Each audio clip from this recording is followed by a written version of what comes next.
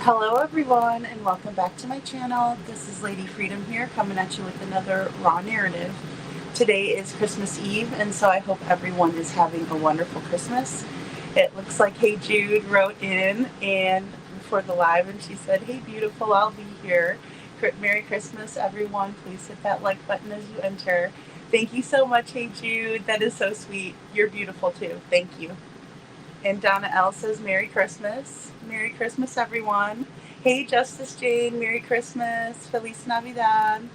So nice to see you. Oh, and all the fur babies. I got my put or my beagle. I'm sorry. I got him a really big bone. It was like as big as he is. It's like this big. Maybe he's eating on it. Yes, thank you, Justice Jane. Oh, that's so sweet. Thank you so much.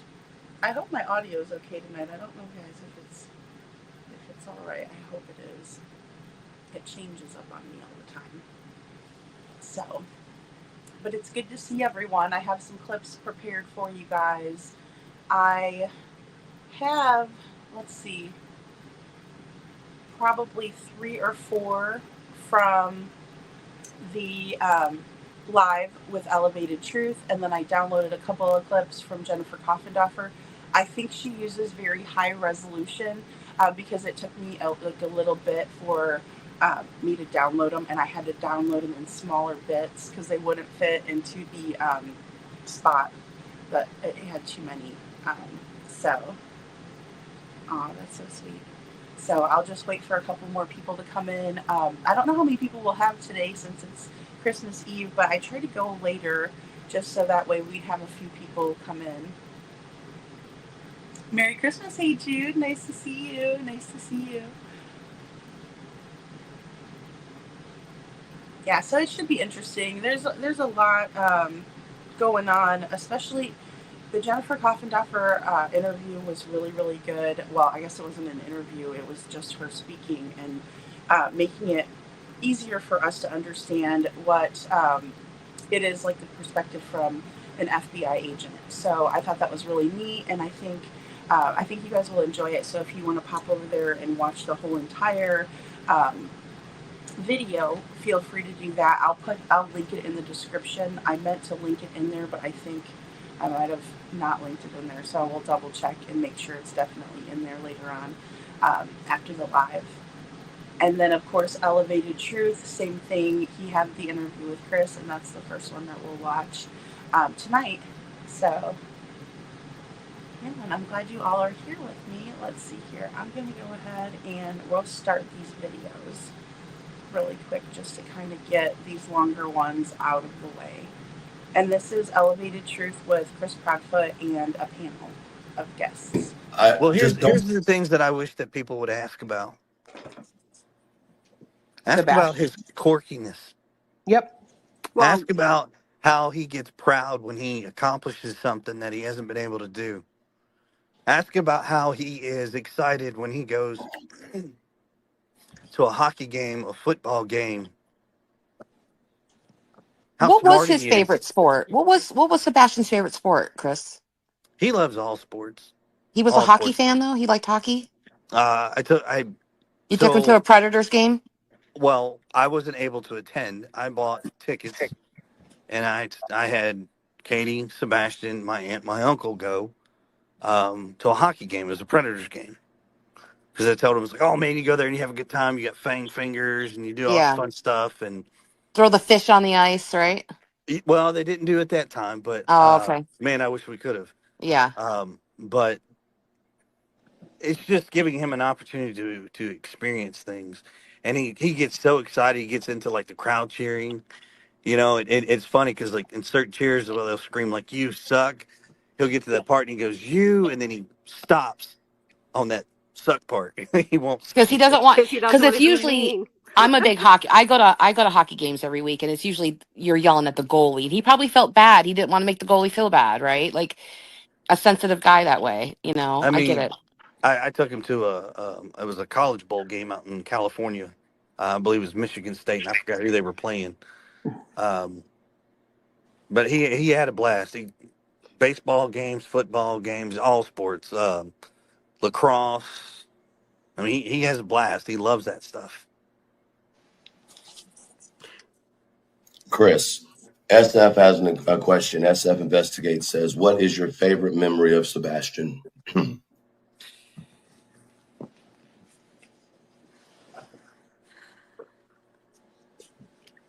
That's a hard one.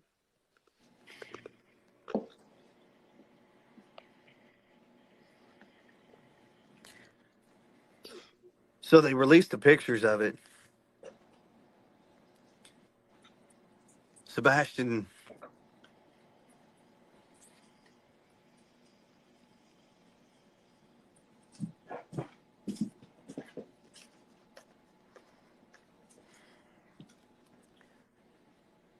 I had to rent a mini excavator one day. We were doing some landscaping work, and I let Sebastian get on there, and he operated the piece of equipment. He did it really well. Really good at it. I was really proud of him. His mom was worried. You know, of course, moms do the mom thing. He's gonna get hurt. No, he's not. He'll be fine. You know. During COVID, when they were out of school and they did, you know, hybrid learning, so they were in class certain days and they were out on online certain days or whatever. Sebastian went with me up to a location we had to rebuild a deck,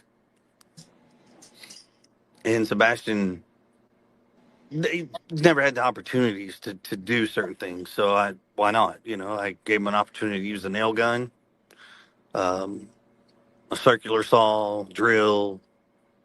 You know, showed him how to like cut and make measurements and things like this. Kid got so excited, so excited. Just when he does things that he doesn't normally get to do, and he's quick.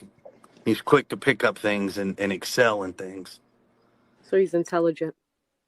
Yeah. Mm-hmm.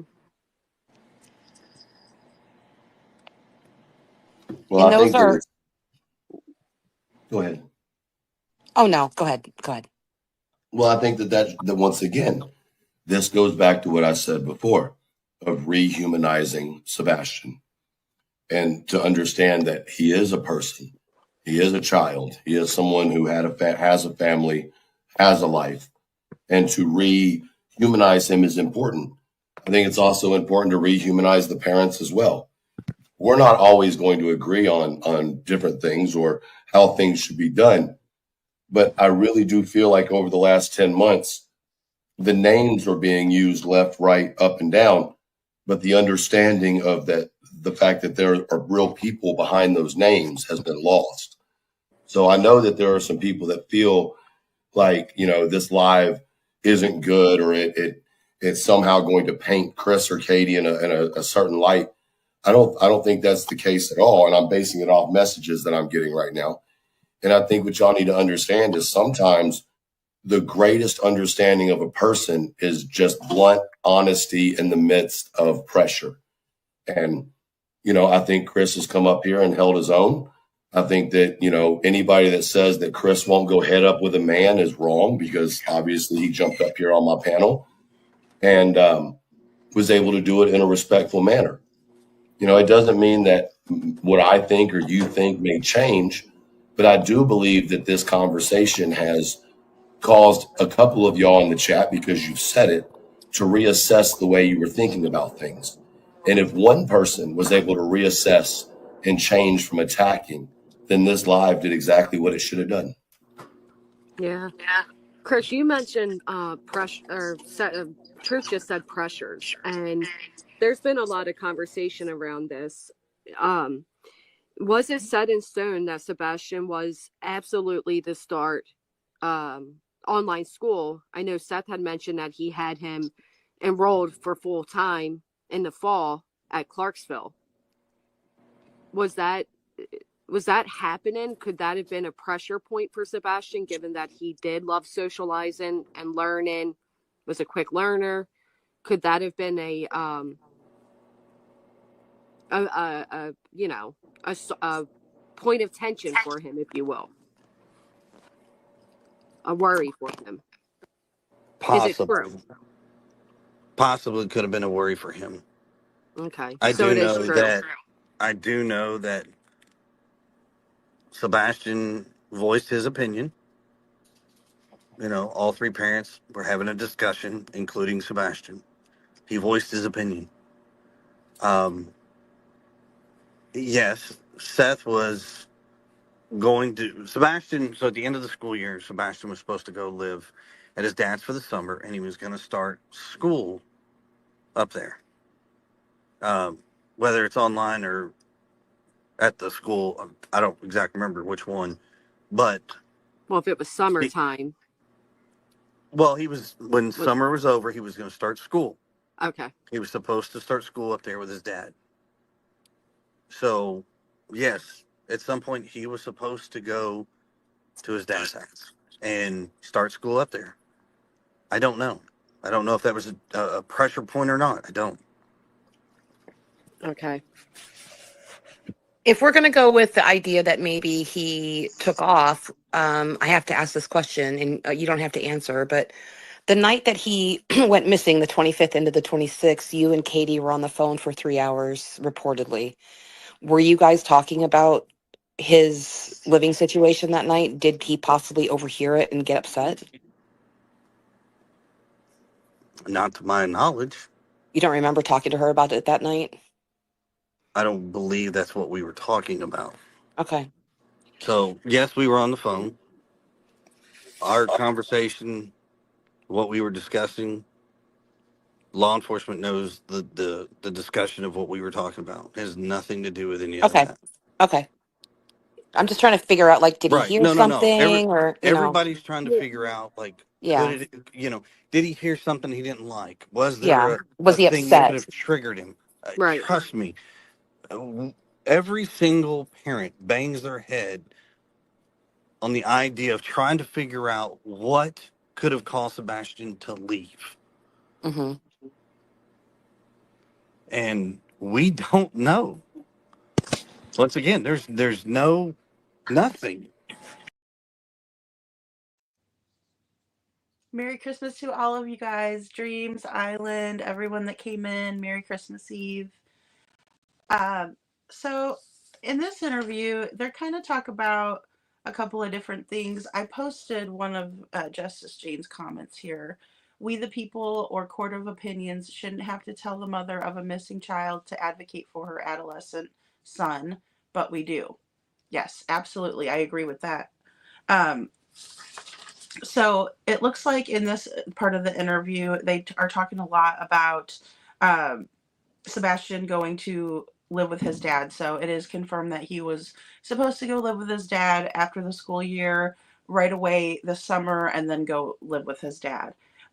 They also talked about the mini excavator. I think everyone's seen the picture of Sebastian operating the mini excavator. And he says that that's his favorite memory. He did say he did a great job and he was proud of him. That was another thing that he brought up in a different interview with Smiley. And so we did hear about that before. And Katie said that he did a really good job. He did add in that Katie was a little bit worried. She thought maybe he would get hurt using it, but they just went ahead and let him do it, and he did a great job. And then they wanted to really hit home that Chris Proudfoot would talk with a man, but he could do it respectfully. So I find that really interesting, and I know they were trying to give him kudos, but my problem is that we know that I never thought he couldn't talk to a man. I just feel like he is very disrespectful when he talks to women. And so the fact that he was respectful with the man is not really anything that would change my point of view on things. It doesn't really prove anything to me other than the fact that he knows how to be respectful towards a man. But when he's speaking with women like Bobby or Seth's sister or Seth's mom, he tends to bow up and get really aggressive with women. And so I know they were trying to help him out. But I think it only really hurt his case, because it does show that he was respectful with all of these men, but not with women. Basically, that's what I took away from it. And then Sebastian going to the online school, Granny's asking if it's a pressure point or if it was something like that, where he may have overheard something that night and it upset him. And so that made him want to leave the house. And I thought that was a really great question. And he said, no, they were not talking about it that night. And that LE knows what they were talking about that night, but he's not going to disclose what they were talking about that night. So I don't know what really to think about that, besides the fact that he didn't want to um, really talk or elaborate on what the conversation was for the 3 hours that they were on the phone. So, um, and just as Jane says, I think Jennifer Coffindaffer is doing it very well on Sebastian's case. I think so too. She did a really great job of explaining some of the aspects of why she feels certain ways, and then also kind of just explaining some things that maybe we wouldn't know because we're not FBI. So I thought that her interview was super interesting. And if I didn't have so much to go over with the other interview, I would have downloaded more of hers. But we'll definitely do that either tomorrow or um, the day after Christmas. So, but because it was really good, she pointed out some red flags that maybe we didn't see, and maybe it's just because she's used to having to think in the way of an FBI agent. So I thought it was very interesting, and she did a wonderful job. She's been doing a wonderful job on his case for the whole time, ever since I've watched her kind of come on the scene with it. I mean, I know she comments on a lot of different cases, especially for court TV. I've seen her on there several times with different cases. So, but she does a great job. I really enjoy her perspective, and yeah, so I think she did a wonderful job, and she's doing great by Sebastian. Some of the things that she said were very telling, and kind of, I'm sure, validated some of the things that some of us were thinking too. So it was very, very good. And I have some clips for us later. But we'll go ahead and keep watching this Proudfoot. Triggered him. Right. Trust me. Every single parent bangs their head on the idea of trying to figure out what could have caused Sebastian to leave. Hmm. And we don't know. Once again, there's nothing. I got a question for you. Yeah. Okay. Um, if what's the most telling thing or identifiable thing about him if somebody sees him out there? Oh man, he's his smile. Okay. He's got this quirky little smile he's got, but I mean he walks on the balls of his feet. Um, he always has. um, he's got That's that. important. That's actually really important. He's got this run. Some anime character. Naruto. Narado, yeah. Yeah, Naruto. Yeah. yeah. He's like an orange suit or something. I don't watch anime that much, but um, he's got that run like that. You know, he puts his hands out behind him, kind of leans his head forward, and Full speed ahead. yeah. That's what he does in the cartoon. That's cute. Was he He's still got wearing that breastplate? The chest guard? no, Okay. no. Now, there's been some conversation around this. Is it 100% confirmed in your mind that Sebastian was barefoot? All I can tell you is exactly what I've told everybody before, and I'm not going into any more details. All of his shoes have been accounted for, and so have mine, and so have Katie's. Okay. Chris, do you know how many, and this may sound like a random question, but do you know how many pairs of shoes you own? Yes. More than 10, less than 10? More than 10. I will tell you that. Okay, so you're a shoe guy like I am. Makes sense. Yeah, I'm very meticulous about my shoes. I can't stand like really pointy shoes. Can't No, stand hey like wide toe dude. box shoes. Oh, I love my Hey Hey Dudes. dude. Yeah, I've got a couple pairs of Hey Dudes myself. That and my Crocs. Can't do the Don't Crocs, man. Can't do the Crocs. They feel funny. I Oh, love You're my losing out. you're missing it. They're so Oh yeah. wonderful. the greatest things ever. Uh-huh. Unless you ask B Tim, and then he's going to argue and want to fight you over it. Right.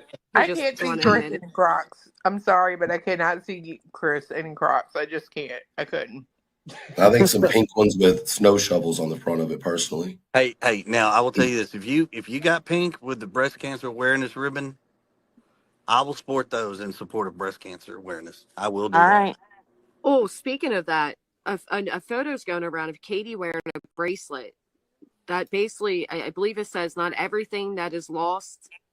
Let me pull it up. Do Oh you know? yeah, I know what you're talking about. Yeah. Do you know Yeah. what that bracelet is? Was that a Sebastian bracelet, or do you know where she received that bracelet from, and what the meaning or organization behind it is? I would have to see the bracelet. I don't remember of a bracelet like that. Okay. I don't have it on me. I'm looking for it. It was in the interview. Yeah, had he started like driver's ed or anything like that? No, I wished he had though. Okay. He Did you guys Sebastian. ever take him to like the parking lot at the mall and let him drive or anything? It's funny you ask, because man, I used to like, come on, let's go for a ride, man, and try to talk him like, come on, let's go, let's get in the truck, and get in the car, and he wouldn't. He's like, no, I don't have a license, and I'm like, it's just a driveway, man. So he was like a rule follower. Like, no, I don't even have a license. Like he wanted to follow the law, right? I think it's like, doing something like that is a little nerving. I mean, Sure, remember the first sure. time we all drove? Oh, I was Like we were all excited as like, hell. yeah, like, oh my God, you were excited, but you scared you're gonna Well, screw up and do the wrong thing. I mean, Absolutely. listen, I don't think we must have had different bring it ups because the first one I drove was a stolen car. I'm going to be honest with you. I was a bad kid. Well, if Sebastian was going to be able to drive, that goes into another question I had. So there's been speculation that Sebastian would have never been able to live on his own. What are your thoughts of that?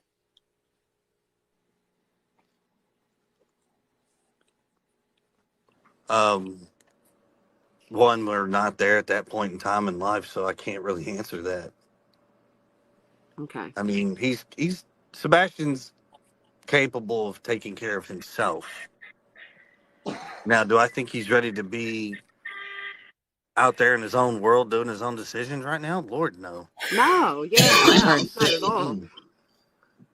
I mean, for some children, they even when they go past the age of 18, they're still not adults.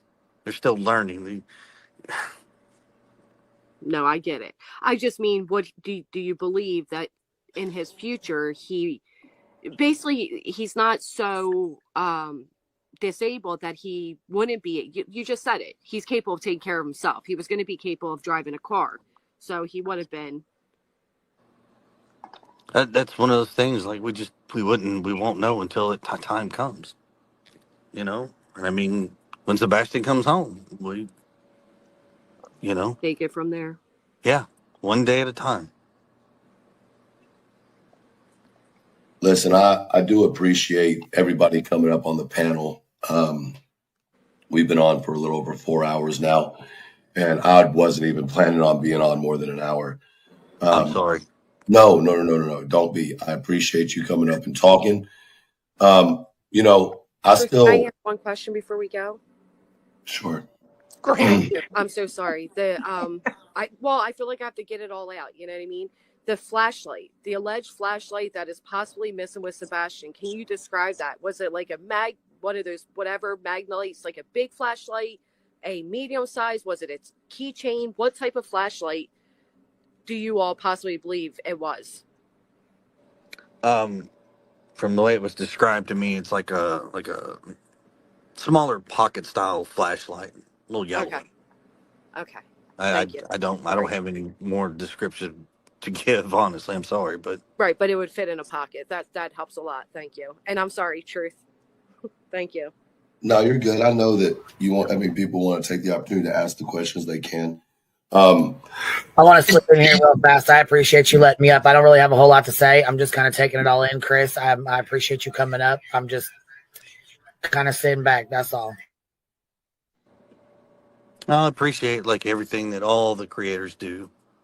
I don't necessarily always agree with everybody's opinions or their statements. And I respect them. Trust me.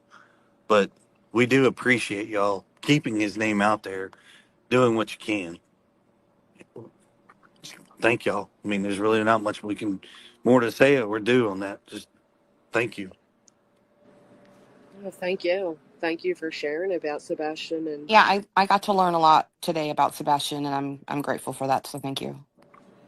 well, I also want to say I'm sorry you have to go through the holidays without Sebastian, and thank you, Truth, for letting me up here.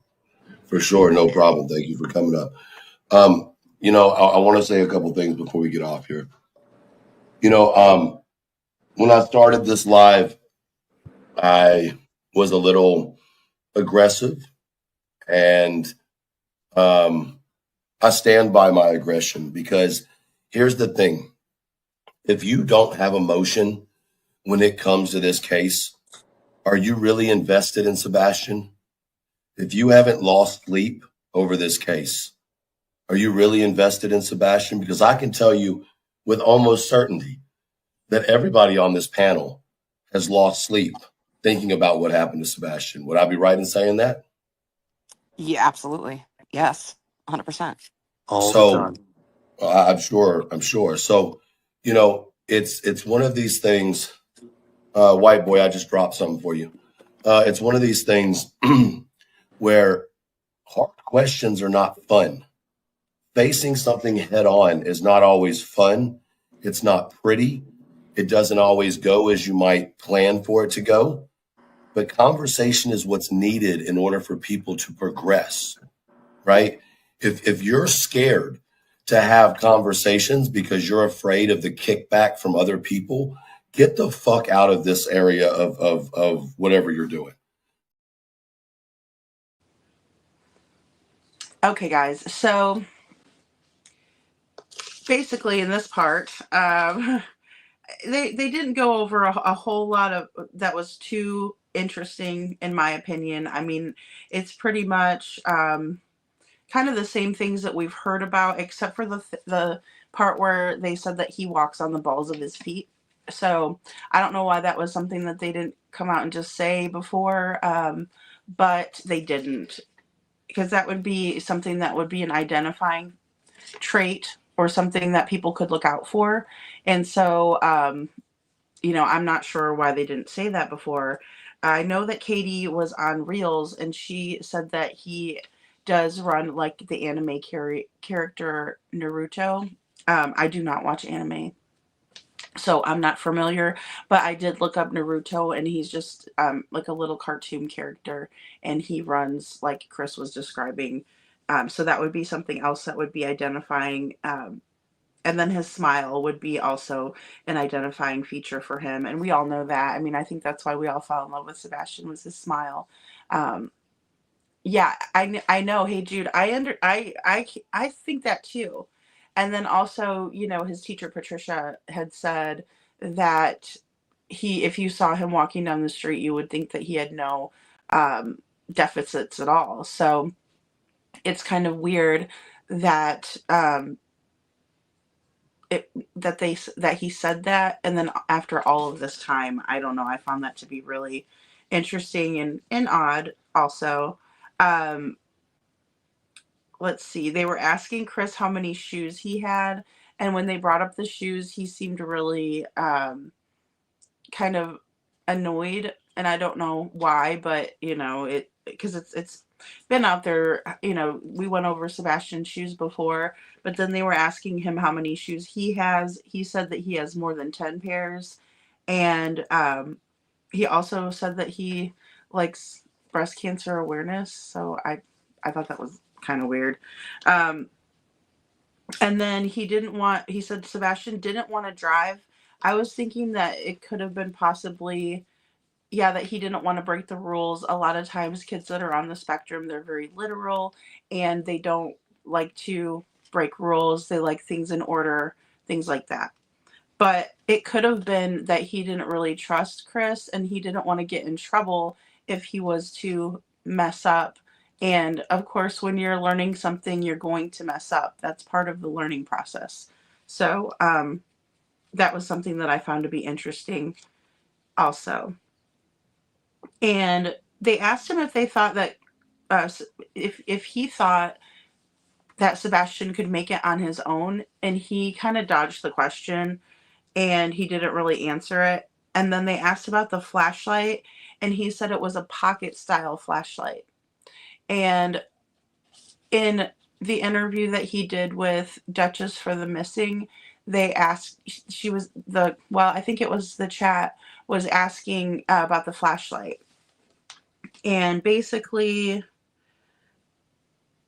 he said that it was something that he picked up at a festival. He actually wouldn't let Katie explain that. And for him to sit there in this interview and say that it was a pocket style flashlight and that's all the information that he has, I found that to be really interesting. So hopefully I can quick pull a comparison, and I'll post it for you guys, because I just went over some of the other interviews, but I could just quickly post about when he was talking about the flashlight. I thought that was weird. I think he forgot what he said, back in March, which is understandable. Sometimes we don't remember what we said back in March. And then I saw you guys chatting about, let's see, the Apple Watch. What was the Apple Watch? Because I thought it was interesting. Island said, when I'm talking on the phone with someone and I mentioned an iron, for example, I then start seeing ads for irons, wondering, is there some technology that can pick up specific words in a conversation? I think so. I think that the technology is getting so much greater, and then also when they can track you through apps and things like that. But it is strange, like if you're talking out loud and then all of a sudden, yeah, because I've had that happen to me before. Like if I was talking about, like say for instance, a new TV or something like that, and then all of a sudden I'd get ads for TVs, things like that. And then, hey, Jude pointed out that Katie does have an Apple Watch.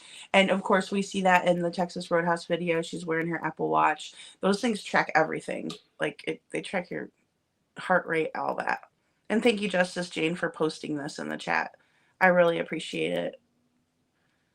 And so then there was more conversation between Island and Hey Jude, and they were talking about how the Apple Watch does use the Siri, right? And I think it does use Siri. So that's really interesting. So if Siri's picking it up, she's a smart little thing, Siri, and she's sneaky. And I think I think that is the way that it's able to like figure out what you're listening to, or excuse me, what you're it's listening to what you're wanting. And that's why I don't that's why I don't have that technology in my house, because it kind of creeps me out. I don't know if any of you guys watch Doctor Who, but yeah, it's kind of creepy. AI creeps me out. And yeah, and then again, what Hey Jude said, I don't remember him really walking on the balls of his feet too much. Maybe I'll have to go back and watch it. So, and Dream says Naruto. Oh, Naruto. Is that how I say it? Naruto? Okay. Big anime family. That's cool, Dreams. I think it's cool. I just never really got into the anime too much. But I think it's cool. I mean, whatever people like. And yeah, it's it's creepy. Like, don't listen to me, you weird technology. They're spying on us all the time. And Hey Jude says, Dreams, my son loves anime.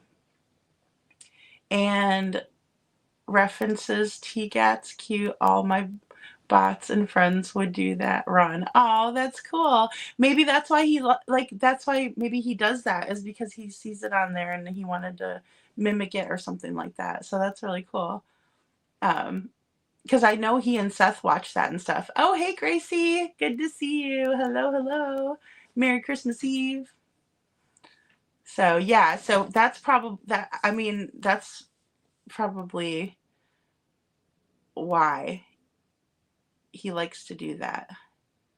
And Dream says all of my boys and their friends would run like that, so it makes me smile in my mind's eye. I can see Sebastian doing that run. Yeah, I found the character on a GIF, and I put it in one of my videos. It's like an older one though. It was the one where Katie um, was doing the interview with Reels, and then she also posted the green tea video. And I think I might have made it into a short. But either way, I put that character in there because I didn't know who it was, and then I had to look it up. And um, so I do know who you're talking about. He wears like a yellow. He looks like a yellow ninja. Is that right? He reminded me of a ninja, and I don't know if that's right. And Dream says, "Hi Grace, I sent you an email, but oh, didn't get. Oh, Merry Christmas Eve." Oh yeah, if you guys want to send, thank you, Hey Jude. I was just gonna say that we could drop Gracie's channel, and then also email her your pictures of your pets, and she's going to make a video of all of the pets, the subscribers, but she won't put the people in there, just the pets. So I thought that was such a cute idea, and I sent some pictures of Django. One of them's when he was at the beach and he had sand all over his nose. He was having some trouble with his sniffer that day.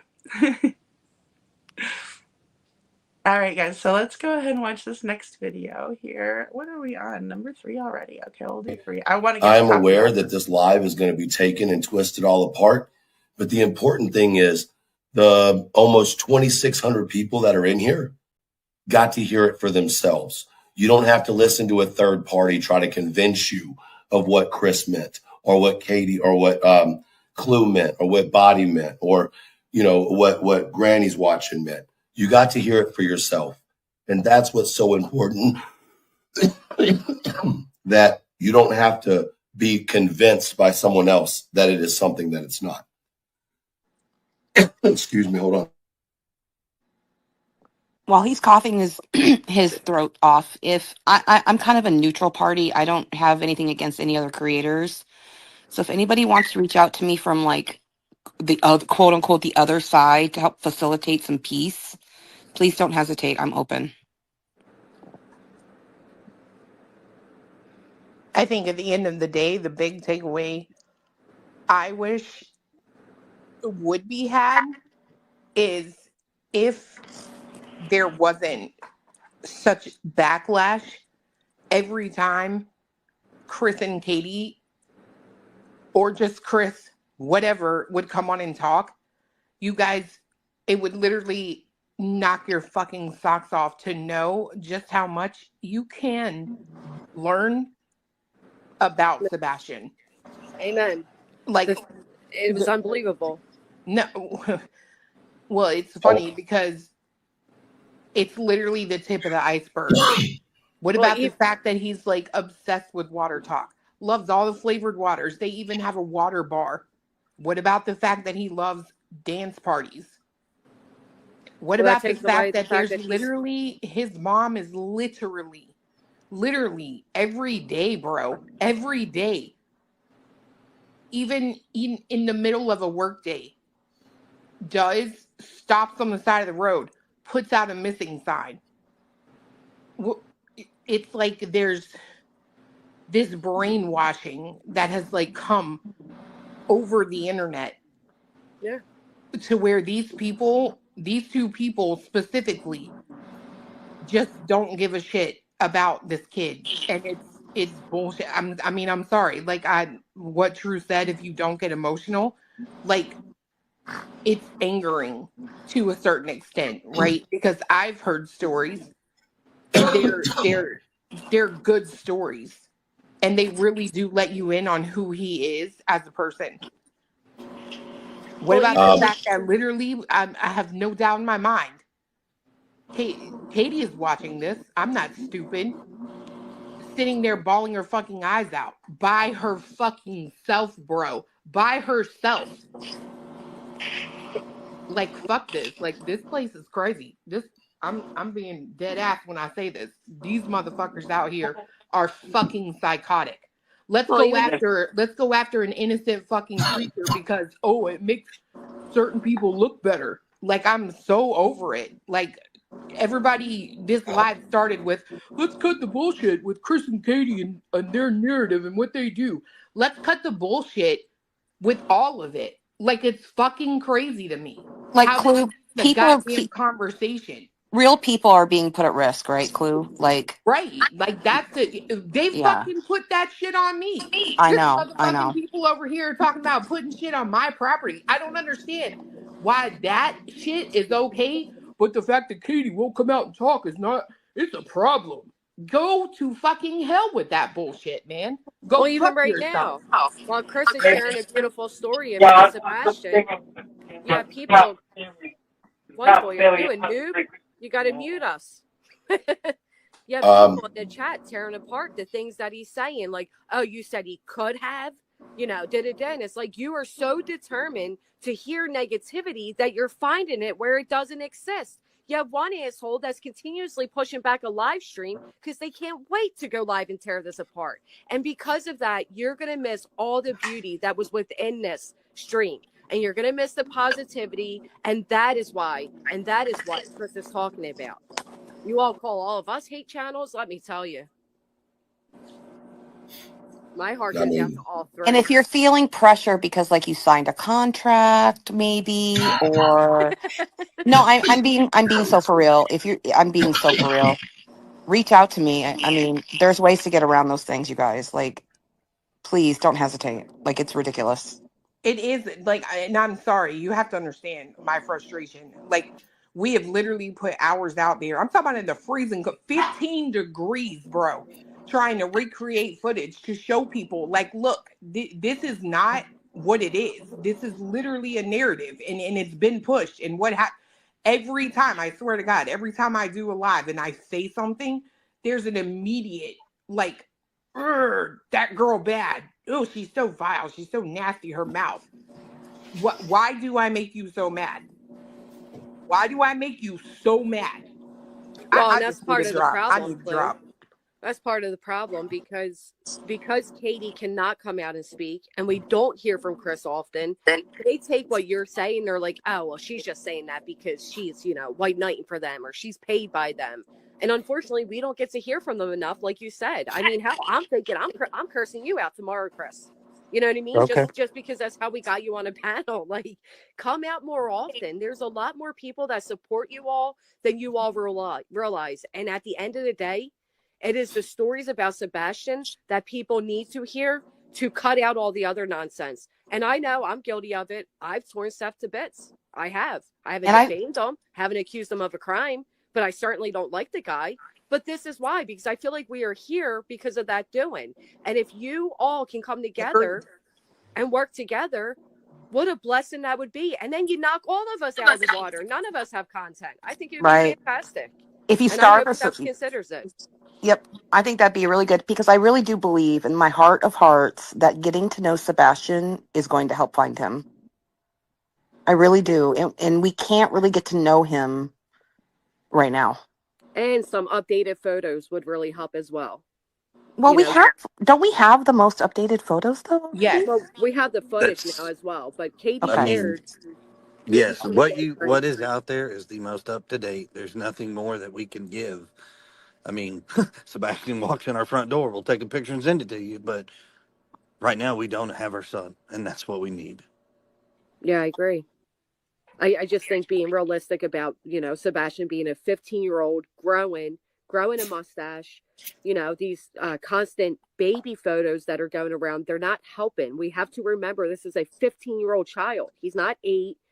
The whole, where's the baby? That doesn't help. We have to see Sebastian as he is because you can walk past him on the street and because you're looking for an 8-year-old baby face, you won't realize it's Sebastian. You have to keep the image of him up to date. And I mean that in our minds and in our speech, not necessarily in the photos, just all together. We have to remember he's not a baby. Chris just told you he's very intelligent. He picks up on things. He's a quick learner. He's not a little boy. He's a young man. Yeah, he's 16 now, and my heart goes out to you and Katie having to reach that milestone without him in your braces, and I'm sorry for that. I don't know y'all don't like him, but it should go out to Seth too because It did. Oh, as his 100% it father, does. as It his 100%. did. father. I Seth mean, had one request, Chris. He asked that on Sebastian's birthday, everybody spend time with their children in honor of Sebastian, and I did it. I did it. As much as I dislike Seth, I can recognize that he is a grieving father. I've never taken that from him. I believe he loves Sebastian so much, but I also believe his anger is misguiding him right now, and he found the right people to feed on that, and it breaks my heart. I think Seth is vulnerable because of, what's happening and people have taken advantage of him. So I give him a lot of grace. Yeah. I do. I personally think Seth, just like Katie, is lonely. I Yeah. couldn't imagine if my kid were gone.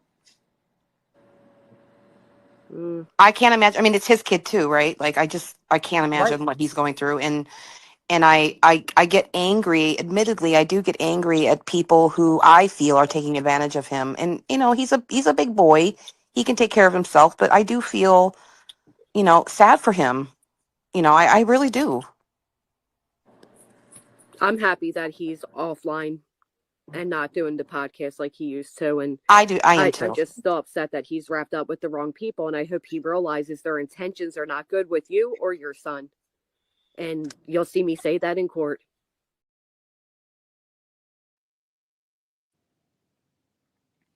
Okay, guys. So there was a lot in that one, I think. A little bit more. I think Body Movin' is a nice person. She seems like she's a really nice person, just kind of wants people to come together and for a common goal and just um I think we could be more I think we could definitely be more powerful being all together. Absolutely.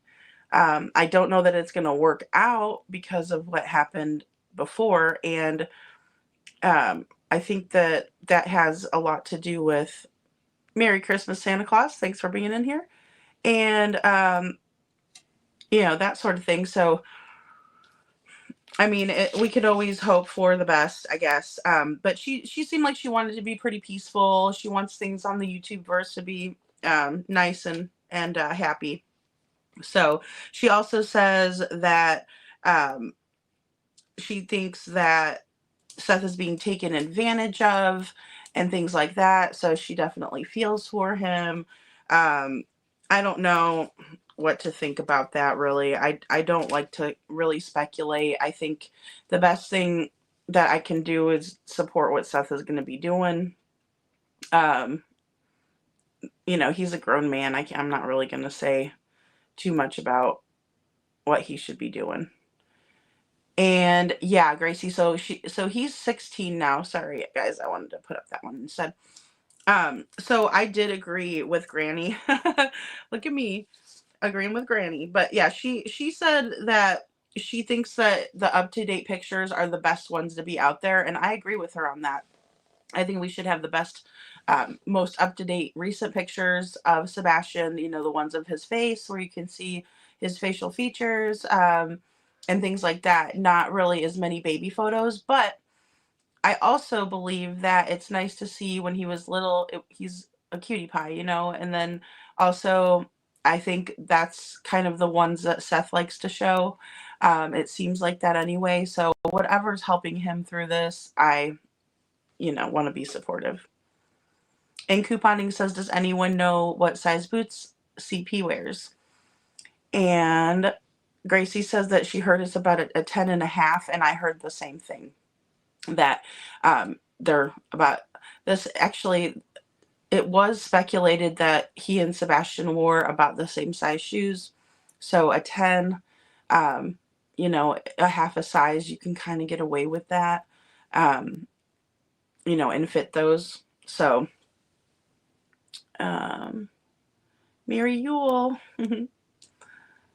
couponing, I don't know. The shoe size, I'm guessing small.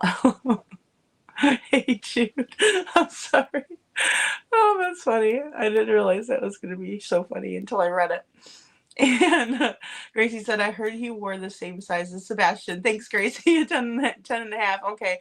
So, yeah, I mean, yeah, it sounds like they could have interchanged shoes if they, wanted to or needed to. Especially those Hey Dude shoes. If he says he's got a couple pairs of those are just like a slip-on shoe. Really comfortable. And Dreaming says, honestly, they think that people who don't agree with them don't hear them talking, but got influenced by others. I heard them loud and clear, and I don't buy that shit coming out of their mouth. I know. That's how I feel too, Dreaming. I think that was really well said. I kind of feel that like that too. I feel like they're just kind of blaming us because we won't believe what they're saying, but just because we don't believe what they're saying doesn't mean we're being hateful. It's just that we're stating that we don't believe what they're saying, right? And we're entitled to make that judgment whether we believe them or not. That's on us, right? That's being true to ourselves, and that's what the beginning of this live, I know it's taken us a couple of days to get through it, but that's what the beginning of the live was really all about.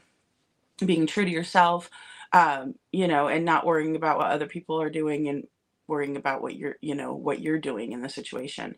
And I think that's really important, especially because, but we're again, and I did add a flying monkey emoji. So if you guys want to use the custom emojis, I did create one last night, and it just looks like one from the Wizard of Oz.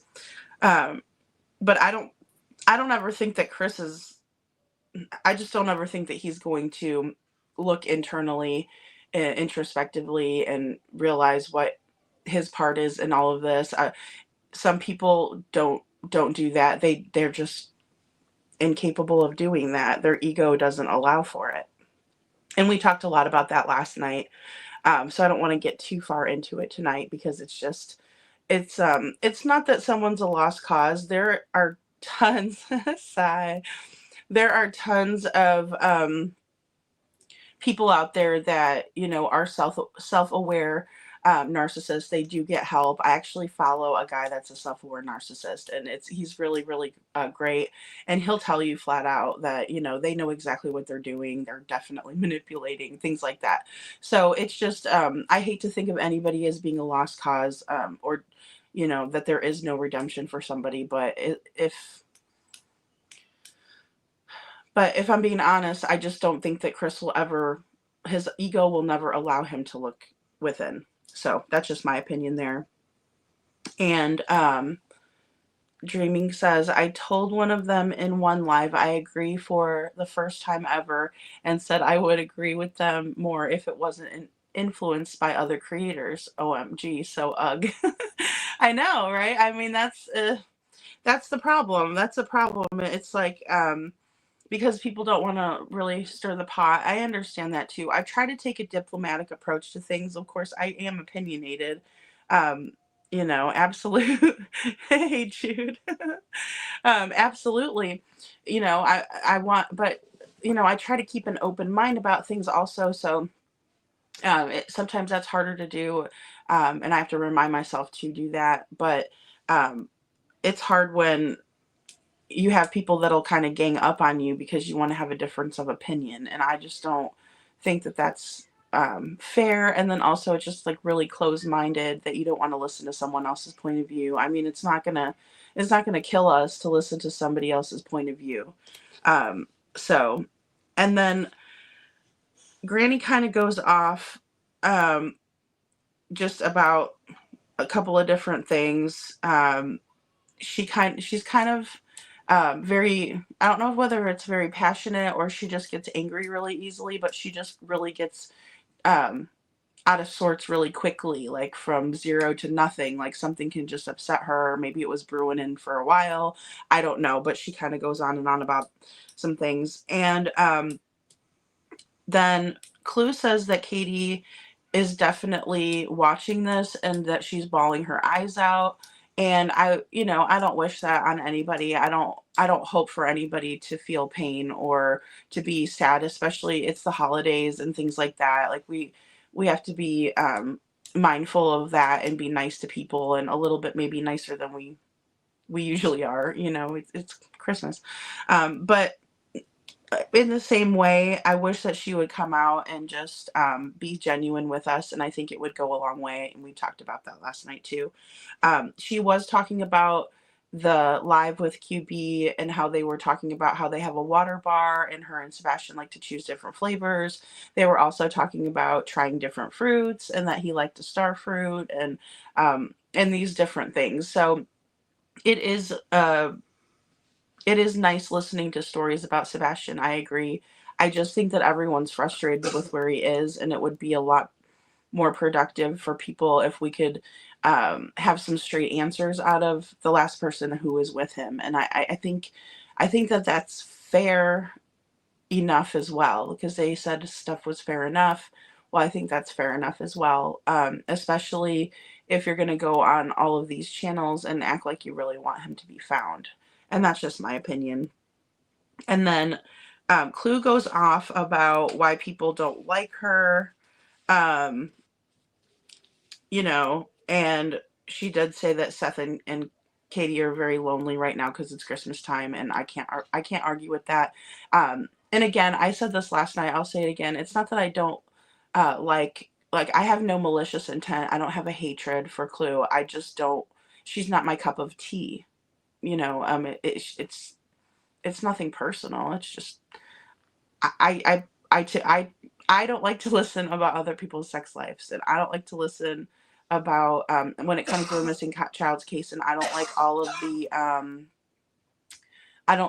the foul language and stuff like that. I mean, it's just it's a little bit too much. I don't have virgin ears or anything. I just it's a bit much for me, and that's all. But I mean no harm or anything bad. I don't wish bad upon her or anything like that. It's just my opinion. And that's all. Gracie says, my heart goes out to all the family. Me too, Gracie. I mean, I pray for Chris and Katie. I pray for Seth. I just find him to be a little bit more genuine, so I can relate more. And Dream says, oh, here is NORAD Santa Tracker. I remember that when my daughter was little. That was so much fun, tracking Santa. And Dream says they show where they show where he is in the map of the world, and we love to use it. Yeah, they do. It's like you can track him, like you can see where he's at, and then of course, you could be like, oh look, Santa's coming, and then the kids will go to bed, and you can, they can put up their stuff for the reindeer and the milk for Santa and the cookies, and then they can head off to bed. And Jude says, dreams, I've been tracking, or I love tracking Santa, rather. Sorry, guys. And Mary Yule. And the flying monkeys. Yay. I can't see them. It just comes out. Oh, thank you, Jude. That's so sweet of you. Thank you for gifting a membership. And whoever gets it, make sure you say thank you to Hey Jude. She is such a sweetheart. That is so nice. All right, Dreams. Okay, congratulations, Dreams. I don't know what we'll call ourselves, guys. We're a little bit new, so I was thinking about a few names. I'll do a poll, and then you guys can put the ones that you like in the bottom. I think whenever Mandy was in here a couple nights ago, she called us the Freedom Family, which I thought was really cute. So I don't know. Who knows what it will be. And Couponing says, yes, I agree about the pictures. Yeah, absolutely. And that's what I mean. I don't like dislike anybody that much to where if they say something that I agree with, then I'm just going to be like, well, I don't agree with them because, I don't particularly agree with them on other things. But I do. I think that I don't know. I think that that's more effective, especially if somebody comes across the case and they don't know the case like we do. So I would appreciate having the most recent pictures, because that way, if somebody watches it for the first time, they don't think Sebastian is still 8 or 9 or a little guy. But the pictures with he and Seth are adorable when he's little and he's on his dad's back, or the one with Katie and him in there on the carousel. I think that is a beautiful picture, and so I'm glad they're out there and they shared them with us. But I think that it's very important to have those up-to-date ones out there just for people who are fresh into the case. And Dream says, oh, my stars. Thank you so much, my little Santa. Aw, that's so cute. Dreaming says thank you. Hey, Jude. Hey, Dreaming, by the way. Good to see you. And Dreaming says, my heart truly breaks for the family who cares about Sebastian, his father and grandmother. Yeah, absolutely. Oh my gosh, absolutely. Um, when Robin was talking about their gardening together and just the way they go fishing, and you can tell he really had a close relationship with his grandma, so that is amazing. And it's, yeah, it's got to be really, really difficult for them. It's got to be absolutely awful. There's not even a word for it, I don't think, because it just should never happen like that. And Dreaming says, as a mother, it's hard to imagine being giggly when the child is still missing. I just can't. Yeah, I think I would be a basket case. I mean, I pretty much know I would be. Um, yeah, I would. I think I would just be going off like pure adrenaline if that was the case, like, and I didn't know what happened. Um, you know. Island says, why is KP even watching YouTube channels? So weird that they are more concerned about what people are saying about her or CP. That's why people are side eyeing both, in my opinion. Yeah, I agree with that, Island. I really do. Yeah, I think they would get a different reception if they were acting a little bit more like they cared about Sebastian rather than what other people are saying about themselves, or excuse me, about them. And they seem like they're more worried about themselves than they are about Sebastian, because throughout this live, Chris brought up the bashing like a bunch of times. A bunch of times. It was nonstop. People are bashing us, people are bashing us, and um, that sort of thing. And Dreaming says, I still haven't heard from anyone. Disregard that picture from November. I got little hope it's possible. Oh, okay. Yeah. Oh, you talking about, you're talking about the one, yeah, that we showed last night. I just, I mean, I try to look at the facial features really closely, and even because I've been um on I've definitely used a picture, drew a picture of a picture, and also I like to paint, and so I do pay attention to those small details on people's facial features, and I just don't think that, I don't know, I don't think it is. I wish it was. I really do. Hey, Scranton Strangler, nice to see you. Merry Christmas, hon. Merry Christmas. Merry Christmas, Merry Christmas. Oh, the roses. All right, guys, we'll go ahead and watch this next clip. And I think we're on number 4. Yes, because I have it. Yeah, 4.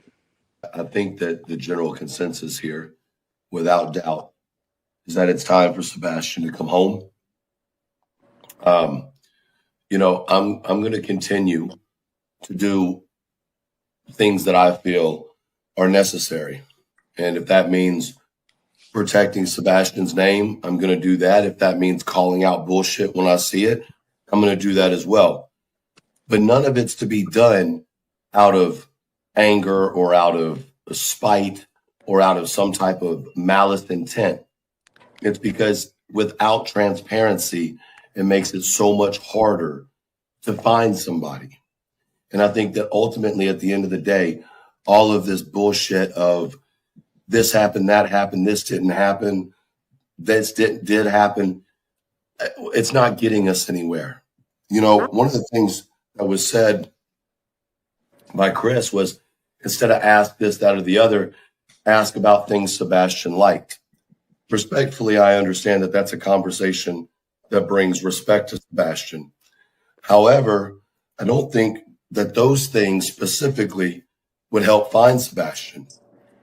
And I'm curious, Chris, is there something that we should know about Sebastian that may actually help us to identify him if we saw him? Meaning that it's been 10 months. We know the young man was going through puberty. We know that he had started to get a little facial hair. Are there some things that we can look at physically that may not appear the same as the day he went missing?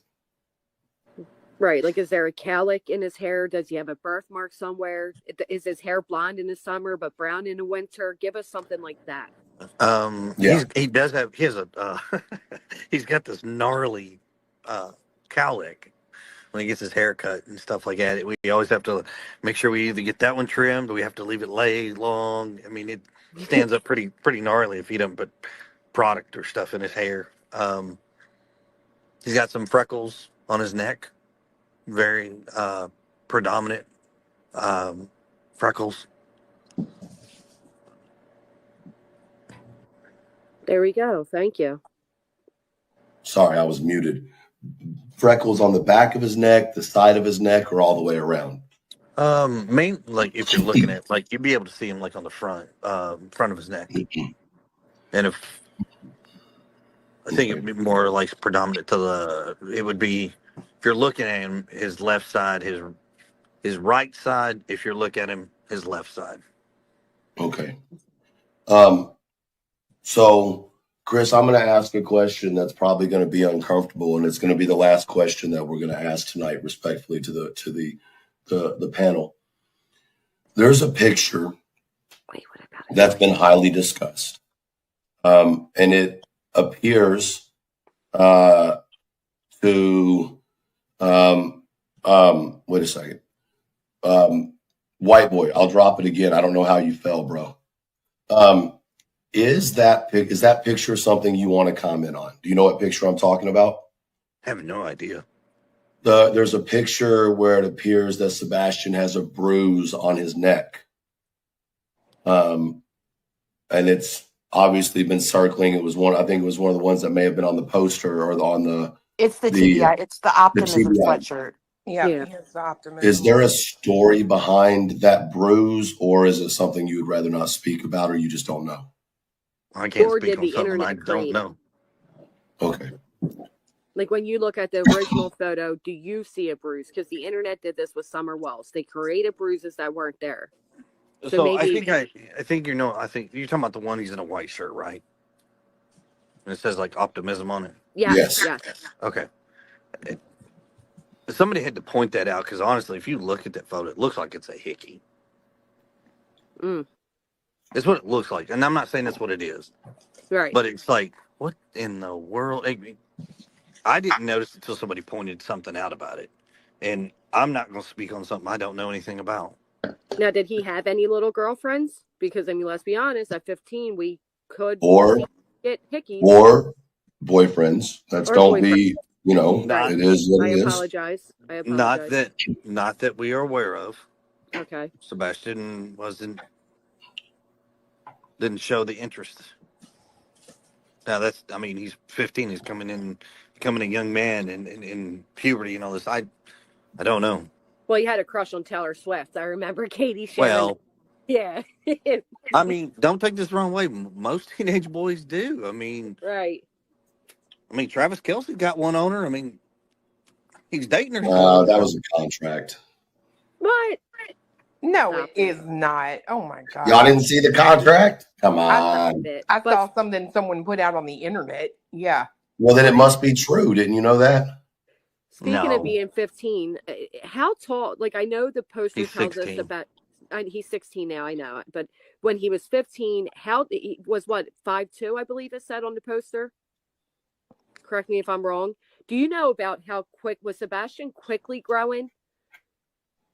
He was. Had a guess. Last I knew he was in a growth spurt. I mean, Yeah. I mean, God, it was funny because I think Seth had went and bought him some boots, and I don't think it was much before then that we went and bought him some new shoes, and it was like, well, now his foot's too small or too big for the shoes. So Seth went and bought him some shoes, and he's a growing young man. I mean, so he could be about a foot or two taller, you think now, or? Well, I don't know if he'd be 6'2". I mean, that's a. Oh my goodness! I didn't mean to say. That'd be a stretch. Yeah, I didn't mean to say foot. I meant to say inch. Chris, he don't walk with a slouch or nothing, does he? Because it didn't look like he did in that video. So no, he sometimes, like, if he's sad, he gets that. I call it the Eeyore walk, where he kind of drops his head. Yeah. Oh me, type thing. But No, he They call stands his daddy vertical. for too. But I mean, I think all kids walk like that when they're down.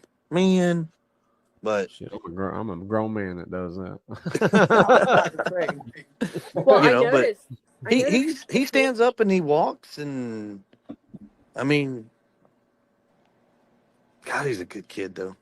does he normally put his hands in his pocket? I noticed that. I noticed Katie did it and he did it as well. And I know that's a technique they learn. Um, I know that Katie mentioned having classes with him being newly diagnosed with autism. Is that something he normally did? Put his hands in his pocket like that and walk? Yeah. That's so cute. I love that. And I love the fact that Katie did it too.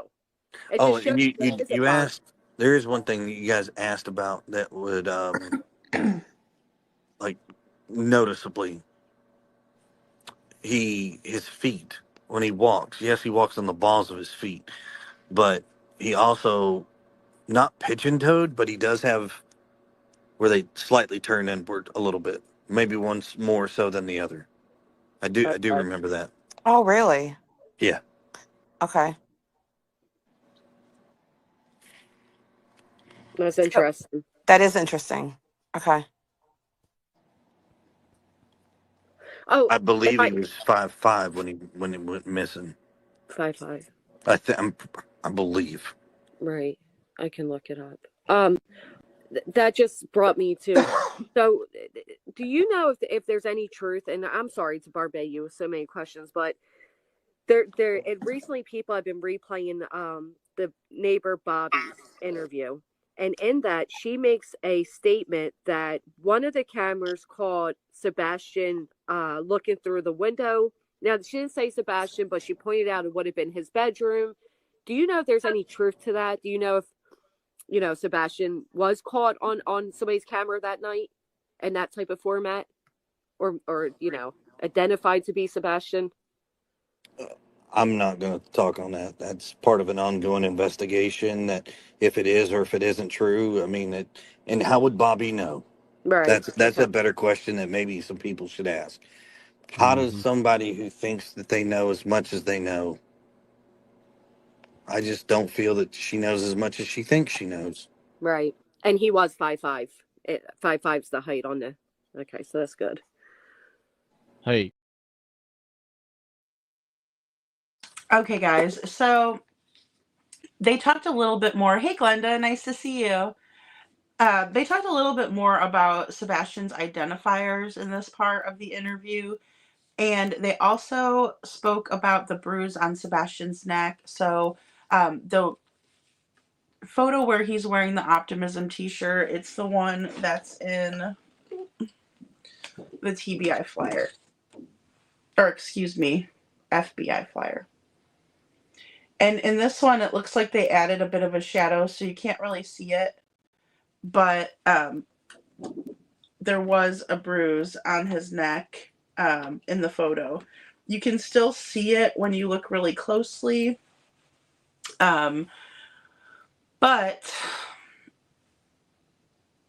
Chris says that it wasn't there, that he doesn't know about it, and he can't speak on it. And then he starts talking about how, it's possibly a hickey, and they're asking if he had any girlfriends or boyfriends. And he said no. And they recall Katie saying that he liked Taylor Swift. So I thought that was really interesting. Somebody sent that to me and told me about the hickey thing. And I mean, I'm not saying it's not possible, but I would think that they would notice a hickey on his neck. I mean, when girls get a hickey, we can put like a scarf or something or try to hide it with our hair. With a boy, it's a little bit different, especially if it's like right in, the frontal view of your face. So I don't know. I just think that that was really weird, and I don't know where that came from. It seems like it came out of left field, if I'm being honest. And Glenda says he doesn't walk on the balls of his feet at all in the Texas Roadhouse video. Yeah, Glenda, I wanted to go back and take a look at it and see, but I didn't remember that either, because I think I would have kind of remembered that. But I wanted to just double check. So you're saying that you watched it too and you didn't see him doing that. He also said that he's pigeon-toed a little bit, and I didn't notice that either. And that he also walks with his hands in his pockets frequently. Another thing that they also said, or that Chris also said, was that when Sebastian's sad, he kind of walks like with an Eeyore type of walk, maybe like, you know, kind of slouched over, or like if he's down and out, down in the dumps. And that, I mean, I can see that that happens with everybody. That's kind of maybe like you could tell how you could tell somebody's having a bad day, you know, they're kind of, um, they look sad, you know what I mean? And I don't know. I just feel like I don't know. I just feel like Chris doesn't isn't really in tune with his own emotions, and so maybe that's why he would say that Sebastian looks like Eeyore. Because even another person on panel had said, "Hey, I kind of walk that way too when I'm having a bad day, or if I'm down in the dumps, right?" And so it's just something to. I'm sorry, I think my camera got a little bit messed up. I try to put it on the candle there. But yeah, either way, it just kind of really seems like um, they were always kind of making fun of the way his mannerisms, so to speak. So just some observations that I made. He didn't know how tall Sebastian was whenever he went missing.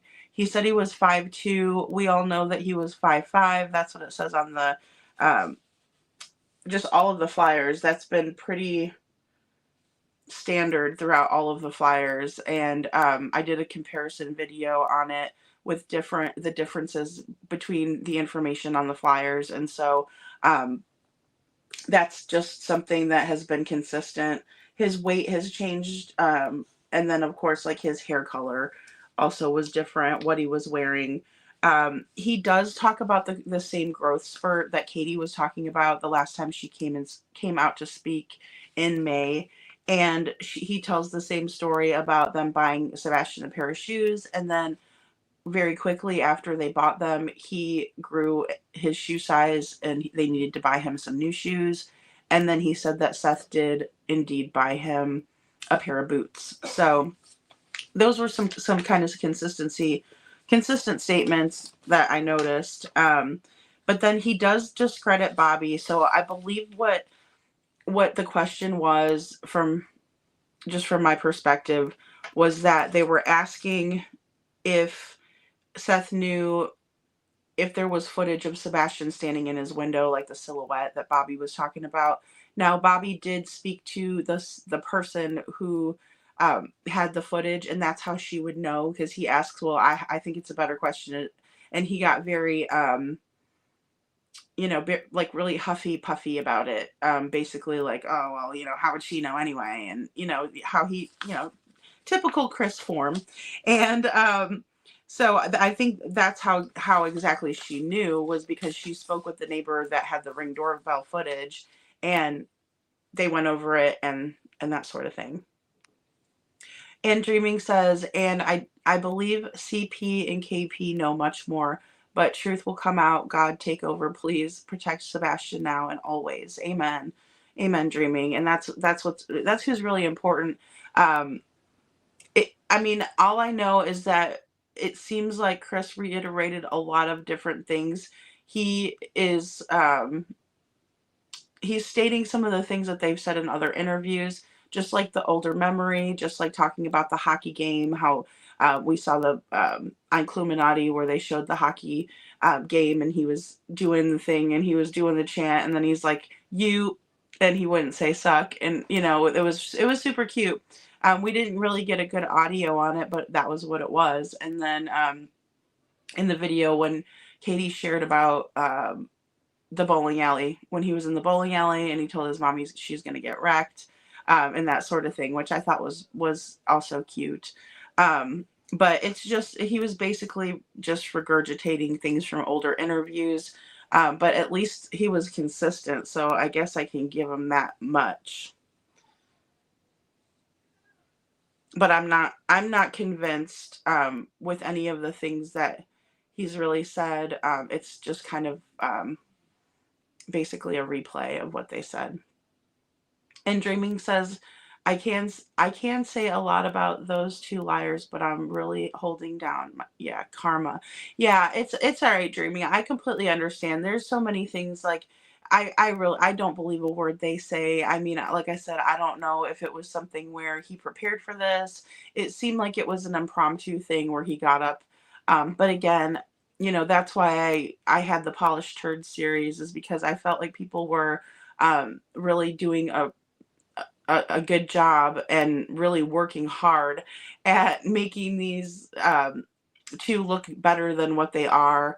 And that's kind of what it turned into in the end. There was, again, well, isn't this true? Isn't this true? And what's your favorite memory? And then, that sort of thing. I think it just, if he would have came up with some new things, I think it would have been a little bit more genuine, but I just don't feel any genuine care coming from Chris. It's I wish there was something there that I could say, guys, he really does seem like he cares. Maybe I was wrong this whole time. But I don't see that. I really don't, unfortunately. I wish it was different, but and then also I think Hey Jude said, oh wait, no, Glenda says, I read that one. Because he said there were freckles on him, on his neck, that are identifiers too for him. And Hey Jude said, they're moles, and I think so too. Like I also added those to a missing flyer that I made myself, because I was so sick and tired of all of this information just back and forth. No, he's this way, or yes, he's this other way, and so I really was trying very hard to kind of come up with some identifiers that people can see on him if he was out and they saw him out. Because I was complaining a lot about it, and so I just figured I'd make one, just so that way there was one out there. But it's just all of these little things that they could have really said in the beginning. Also, I wish they would have focused more on that. But again, if someone's child is missing, I can see why it might be something where maybe they forget to say it. I don't know. I just feel like it would have been a lot more helpful in the beginning. But all right, so we're on to the next clip, and we'll go ahead and watch that. I think it's 5.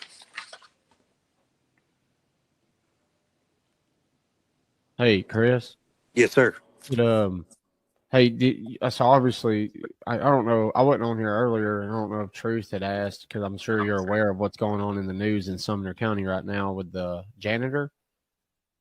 Any question? Like, I mean, I probably could have asked this the other day, and I just slipped my mind. But have y'all asked the school in regards to that situation? Like, I know he's at another location, but maybe something like that, because this janitor literally gave a phone to a child, and it's like, wait a minute. So there's a lot of questions I had about it. Kind of worried me, given with especially what's going on. I think that would be something. I mean, for law enforcement to address. As far as we know, I mean, law enforcement went to the school. They interviewed teachers and staff, and I think if something would have come up about that, it would have came up. I don't know. I'm not going to tell you that I do, but I've never heard anything until like this story just recently broke. And Yeah, I just didn't know if maybe because of this story that maybe they'd reached out and said, hey, we'll ask, that. It was just a general thought of mine, because Truth had made a point of that. Like the Clue was talking about it on live, and said that Truth had brought this up a long time ago. And I'm like, oh shit. And then this happens. I'm like, man, I hope they really kind of go back and look at a lot of stuff. I'm sure they have. I mean, coming up on 10 months, I'm hoping they're looking at everything. The 21 I'm sure law enforcement has done review after review, bringing in more people. I mean, I'm sure they've probably had to put fresh eyes on this at some point to say, look, is there something we've missed? Maybe somebody else picked something. Who knows? I mean, law enforcement's not going to come out and tell everybody, and they definitely ain't necessarily going to tell me, Katie, or Seth everything. Right. Right. Law enforcement, it's an open and active investigation. I As do long, think. I was going to say, as long as it's not a cold case and it's an active investigation, uh, that's all we want. Keep his name out there. Keep Sebastian forefronted. You know, if there's clues, if there's anything, we need something. I agree. And if you see something, you should call Sumner County or TBI at 1-800-FIND-TBI. That's where you should be contacting. Yes. Or call your local law enforcement if you're not in the area and you're somewhere else. Call your local law enforcement. Amen. I think that these conversations are great. I've just been sitting back listening. Obviously, I want y'all to be able to talk. I think the platform is for that conversation and not so much about bashing the hell out of people. Y'all have to excuse me. I've been coughing my head off. So, at the end of the day, I will say this. Hold on, wait a second. White boy. Hey, white boy. Hey, what's up, man? Yeah, I'm not going to take too much time. I just want to talk to Chris for 1 second. I've been trying to get his attention. Hey, go ahead. I apologize for what you're going through, you and your family, man, and I hope, Sebastian is brought home. I know the effects, what all that's on social media. I know what it does. And, there's some people fighting for you, man, and trying to break down this misinformation. Good live with you and guys. I just wanted to get his attention for just 2 seconds, man. Y'all. White boy works really closely. He's friendly with Don Wells. We lost So him. he knows. I mean, if he can hear me, I mean, I appreciate it, and all the thoughts and prayers. His content's really good, man. I watch it myself. There's a few more questions in the chat that I keep seeing go by pertaining to electronic devices. Guys, we're going to have to wrap this up pretty soon. I've got to lay down. So, at whatever couple questions you have, I'm not trying to be rude. I've got to go way back down, guys. So I know you're not feeling. I'm not, but Truth. that's whatever questions we have, and then let me end it. But go ahead. Hey, Truth. Yes, Hot toddy. I don't drink alcohol. I'm sober. No, I've they been have told. they have a non-alcoholic version. Oh, Do see, there they? you go. Yeah. All right, bet. I'll I look think into they use the Taramic, whatever you say it. Turmeric. Taramic. That's Turmeric. it. That's it. They use that in there. All right, I'll look into it for sure. Chris, you were saying something. You need to go. I Man, was telling White Boy thanks for everything. You were saying something. Thoughts Go and ahead. prayers, and so I'm good, bro. Truth, I hope you feel better, brother. Yeah, I thank you. I appreciate you letting me up, man. I didn't have much. I was enjoying just watching down there, but Well, like I said, I know that this is not a fun conversation for Chris. I know it's not a fun conversation for Katie to listen to. But it is a conversation that I think needed to be had and needs to be had from time to time, especially when there is an enormous amount of information being pushed, both factual and unfactual. At the end of the day, everybody's innocent until proven guilty. We can have our own opinions on who we think did things. That's perfectly fine. But I said earlier that being on this app for the last almost 8 months that I've had my channel, I have learned a lot of things. I've made a lot of mistakes, right? And I think that's just part of learning the platform. And the one thing that I hold dear is that while a lot of y'all want to judge creators based on the way that they handle their platform or the language that they use, what you fail to understand is with just as much dirty mouth or whatever you want to say it is, there's just as much passion behind what these creators are doing. And you can dislike a creator for whatever reason, but you must show respect to those who are actually doing what they can to bring somebody home. And I think that's the most important thing. And I say this all the time. I've said it multiple times tonight in conversations. Someone just said it in the comments, and that's trust the process. That's why there's chocolate, vanilla, and strawberry when it comes to flavors of the ice cream too. It's Yeah. one for different people. So You I know, do me, apologize for hijacking with questions, but I do appreciate no, you you're letting me fine. up. And Chris, I'd Go, be you said honest you with had two you. more. You said you had two Yeah. more questions. Go ahead. Well, I know you're not feeling good. There's It's no all right. doubt. Go ahead. We've got it up here anyway. Okay. Well, the one question is the electronics. So a lot of people are speculating again about electronics. Do you know, has all of Sebastian's electronics been returned? I can't comment on that. Okay. The last question, I don't even remember. I appreciate your time and thank you for answering what you can. And, you know, Truth, thank you for having me. I hope you feel better. And yeah, I'll come up with a dozen more and I'll let you know. But seriously, Thank you. yeah, send my regards to Katie and let her know there's a lot of people. For as many people that are bashing her, there's a lot more support in her spirit. And at the end of the day, my prayers go out to all of you. And I pray there's answers soon and Sebastian comes home safely. Amen. I have one question. We know that Sebastian liked to game. I'm also a gamer. Are there any gamer tags that we should watch out for? Were there any nicknames that he liked? Like, that would be one for Seth, to be okay, honest. okay, I, I I can ask him. I can ask him. I so, understand. I totally understand.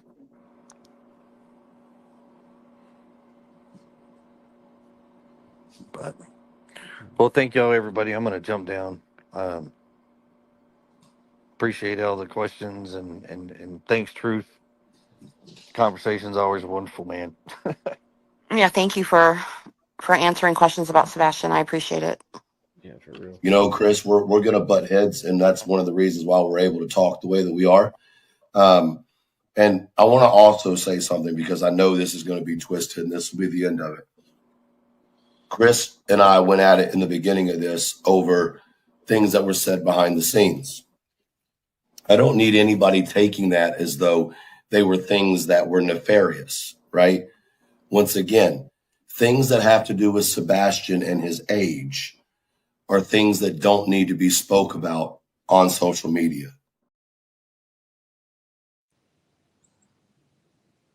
Okay, guys, and then I just took the rest of the interview out. That it was basically they were just talking about how they were thankful that he came on and all of that jazz. So, Hey Jude says everyone throwing spaghetti at the wall, at the wall to see if it sticks. I agree. And she says he's the least sincere person I've ever heard. And I agree with that too. I think that it's just really disingenuous, and I don't know. It just doesn't seem like he cares very much, and that's just my opinion too.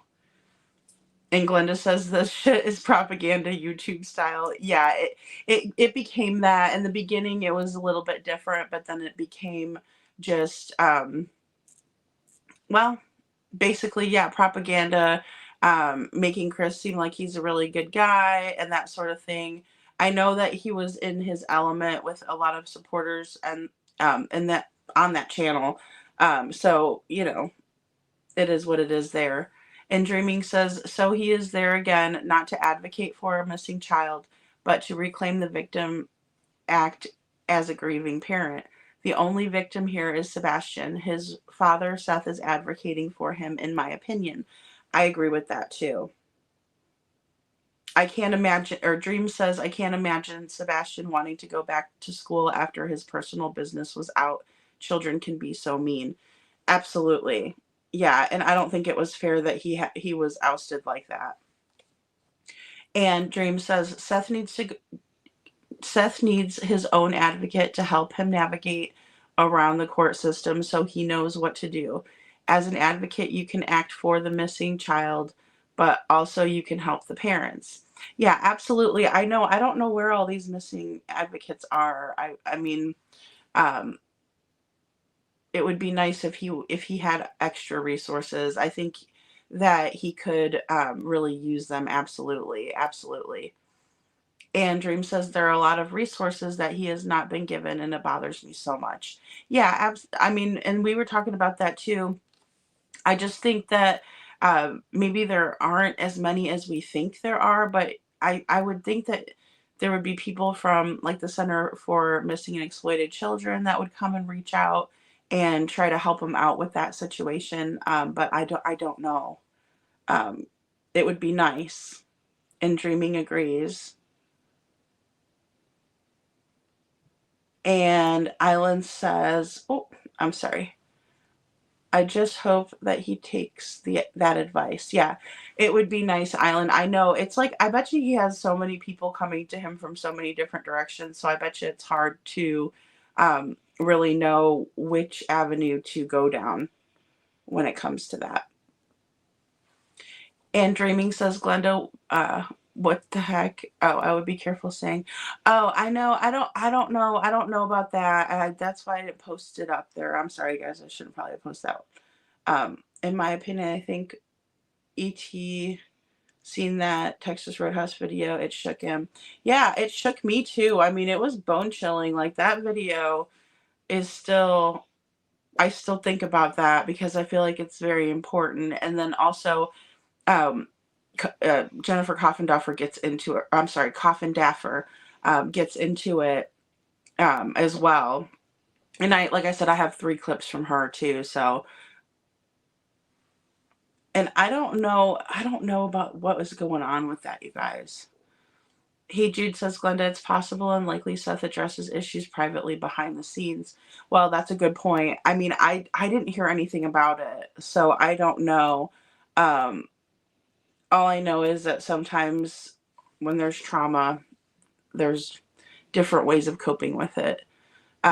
Hey Jude says, we don't argue in the chat. Please be respectful. Yeah, don't argue, guys. I mean, it is what it is. And, you know, I mean, the thing is that we just don't want to say anything that might disparage Sebastian. You know, I mean, that's the biggest thing. There's been a lot of misinformation from the very beginning out there about that poor child, and he in no way needs to be disparaged or looked at as incestuous or anything like that. I mean, um, it's something that, especially when Seth is in chats and things like that, there's so many things that are going on. He gets bombarded with people asking him questions and, hey Seth, and praying for you and all kinds of things. So there's a good chance that he didn't see what was going on at all. You know, so there's that. And Dreaming says, I'm saying if she did or didn't post that anywhere. Yeah, I mean, it is. It's just not, it's not becoming of anybody. I mean, nobody needs to be hearing about that kind of stuff. I don't think that's just my opinion. I don't feel like it's helpful.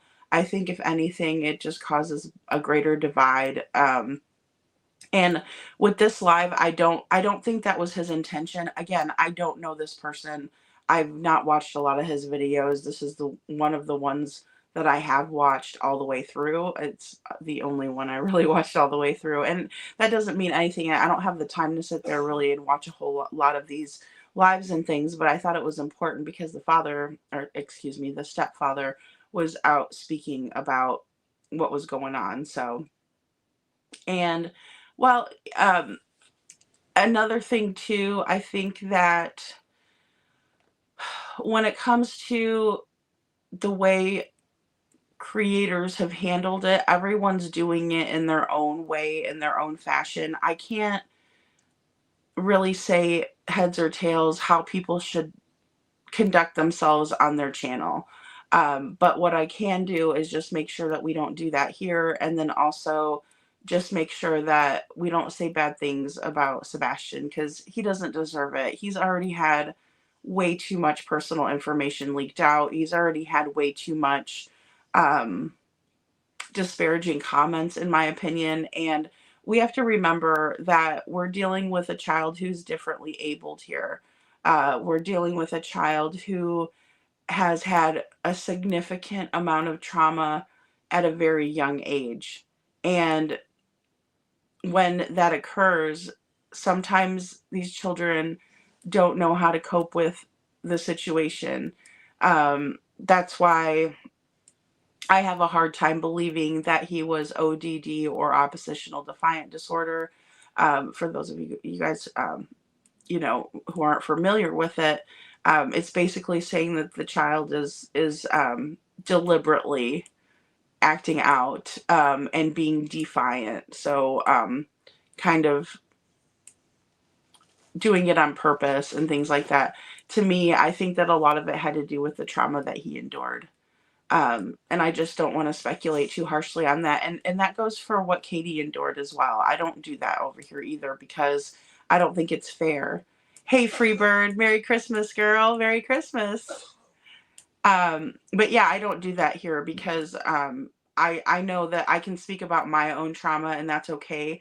I can talk about that and it's something that I'm comfortable with. It's cathartic for me. It helps me through it.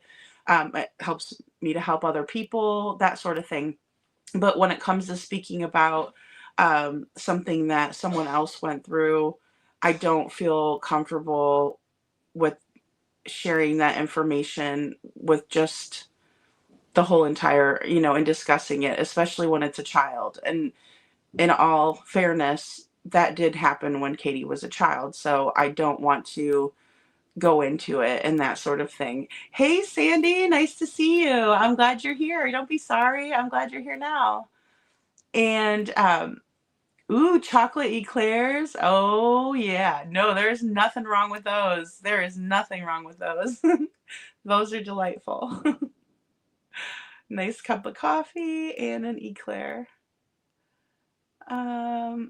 Let's see here. And then, let's see. In my opinion, they put it on.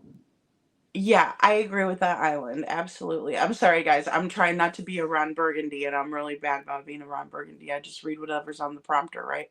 Um, but Island says, in my opinion, they put it out there to paint a picture of the true victim, which is Sebastian. The ones behind the scenes are not the true victim. I agree. I mean, I really do agree with that. I don't feel sorry for anybody in this situation besides Sebastian. I do have a soft heart for people who have had trauma and who don't want it out there though, because it took me a long time. I wouldn't even admit like that I was going through what I was going through when I was going through it. But then when I took a step back from it and I was got healing and I went through therapy, that helped me a lot to be able to speak on it. And I just don't want to force anybody that doesn't want to speak on it to speak on it, if that makes sense. And same thing goes, especially like for Sebastian, because he's not here to defend himself. He's not here to explain himself or what happened. So I just don't, I'm sorry if that is how it went down, but again, we'll just do it a little bit differently over here, so that's all that I can really do. And Dream says, so if you ever need me, I'm here. Ah, that is so sweet. Thank you. Yeah, I mean, I agree, Glenda, that Sebastian is falling. Well, he fell through the cracks um, of a broken system, of the co-parenting crap show that is family court, and at sometimes, don't get me wrong, there's a lot of people out there that can really get through all of that and have a good experience and do the right thing by the kids. That's the biggest thing. That's the biggest thing right there to me. But yeah, we don't want to disparage Seth. I mean, he's going through so much, guys. Um, absolutely going through hell. And we don't want to judge him for that. And No, I mean it's not that. It's the fact that, believe me, when I do Seth's interviews, we're gonna go over the interviews and I'm gonna be honest about my opinions on the interviews. But since this interview was about Chris and Katie's perspective, I think that's why you're seeing a lot more comments on their role in the situation. But I don't want it to be one sided. I try really hard to be diplomatic and take a step back and see it from both points of view, you know. But yeah, you're welcome. Don't take offense at all. Merry Christmas, Sandy. Merry Christmas. I hope you're having a great day. I hope you're having a wonderful day. Oh, thank you. Yeah, I'm wearing my Christmas stuff today. I have my ugly cat sweater well, it's ugly. The cat's not ugly. The cat's beautiful, but he's an angry cat. And I'm going to wear it tomorrow. I'll wear it tomorrow for you guys. Um, but yeah, let's watch Jennifer Coffindaffer, guys. I think, oh, I'm sorry. Okay. I've been calling her that for so long. It's actually pronounced Coffindaffer, and it's spelled that way too. And so I don't know why I was saying it the wrong way. But let's watch her and see what she has to say. And I wish I could do more of it, but the bad thing is that the file sizes are very large. I think she uses like a really high resolution when she does her videos, which is great because they look great. But when I'm trying to split them up, it just doesn't allow me to put them in because they're too large. So I have 3 videos to show you guys, and this is the first one. Let's watch. True crimers, welcome to Break the Case.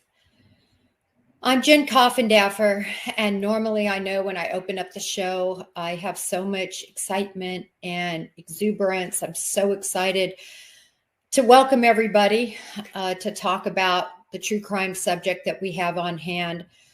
But I got to tell you, I'm not feeling that exuberance. I'm not feeling that excitement. And we're going to talk about why. First of all, for anyone who happened to catch Seth Rogers live that he did, not last night, it was the night before last. It was kind of a Christmas, send a message to Sebastian, what would you say, to Seth at this holiday, obviously very hollow time. It was really moving. It was sad. I listened to most of it. It was interesting because, of course, I had set this live up well before. I had no idea that Seth was going to be doing that. But I think that segment that they did kind of portrays at least how I'm feeling. And what we're going to do today, I've got copious notes here. We are going to go over where we're at in the case from minute 1. We're going to look at the clues. We're going to look at what's been said, what hasn't been said. And I think the needle is pointing in a direction. And for anyone who follows me on Twitter, anyone who follows me here, you all know it takes me a long time to get to a point where I would ever even intimate that a victim family would be involved. It takes a long time for me to really look and digest everything. And I give everyone the benefit of the doubt in a missing persons case. If you look at the Kobayashi case, that was one case that, like most cases, you have to give the benefit of the doubt, particularly in that case where the father killed himself during the search. And by all accounts, the family was grief-stricken over the situation. I'm not going to digress. I'm just going to say that that's my mantra. That was my mantra in the FBI. And that is my mantra now. We, unfortunately, none of us have the information that law enforcement has. I know we all know that, but sometimes we just need to reiterate that.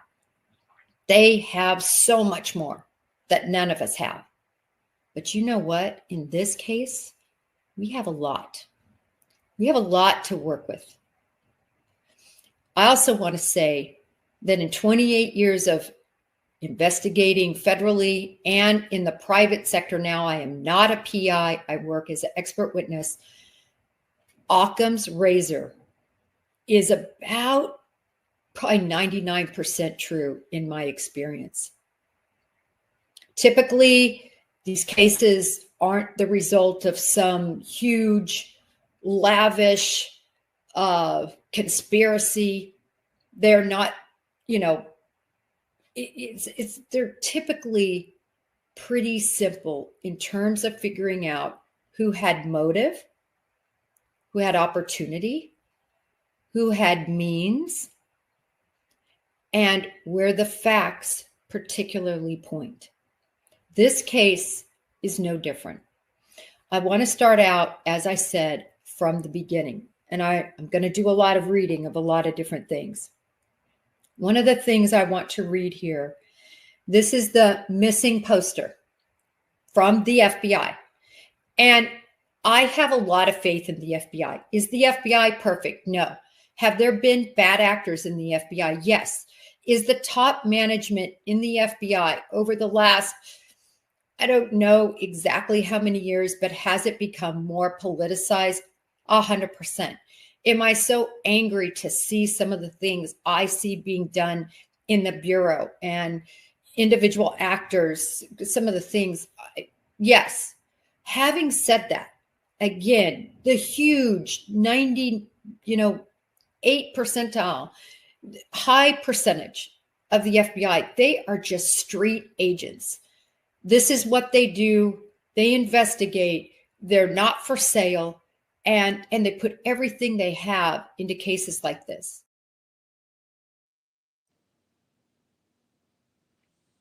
Okay, guys. So we have Jennifer talking about basically how she doesn't like to go on and make a snap judgment on whether the parents are guilty of having some kind of involvement and things like that. She tries to keep a more open mind when it comes to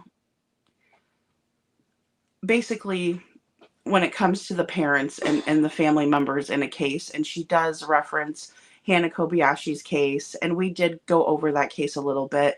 I'm not sure if there's any new updates about whether she's going to be charged with, the whole situation where she defrauded the immigration system. I don't know about that, but I wanted to kind of go over Occam's razor, and I believe it was Josh from the lab who went over that the last time, Occam's razor, and basically what it is, because I heard it there too, used, and it kind of reminded me of when he did his live and talked about that. Yeah, Freebird, I do agree with that. I agree with that wholeheartedly. Unfortunately, money talks, right? Money talks, and a lot of times people do have a price tag when it comes to information. Unfortunately, we would hope that people would have the more integrity when they're in that position. However, we're all human, and we all make mistakes. So the Occam's razor is a principle of theory, construction, or evaluation according to which other things equal explanations that posit fewer entities or fewer kinds of entities and are to be preferred to explanations of posit. So basically, in the simple terms of that, Occam's razor, or the principle of parsimony, tells us that the simplest, most elegant explanation is usually the closest to the truth.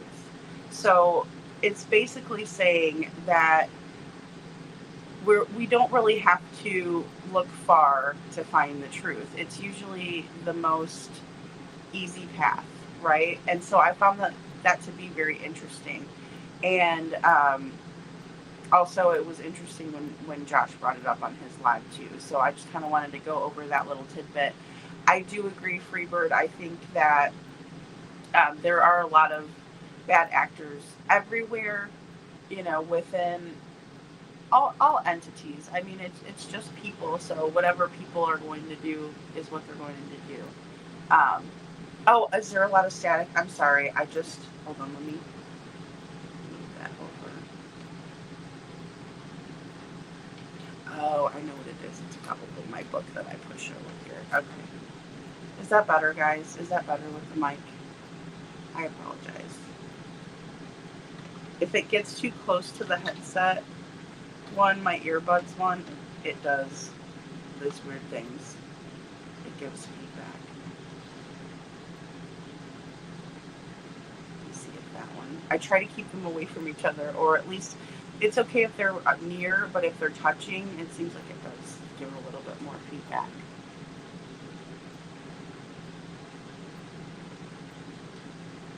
So,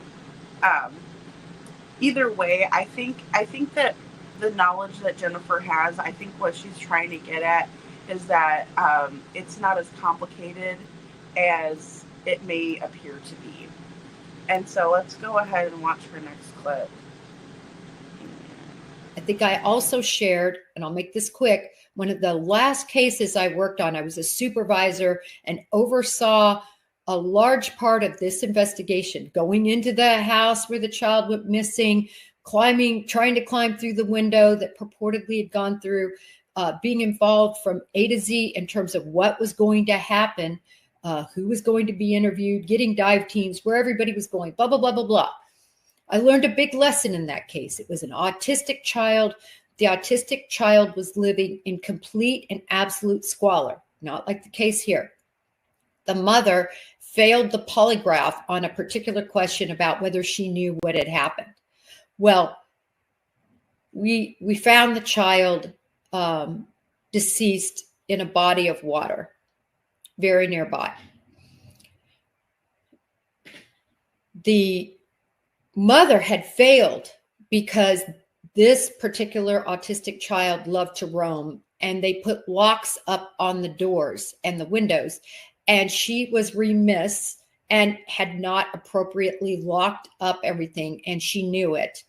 And that is how the child got out. So she was feeling this sense of guilt, and she failed her polygraph over pretty much knowing that he got out because of something she had done. But she didn't kill him. She had nothing to do with it other than negligence of not locking the door. Okay, I don't want to digress again. I just want to say that in these cases, and if you look back from the beginning to how this has evolved, always give the benefit of the doubt to the parents that are missing that child, to the parents that won't have that child there for Christmas. But this case has a lot to be said for itself. All right. Again, from the beginning, we're going to focus clean on Sebastian from this moment forward. I want to read this to you. Okay. Specific under details. A couple sentences. Sebastian Wayne Drake Rogers was last seen on February 26th, 2024 in the area of Stafford Court in Henderson, Tennessee. He was wearing a black sweatshirt, black sweatpants, and black square framed glasses. Sebastian has medical conditions, including autism. Yes, he had another medical condition that he was diagnosed with, very early on, but he was recently also diagnosed with autism. So for some people like to say, oh, he didn't really have autism. Yes, he had autism, and he had another issue as well, but autism was apparently his main diagnosis, that may impair his ability to return safely without assistance. Let's examine that, because I am taking the FBI, and that's why I talked about why I have so much confidence in the FBI. I'm taking the FBI at their word. This is something that has always bothered me. I know it's bothered a lot of people, and that is these words. So unless they're lying, and I'm a very literal person, and I'm taking this at their literal word, was last seen on February 26th, 2024. This doesn't say February 25th in the Texas Roadhouse video that we've all seen. It doesn't say that. It says the 26th, and it says in the area of Stafford Court. I find this very interesting verbiage. I always have. Again, I said we're going to start at the beginning. Things people may have forgotten, things people may think are out there because of things other people said, but that might not be accurate. We're going to just stick with the facts tonight. And believe me, there's enough facts that are at least pointing my needle for sure in one direction. Okay. All right. Now, I want to jump forward. So now we have the 26th. We know we have independent corroboration of life, at least in our public circle, on the 25th from that Roadhouse circle. We saw him there. I want to touch a little bit about this video. Sebastian Rogers ate like he hadn't eaten in days. I'm not saying he hasn't eaten in days. I'm saying, why was that?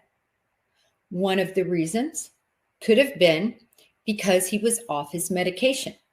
We know that Sebastian Rogers was medicated for his medical condition and that the medication he took suppressed his appetite. So one of the thought processes is that he was not on his medication. And that's why we saw him eat in, like I said, what I noticed didn't seem the normal manner of how most people eat. Okay, guys. So I agree with what Jennifer's saying here. I think that it could be a couple of different factors. I thought it was interesting that she thinks that he possibly was off of his medication, or he wasn't taking it as he was taking it before. That really piqued my interest.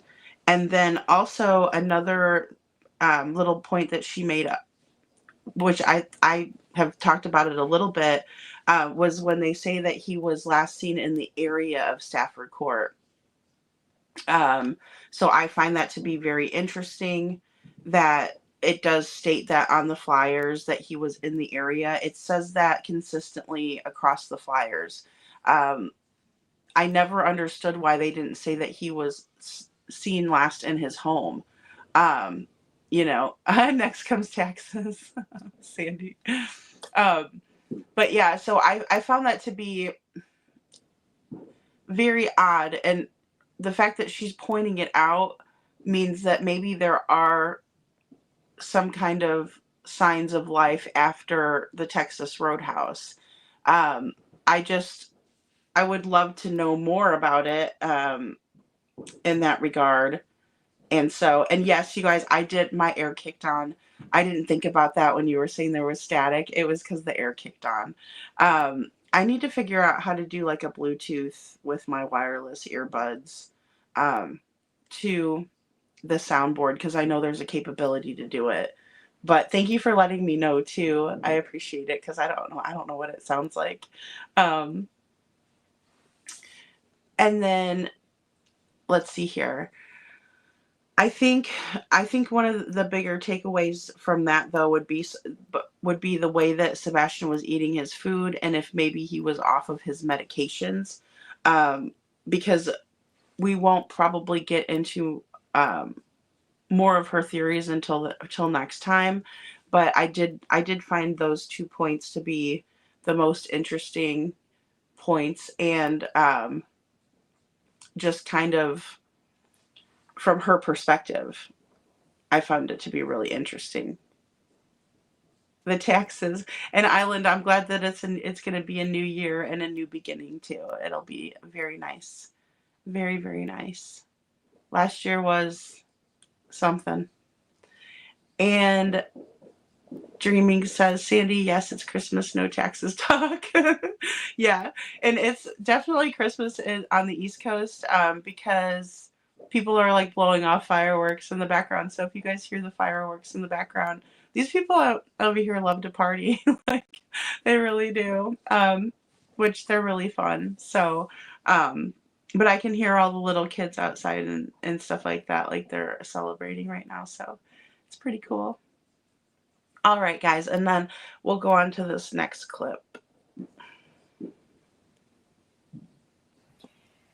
Most 15-year-olds eat, even, unless they're starving. And then that's the other possibility, right? We know for a fact that Sebastian Rogers was punished. They did not like him, meaning Chris and Katie Proudfoot, who Sebastian Rogers lived with. Katie Proudfoot was his mother. Chris Proudfoot was his stepfather. We know for a fact, because I just got done listening to them talk about this, they did not appreciate the fact that Sebastian Rogers would get up in the middle of the night and eat, take snacks, take treats.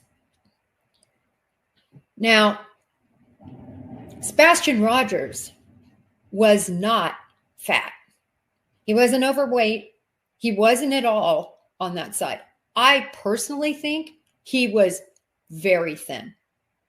His weight ratio to his height tells us he was thin. When you look at pictures of him, you can tell he's thin. The kid was thin.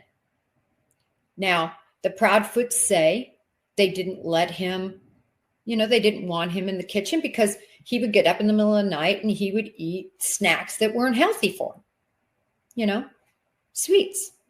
And then he'd take them back to his room and hide it. I'm going to talk about several, what I'll call red flags here. I'm calling this a red flag. For anyone to think this is just normal behavior of a 15-year-old, I don't believe that to be true. I believe it's normal behavior for a hungry 15-year-old. If you don't want them to have snacks, then have in your cupboard popcorn, granola bar if you think that's healthy, fruit, cheese, salami, meats. Have the things that you think are healthy for him, but do not deny a 15-year-old growing boy the opportunity to eat when they are hungry. Do you see the oxymoron here? He is on medication that is suppressing his appetite, and yet his appetite wakes him up in the middle of the night to go eat, to get up and get snacks, and he's scrawny. I'm calling him very thin. That's my view. This is my opinion. You can differ with it. I feel very confident in those words, and I feel confident that that kid was hungry. I have never seen Sebastian Rogers eat, but this one time. Seth has seen him eat. Seth said this was unusual. It's his father. Seth raised him as a young boy. I'm going to leave it at that, but I'm hoisting up one flag that I believe to be an indication of things yet to come. All right. I want to talk about next some very important things that happened really very early on in the investigation. When I say early on, now we know unless we're not going to believe the wanted posters, the information from the FBI, all the information put out there was he was last seen on the 26th. Why do I think that might be accurate? Why do I think he might have actually been seen on the 26th, not the 25th when we saw him at the Roadhouse? I think so because I believe law enforcement here. What do I think is there? Because this is important. Katie Proudfoot said she put him to bed and she never checked on him after. Despite hearing noises, at first she says, well, it sounded like he might have been playing with something or had something. And then it became a noise, a loud noise, then it became a thud. It really challenge you all to look if just so you know where I'm getting this from. I'm getting this from Katie Proudfoot herself, from digesting and perusing all her different statements she has made. It's progressed. What the thud noise, I'm doing backwards. Thud, loud noise, sounded like he was playing with something, right? And she doesn't go in. She says, it's time to go to bed. Stop it. Whatever you're doing, get to bed. It's fine. I'm not going to judge her for that. Okay, guys. Yeah, Sandy, I saw that they have a release. Is it on Facebook or is it on X? Because I was looking on X, but it looks like they're looking for fact checkers is what I saw just now. We are seeking fact checkers for this community. Please email community@atnight.agency with your handle so that we may consider your applications. This is a volunteer position. I'm not sure. Oh, wait, that's from 12/24. I get so confused on X. See how good I am on X. Oh, 25 minutes ago. I got it. It's this one then. It's got to be this one.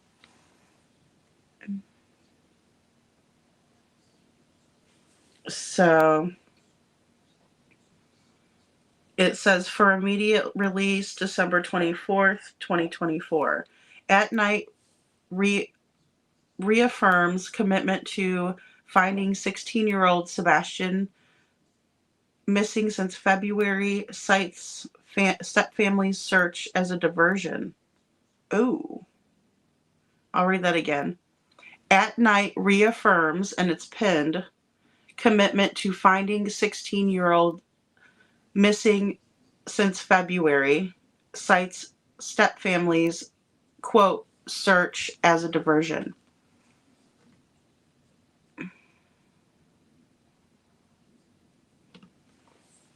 Okay. Sumner County, Tennessee. At Night private intelligence agency underscores its resolute determination to locate 16-year-old Sebastian Rogers, who disappeared on February 25th, 2024, from his Sumner County home at age 15. Retained by his father, Seth Rogers, At Night has allocated substantial resources to track credible leads, coordinate multi-state search teams, and work with licensed professionals, all focused on ensuring Sebastian's safe return. Investigators have mobilized across multiple states, working alongside volunteer networks, and remain steadfast in their belief that Sebastian is alive.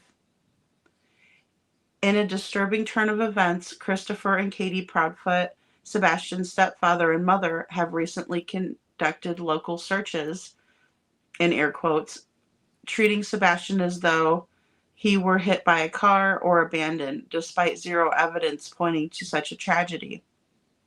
If the Proudfoots have information that supports this bleak outlook, it raises serious questions about whether they are deliberately withholding crucial details.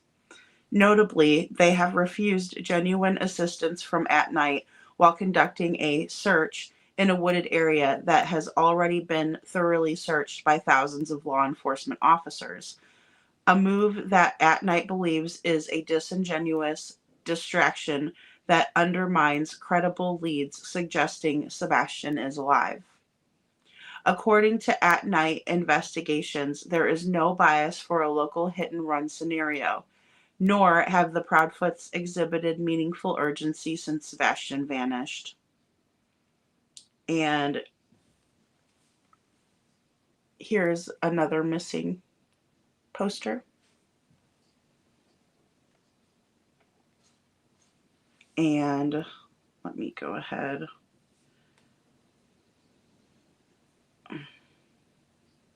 Okay. And this was also attached to the post. Hey, Margaret, Merry Christmas. Merry Christmas, hon.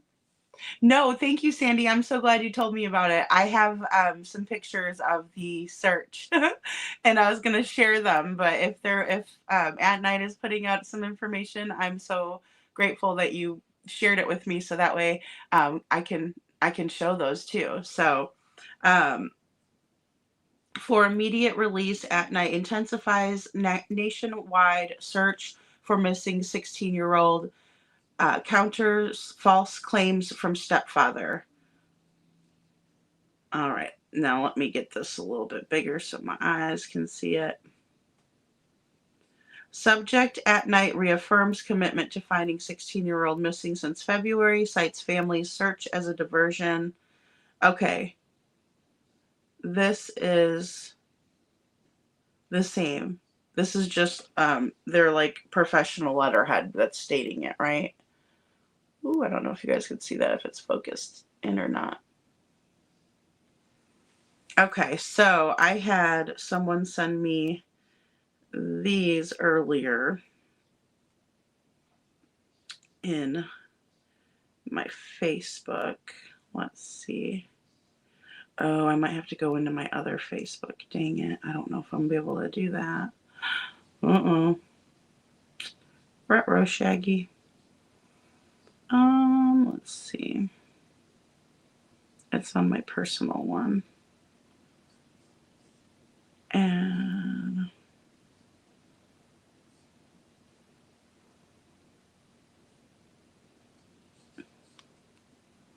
I bet you I could do it here. Just 1 second, guys. Because I had somebody sent it to me earlier. Apparently,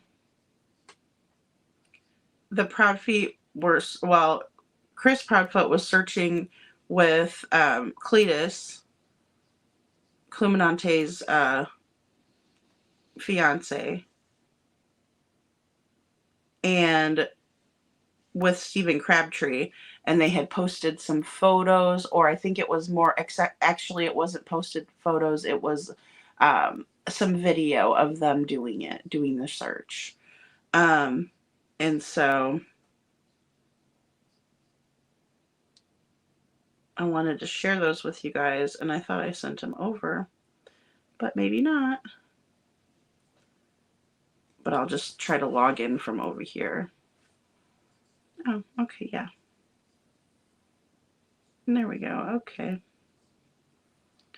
And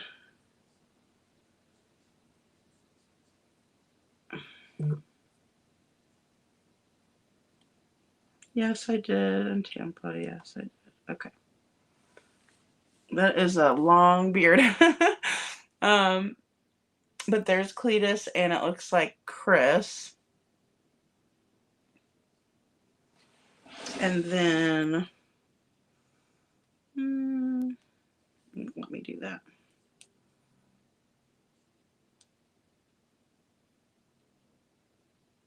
Now, I'm not sure what this is, but it looks like they're searching like a wooded area with water, but it doesn't quite look, well, it looks like it is actually like part of the river. And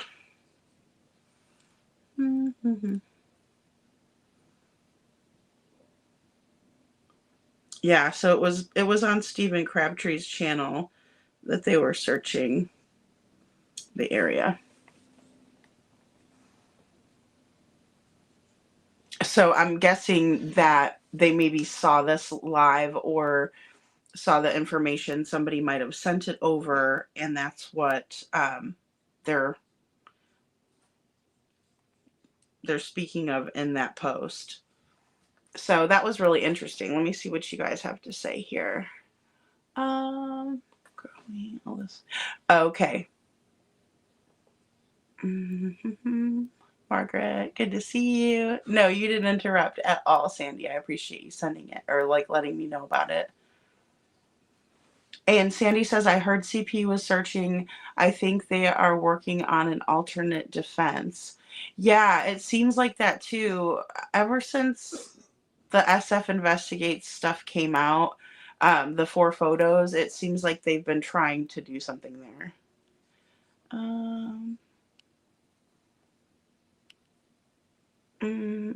Dreaming says, somehow I still feel he was placed somewhere, group home or with friends, family. Keep hope to find, yeah, to be found safe. To be found safe and return. Yeah, I agree. We have to keep the hope up. We don't know what happens. We can't just be like, oh, he's gone until we have some kind of a proof that that's the case. And Sandy says, click on the white document and you can scroll down and read more on the right side. Oh, okay. Thank you.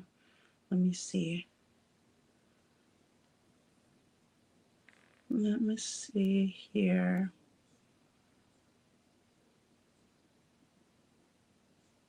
Oh, okay. Is this okay? I get so confused with X. I'm sorry, guys. I'm not as familiar as I should be with this. Okay, so this was 34 minutes ago put out by X.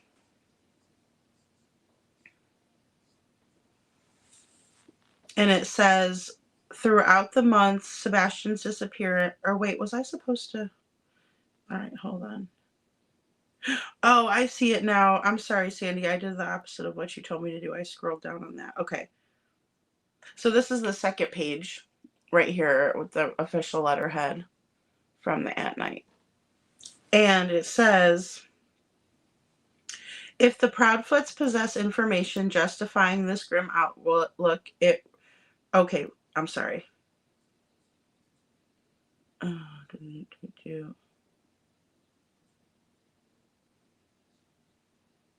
Okay, this is a little bit different. I'll just read this part again. I'm sorry, guys. Okay, so if the Proudfoots possess information justifying this grim outlook, it raises serious questions as to whether they are withholding critical details. Notably, they have declined genuine assistance from At Night while staging a search in a wooded area a wooded area already combed by thousands of law enforcement officers.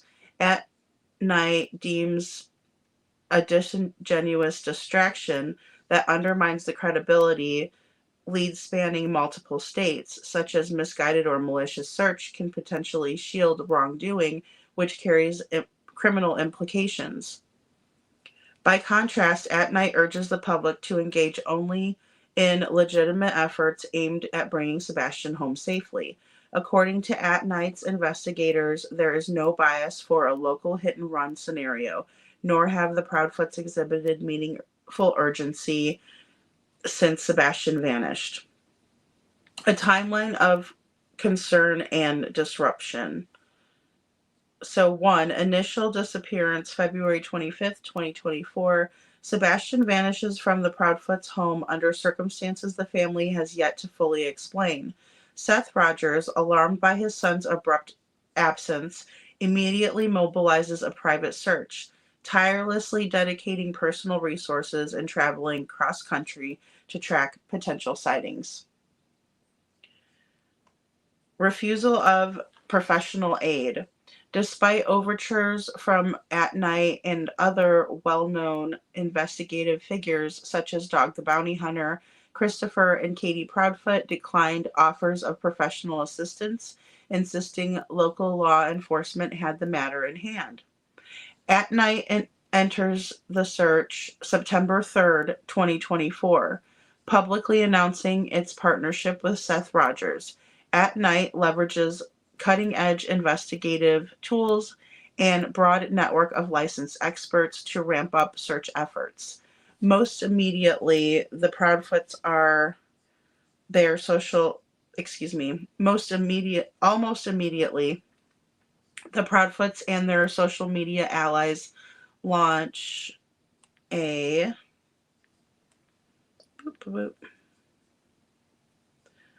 barrage of unfounded allegations aimed at discrediting At Night and disrupting active leads. Misinformation campaign. In at least 7 states, local, state, and federal agencies have been flooded with false reports orchestrated by Mr. Oh, orchestrated. Oh, excuse me. Let me reread that part. Misinformation campaign. In at least 7 states, local, state, and federal agencies have been flooded with false reports orchestrated by Proudfoot associates. Those actions sow confusion, drain investigative resources, and divert attention away from legitimate tips that could help find Sebastian. Online shifts in narrative. In December, Christopher Proudfoot reemerged on YouTube to downplay interactions with At Night and Dog the Bounty Hunter, contradicting earlier statements and documented evidence. At Night reiterates that it will not collaborate with individuals under criminal investigation, including Christopher and Katie Proudfoot or their affiliates. Renewed focus expanded search operations.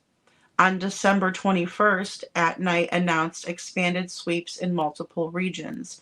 So we did see this when they put out the Springdale, Arkansas, Memphis, Tennessee, DeSoto County, Mississippi, Chesapeake, Virginia, Santa Fe, New Mexico, and Stanley, Wisconsin.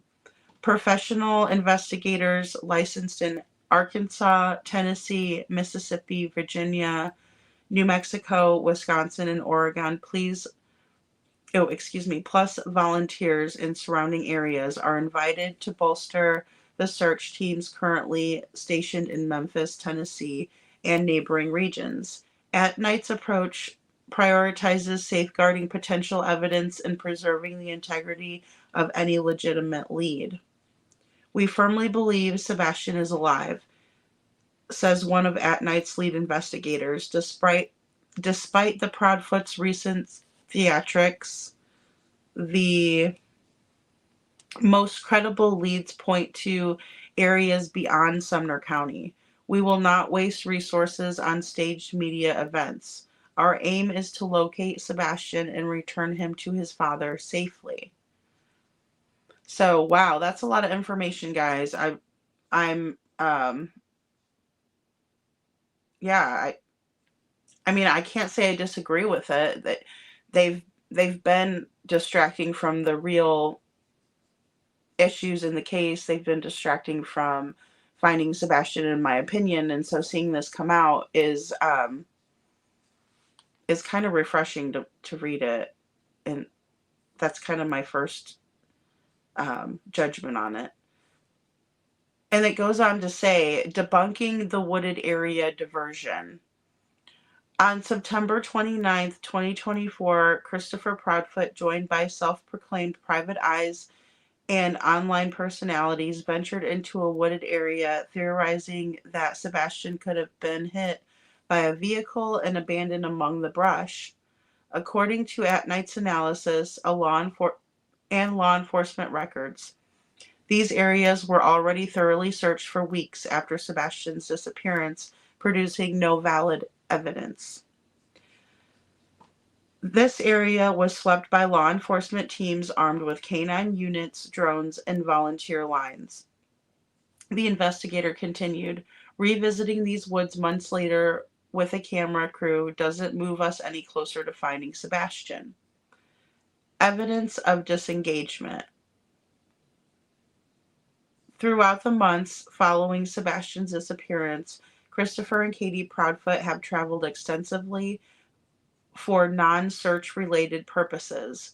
Bank statements, travel itineraries, and multiple eyewitness accounts suggest they embarked on vacations, made large or interesting financial transactions, and consistently cut ties with personal contacts who question their behavior.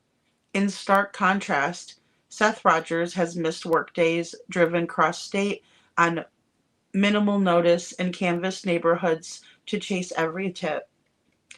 These parallel realities have escalated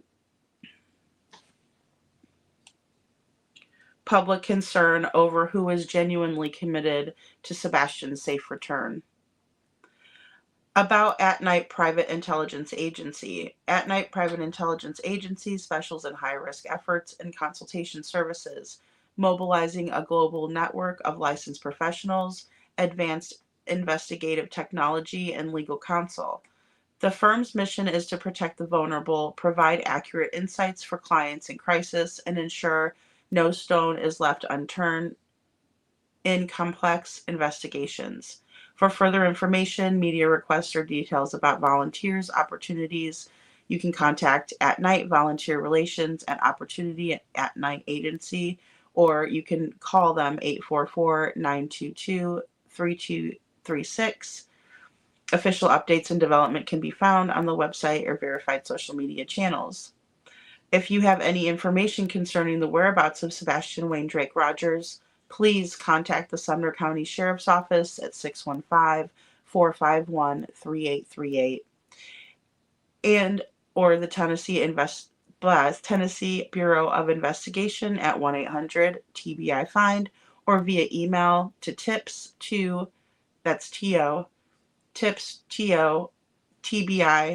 at tbi.tn.gov. You may also reach out to your local FBI office, the nearest American embassy or consulate, and submit a tip online to tips.fbi.gov. And then you can also send tips to dog. So 833-TELL-DOG or At Night 844-922-3236. And email tips to Sebastian at manhunts.one. Okay, so there we go.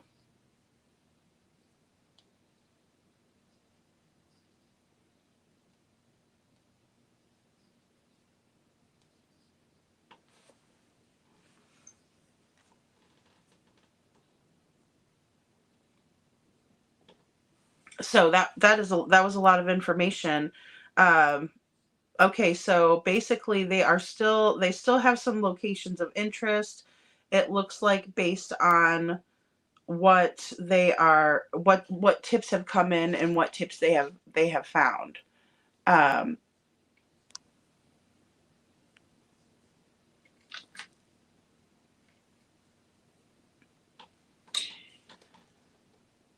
A growing boy, my oldest, did the same. He's now 6'5". Oh, he had a growth spurt. Are you talking about the growth spurt dreams? Here's the last paragraph. Oh, Sandy says, throughout the months following Sebastian's disappearance, Christopher and Katie Proudfoot have traveled extensively for non-search related purposes, financial statements and travel inquiries, and multiple eyewitnesses accounts. Yeah, see that's so interesting to me, Sandy, because they said that they did not go on a vacation. Like he said just in this last interview that he did with Elevated Truth that he did not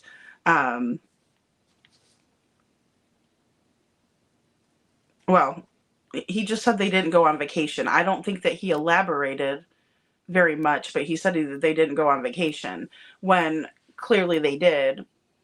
Freebird says, in my opinion, I feel the same. My husband and I theorize if he was unalived, the feet would not go to so much trouble running people off. If we look at other types of crimes where suspects don't, that is such a great point. That is a very good point. And then Freebird also says those suspect either don't say anything or join in the search or disappear, aka on the run.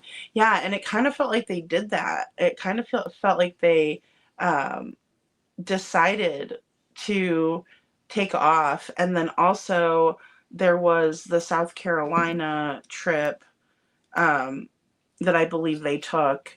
Which, I mean, I'm not saying that maybe they, I don't know. It's so hard because I personally wouldn't do that. I'm not saying that they're guilty just because they went on a vacation, but why lie about it? That's the part that is very frustrating, is why lie about it, right? Just say it. And Freebird says, in my opinion, CP working overtime with diversions and threatening Cajun Navy, etc. Exactly. And many people said that they were threatened, and it was coming out, and then Sumner County was saying, no, that's not what happened. They're basically saying they didn't get any reports on that, when there were tons of people coming out saying that that was the case. And Dreams, apparently they are recruiting for volunteers who will do some fact checking for them, and who are willing to do some research, it sounds like, on a volunteer basis. And Dreaming says, Freebird, something just about mothers giggling. Either she knows he is safe or she is pure evil, which I don't think she still, or excuse me, which I don't think she still is, all in my opinion. Yeah, I mean, there's definitely a sinister quality behind it if she's giggling and laughing and everything like that when she knows darn well that something happened to Sebastian. Also, if she knows that he's safe, is still, I think it's still mean, because I mean, look at Seth and look at what he's been through. So if she does know more than what she says she is, which I think she does know more, obviously, but yeah, it's just something that's, I mean, it wouldn't be right either way. There's no way to look at it and say that the behavior that she's exhibiting is the correct behavior, or so. It's definitely not something we would all expect to see from a mother who is missing their child. And Dream says they run it by the group, which they didn't ask where I obtained my stuff from. Not all are ignored by detectives, just going to do what Seth should have done. It's scary, though. Truly scary. It is. It's very scary. It's a very scary situation. Oh, we'll see you in a little bit, Sandy. Dream says, sorry, trying to be good. LOL. No, it's okay. Like I said, it's okay to say things. I just don't want anybody disparaging Sebastian. That's the biggest thing. Like, I don't want to talk about any of that kind of stuff that was happening earlier. It's not relevant. And Freebird says, I thought that too, Dreaming. And Dreams, can you elaborate? Island asked. Freebird says 15 years, and then you say you're done. Not buying it. I think she had hit him, in my opinion. I think she's hit him, in my opinion. I mean, a lot of people think that, Freebird. A lot of people think that she knows where he is, and that's kind of why she's acting so strange. That's why she doesn't have a whole lot of urgency or concern, is because she knows where he is. And then again, we go back to Peter Hyatt is who I was trying to reference last night. Just clicked in my brain. But Peter Hyatt said the same thing. If something's not lost, then to you know where it is. You're not going to look for it. So it just kind of, and then also the Occam's razor. I mean, it just goes back to, it's the simplest explanation. It's not as complicated as it seems. Sometimes. I mean, it's not all the time, but sometimes. And Freebird says, unless KP is on rugs speculating, not fact. Well, that's very possible. It seems like she was sedated to me in the Nancy Grace interview, and I know I said that. Yeah, I know I said that. So I do think that maybe, and hey, I don't get me wrong, if people need to use medications, like I'm the last one to judge somebody, but I just feel like they don't really help anything. And then also, if you're sedated, how are you going to be looking? And you can only stay that way for so long. And Dreaming says, I think so too. Freebird, hopefully soon.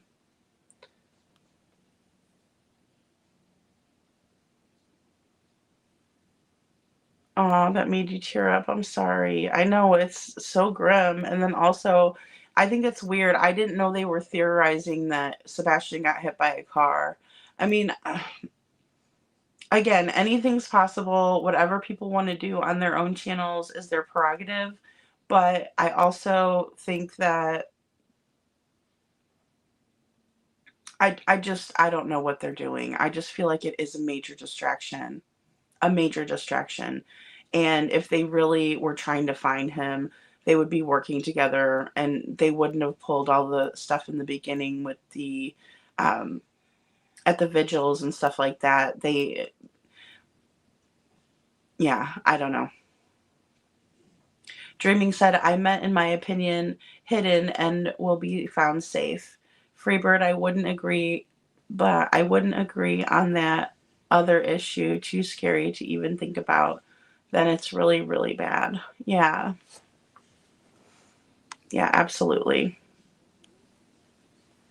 And Freebird says, yeah, Dreaming, in my opinion, I just hope, in my opinion, Sebastian is alive, and wherever he is not being harmed anymore. Oh my goodness. Or, excuse me, by anyone.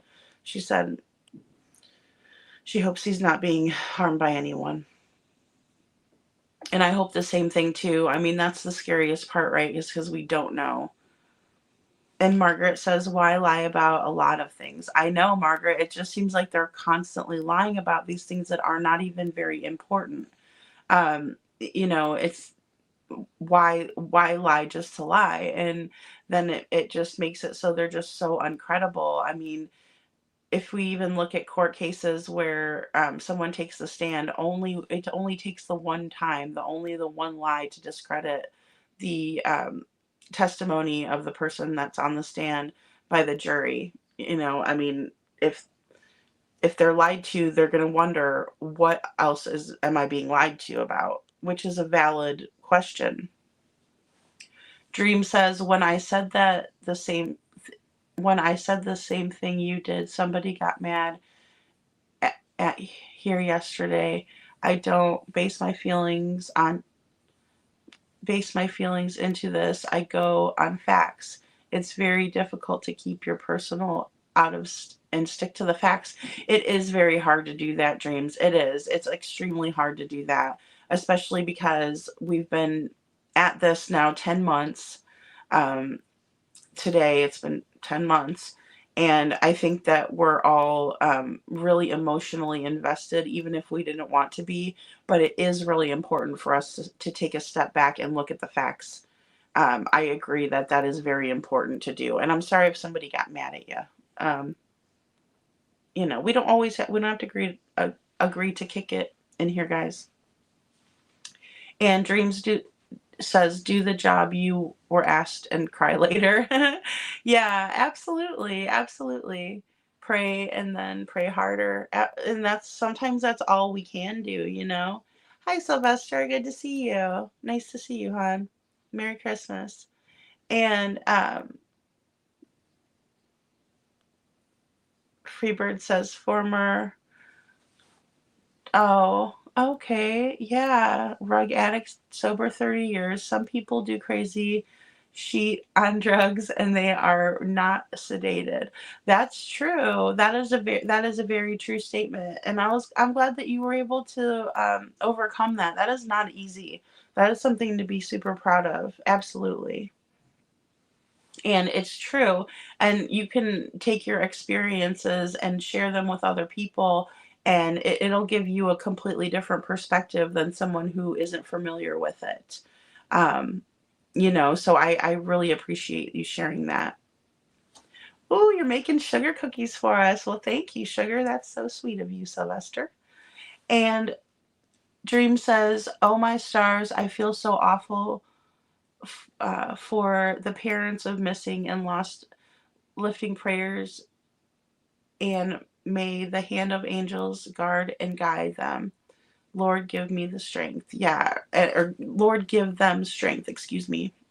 And yes, I agree with that. And that's the thing. It's really, really hard when, especially like um, what um, Jen was saying as well in her video in the beginning. That's why I left it in there, because I wanted her to be able to give her kind of disclaimer before we watched it, because I think it's important.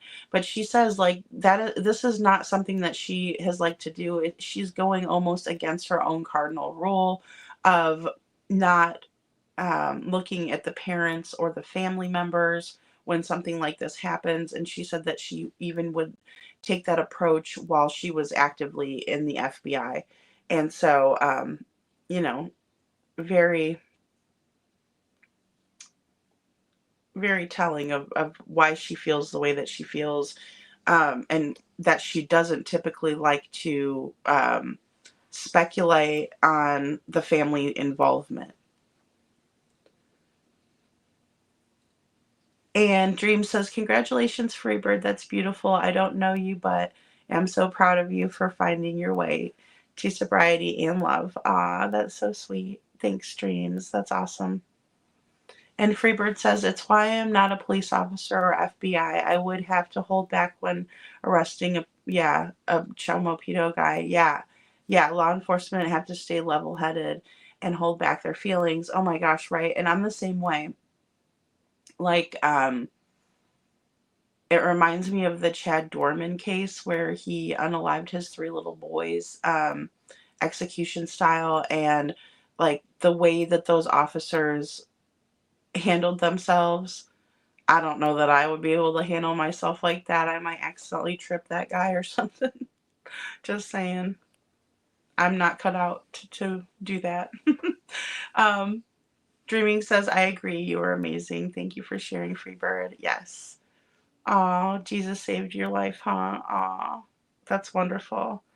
Yeah, and I believe that. I believe it takes a higher power to get to that point, because sometimes it's just so far gone. People get so ate up with it. I've watched a lot of good people that happened to them with MEF, you know.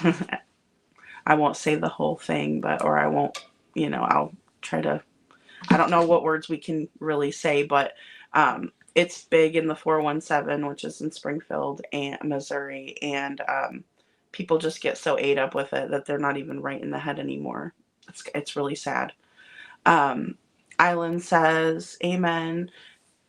Free. Jesus healed my broken heart. Aw, just as the Bible says he does. Oh, that's so sweet, Island. I love that. Yeah, and you just have to have faith, and you have to allow for it too. And sometimes, I mean, that takes a really strong person to do that. It takes a strong person to have faith and keep the faith. It's easy to just say, oh, big deal. I'm not going to have faith anymore. I'm not going to believe. It takes a strong person to actually believe and have that faith. I think. Yeah, I don't know how Ellie does it either, Freebird. I give them major props for doing that, because yeah, if it was me, I don't even think, maybe even short of like tripping them or or something like that, I would say something that I probably shouldn't have been, that wasn't exactly professional to say. So. And Freebird says, even 911 operators, Ellie, they all probably need therapy for the stuff they hear all the time. Yeah, absolutely. Absolutely. There's the things they see too. Um, it can be very difficult, and I can't even imagine some of the things that they have to um, come across on a daily basis, like even especially like an active crime scene, or um, just even some of the photos that they have, or some of the descriptions too. It's almost like when you read a scary book or something like that, it kind of sticks with you. because it's your own imagination running wild. And I can just imagine how they would read some of the stuff and they would have, have that reaction, and it would stay with them. So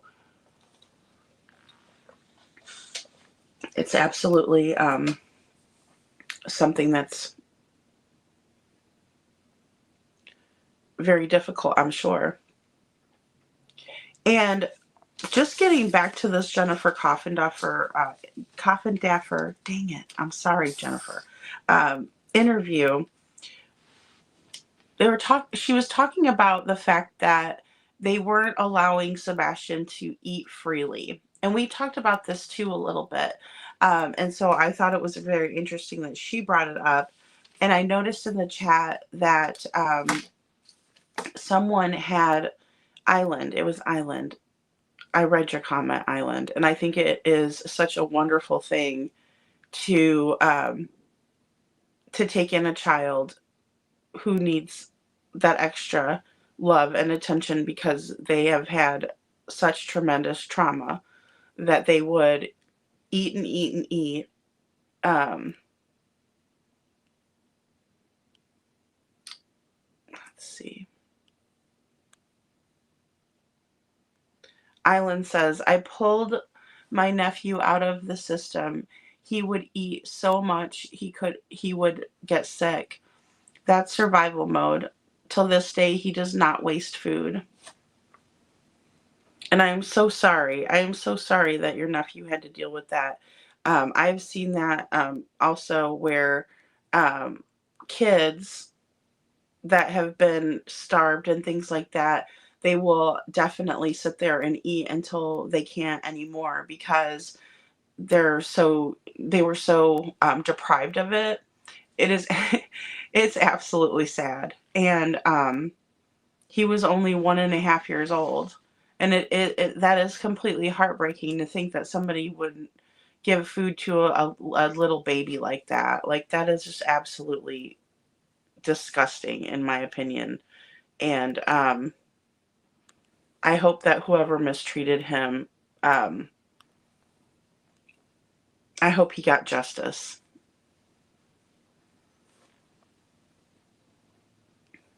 Yeah, absolutely, Freebird. You are awesome. You are awesome, awesome.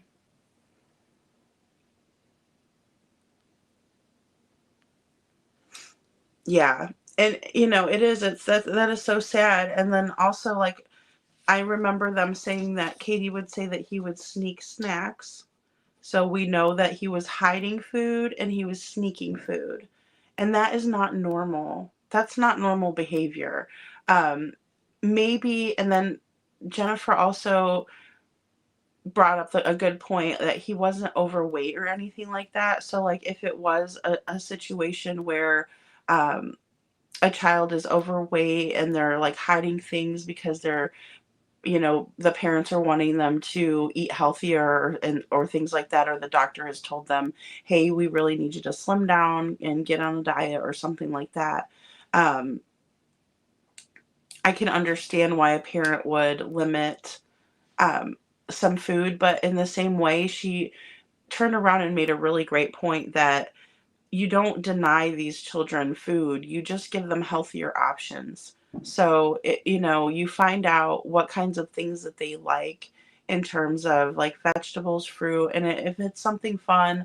And I know Katie mentioned this, that they did do this, but it could be something really fun where you go to the grocery store and you're like, hey, we're going to try out 4 new foods that we haven't tried this week, and then try them out throughout the week, or buy different um, kind of snacks. Like, one that I always thought was really good was like the peanut butter and the celery sticks, and then you put the peanut butter on them. Like, that's a fast, fun snack that you can eat. Um, I'm not a big fan of raisins, but it just kind of depends on what's in them. But you could also put raisins on them and call them ants on a log. And Island says, boy, was I mad. Today he is in Colorado and he graduated in criminal justice. Oh, awesome. With a criminal justice degree. That's amazing. It's truly a blessing. Yes. He's a miracle. He's a miracle. I love that. I love that he's doing so wonderfully now. That is fantastic. Congratulations to him. Really, that is wonderful. Many, many blessings to you and your family, Dreaming says.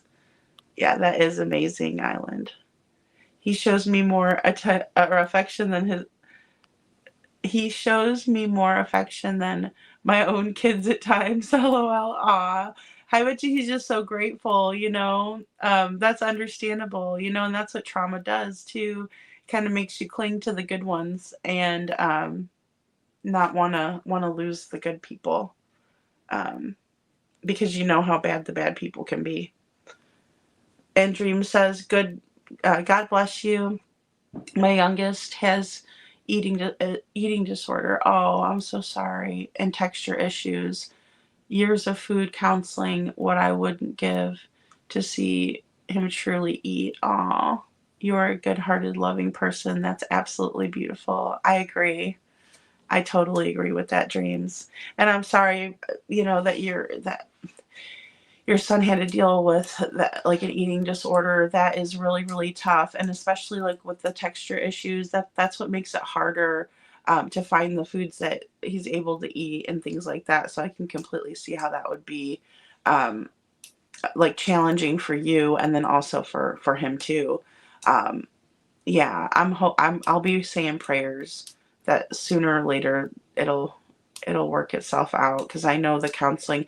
Um, you know, sometimes it just takes a while to find a really good counselor. It unfortunately, um, but then also with Jen, she's talking about the meds, and Katie said this too, that the meds were suppressing his appetite. So the fact that he was waking up and wanting to eat is very concerning, and that they weren't allowing him to.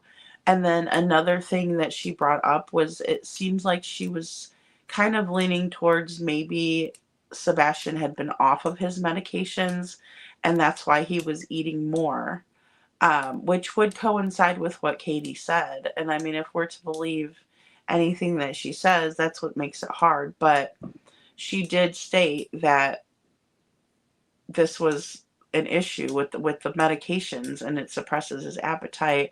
When he's off of it, he turns into a bottomless pit, things like that. But I just really I can't agree more with what Jennifer said about don't deny these kids food.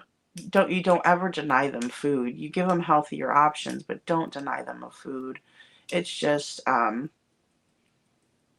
yeah, and then also you see Sebastian, and he's not, you know, it's not like he's at a healthy weight per se. I don't think, I think he could have gained a little bit of weight, definitely. I think it would have helped him out a little bit if he had gained a little bit of weight. Um, you know, it would have been he would have been healthier, in my opinion. Yes, we will be saying prayers for your son, Dreams. And Jay is awesome. Merry Christmas to all. And to all a good night. Sandy says, "Ah, Sandy, that's so cute." Oh, busted. Sandy, Sandy, you're so funny. You crack me up, girl. You're not busted. I don't. I'm doing housework and two chats. I must be crazy. I appreciate you being here. I appreciate you being here, Sandy. Don't you dare say sorry. It's hilarious. I love how you did that though. You're like, "Oops, I'm busted." Well, here, I'll give you a little bit of a break because I'll play this next clip. That's so funny. You're cracking me up over here. Oh. Oh, I'll say this really quick. I see you truly see by his success you gave him the life and encouragement. Island melts me. Aw, that is so sweet. You guys are so sweet. I love it. Okay, good, Sandy.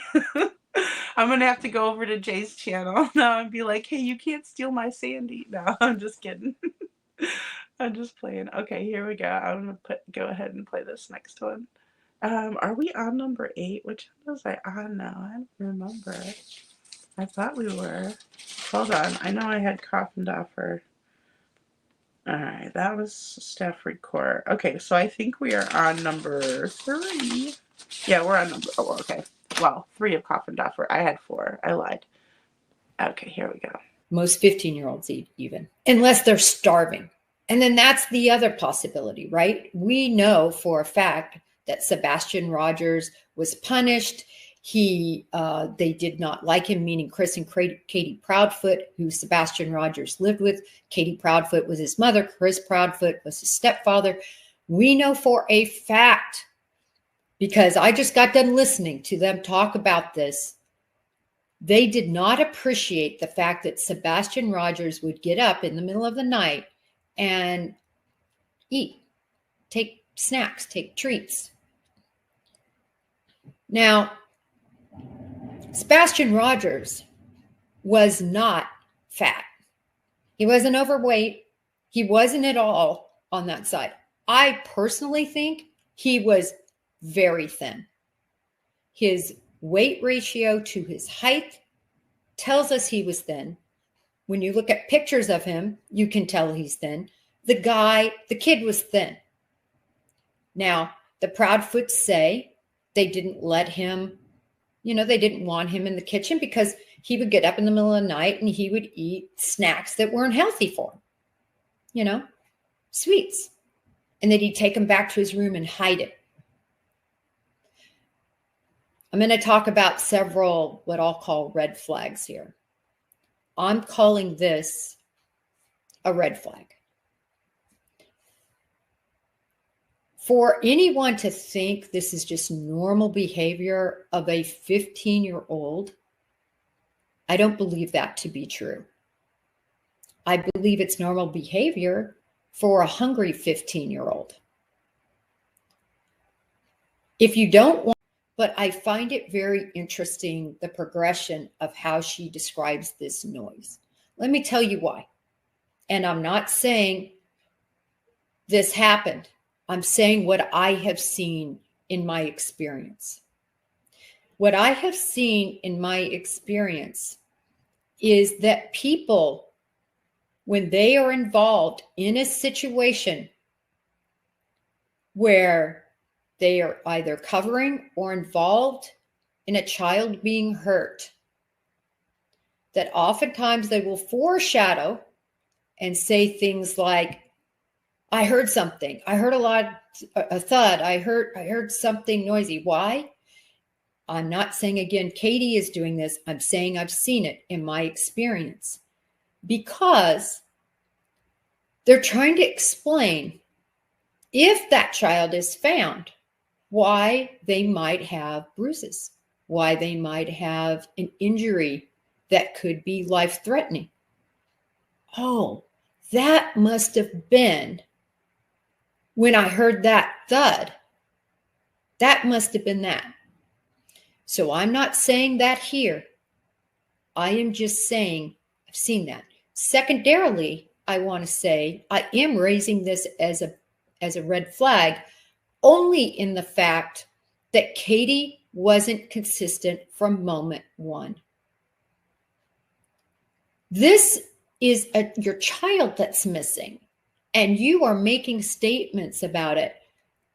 Most people, it doesn't elevate from, well, I think he might have been, I think she first said something like messing with something. It sounded like he was, playing with something, to a loud thud, right? You start off with the loud thud. Oh my gosh, the night he went missing, I remember a loud thud. If this is the truth, right? When it's not truthful, you hear progressions and you hear missteps and misstatements. Now, giving her the benefit of the doubt, maybe she just didn't phrase it right at the beginning. Maybe as she thought about it, she realized, you know what, that was pretty loud. I probably should say loud thud. For you all to consider, but for me, it raises a red flag. So I've got another red flag standing up just in terms of the veracity of Katie Proudfoot, specifically about what happened that night with the noise and Sebastian. All right. I find it very early in the investigation on 3/4, March 4th, very early in the investigation, that they had pretty much curtailed a lot of their main search efforts. And they specifically, meaning law enforcement, specifically came out and said, we have moved from a search situation to an investigative situation. Now, sometimes this happens because you realize, again, from my background, you realize that you have to examine where a 15-year-old could walk to in the amount of time you had to work with, right? So law enforcement gets on scene, they start searching. If we believe Katie, the last thud was heard at around 10 or so. So he had a long time that he could have left and gone quite a long way. You know the problem with that? He's not seen on any video surveillance cameras anywhere. And that's not coming from Jennifer Coffindaffer, specifically told to us by law enforcement. He was not seen on any video. This is another red flag. No video surveillance of Sebastian Rogers. You know, walking around the neighborhood, knocking from door to door, leaving and going and walking out on the streets and being picked up by somebody. That's what law enforcement is telling us, okay? It's a red flag. And that tells me, as they well said, that's one of the reasons they're moving from a search to where he could have possibly walked or where somebody would have picked him up. We've looked at all this. We don't see him being picked up. We don't see him at all. Okay, so basically Jen is saying that she talks about the noise, the thud. In the beginning, Katie was talking about how there was a noise in Sebastian's room, which is not uncommon, but she told him, I don't know what you're doing in there, but you need to go to sleep. And that was the original story. But then when she was on Nancy Grace, she said that there was a thud and that she didn't go to check on him. But a thud to me is a lot different than a noise. A thud sounds like someone like falling or so. That to me, that's the association that I make with that word thud. And I don't know if that's your, you all's perception or not. But it is curious that she would speak about this thud and the fact that she didn't go in and check on him, especially if he had changes in his medications. She did talk about how she didn't want to go in there and knock because she didn't want to disturb a 15-year-old boy, and God only knows what he could be doing in there. But then she also made a very odd statement the last time she came out and spoke on QB, and she said she made it into almost a joke. She's like, I don't know what you're doing in there. I don't want to know, and stuff like that. So it's very odd behavior. I can't chalk it up to she is bad at public speaking. I think it's just more or less she's not very good at keeping her story straight. I think it's more that than the public speaking aspect of things. But let me see what you guys have to say here. Dream says, I think the thud was a silo of the subconscious reaching out. Well, you never know. You never know. It might have been something that, because it did change. It changed into, from a noise to a thud and then it wasn't really spoke of after that point. I think when she described it as a thud, it was a lot more concerning than when she said that there was just a noise in his room.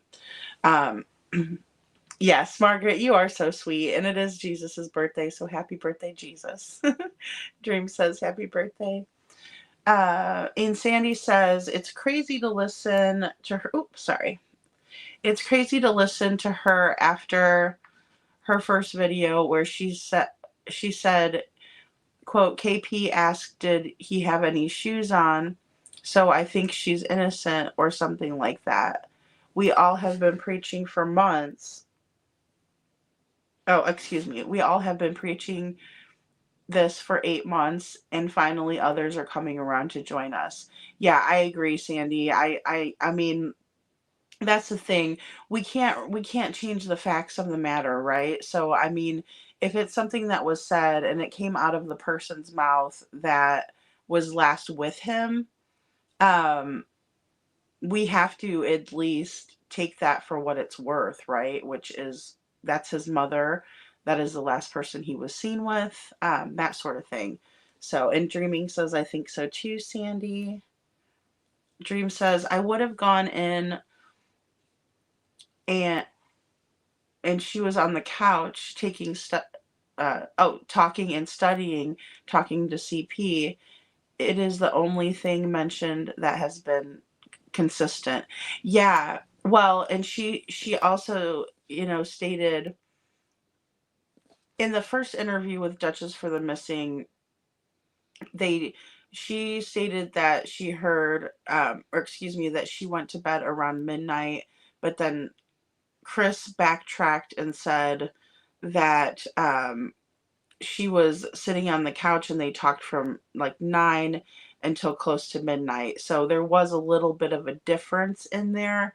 But after that, it was pretty consistent when it came to, the fact that she was on the couch. You're right. Yes, studying. She was reading a chapter for school and talking to Chris on the phone, which I always thought was weird because I don't know about you guys. I'm the type of person where I have to really focus. So if there was, say, a chapter that I had to read for school and I had a test on it the next day or something like that, I would have to read my chapter for school and then talk on the phone. I couldn't do both at the same time, so I'm not sure.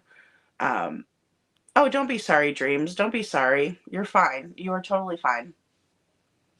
And Sandy says, I'm just saying Jennifer used to think KP was innocent.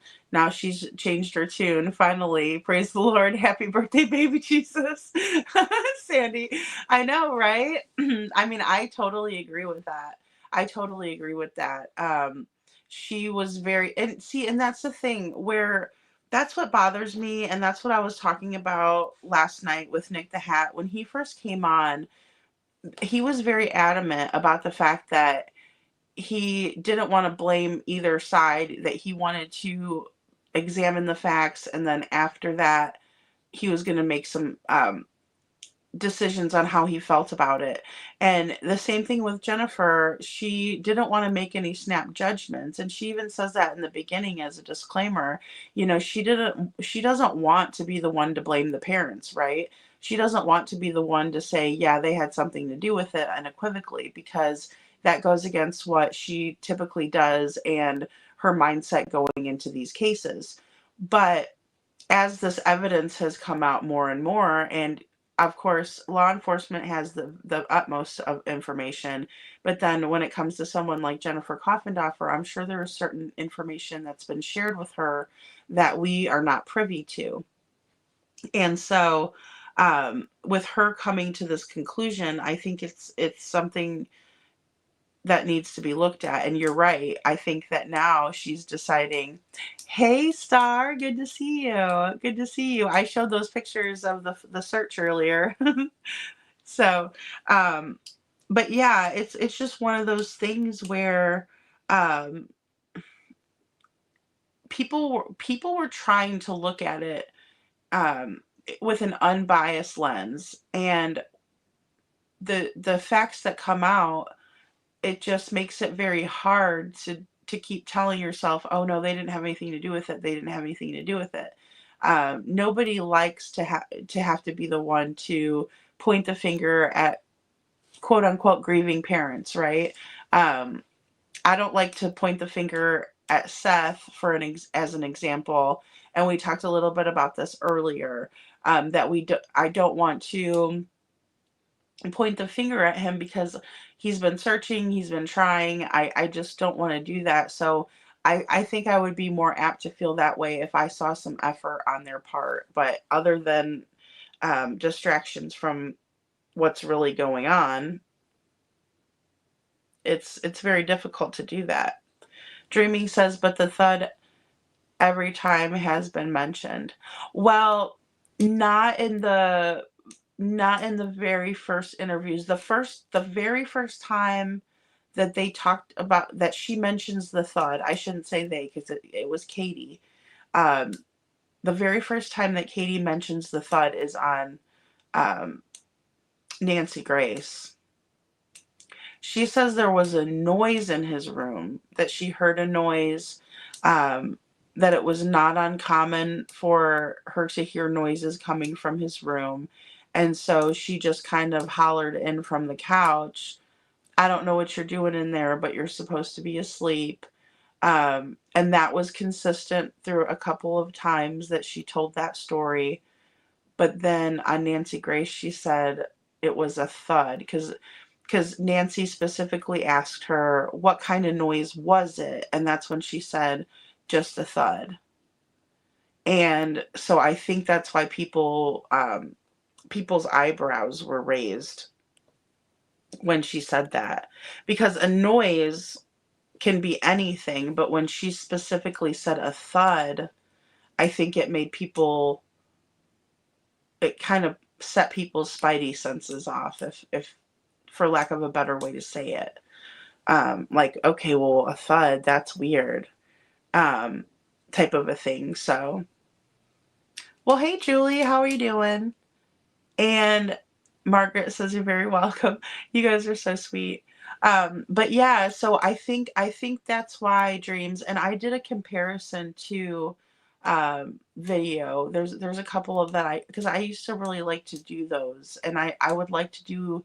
I'll try to see if I can put some short ones together for us to watch, and then that way, because I mean I know the stories have been somewhat consistent, but I think what Jen was getting at is that she's kind of adding to them each time, and it's making it's clouding things up, and then to hear that it was a thud and not just like a random noise.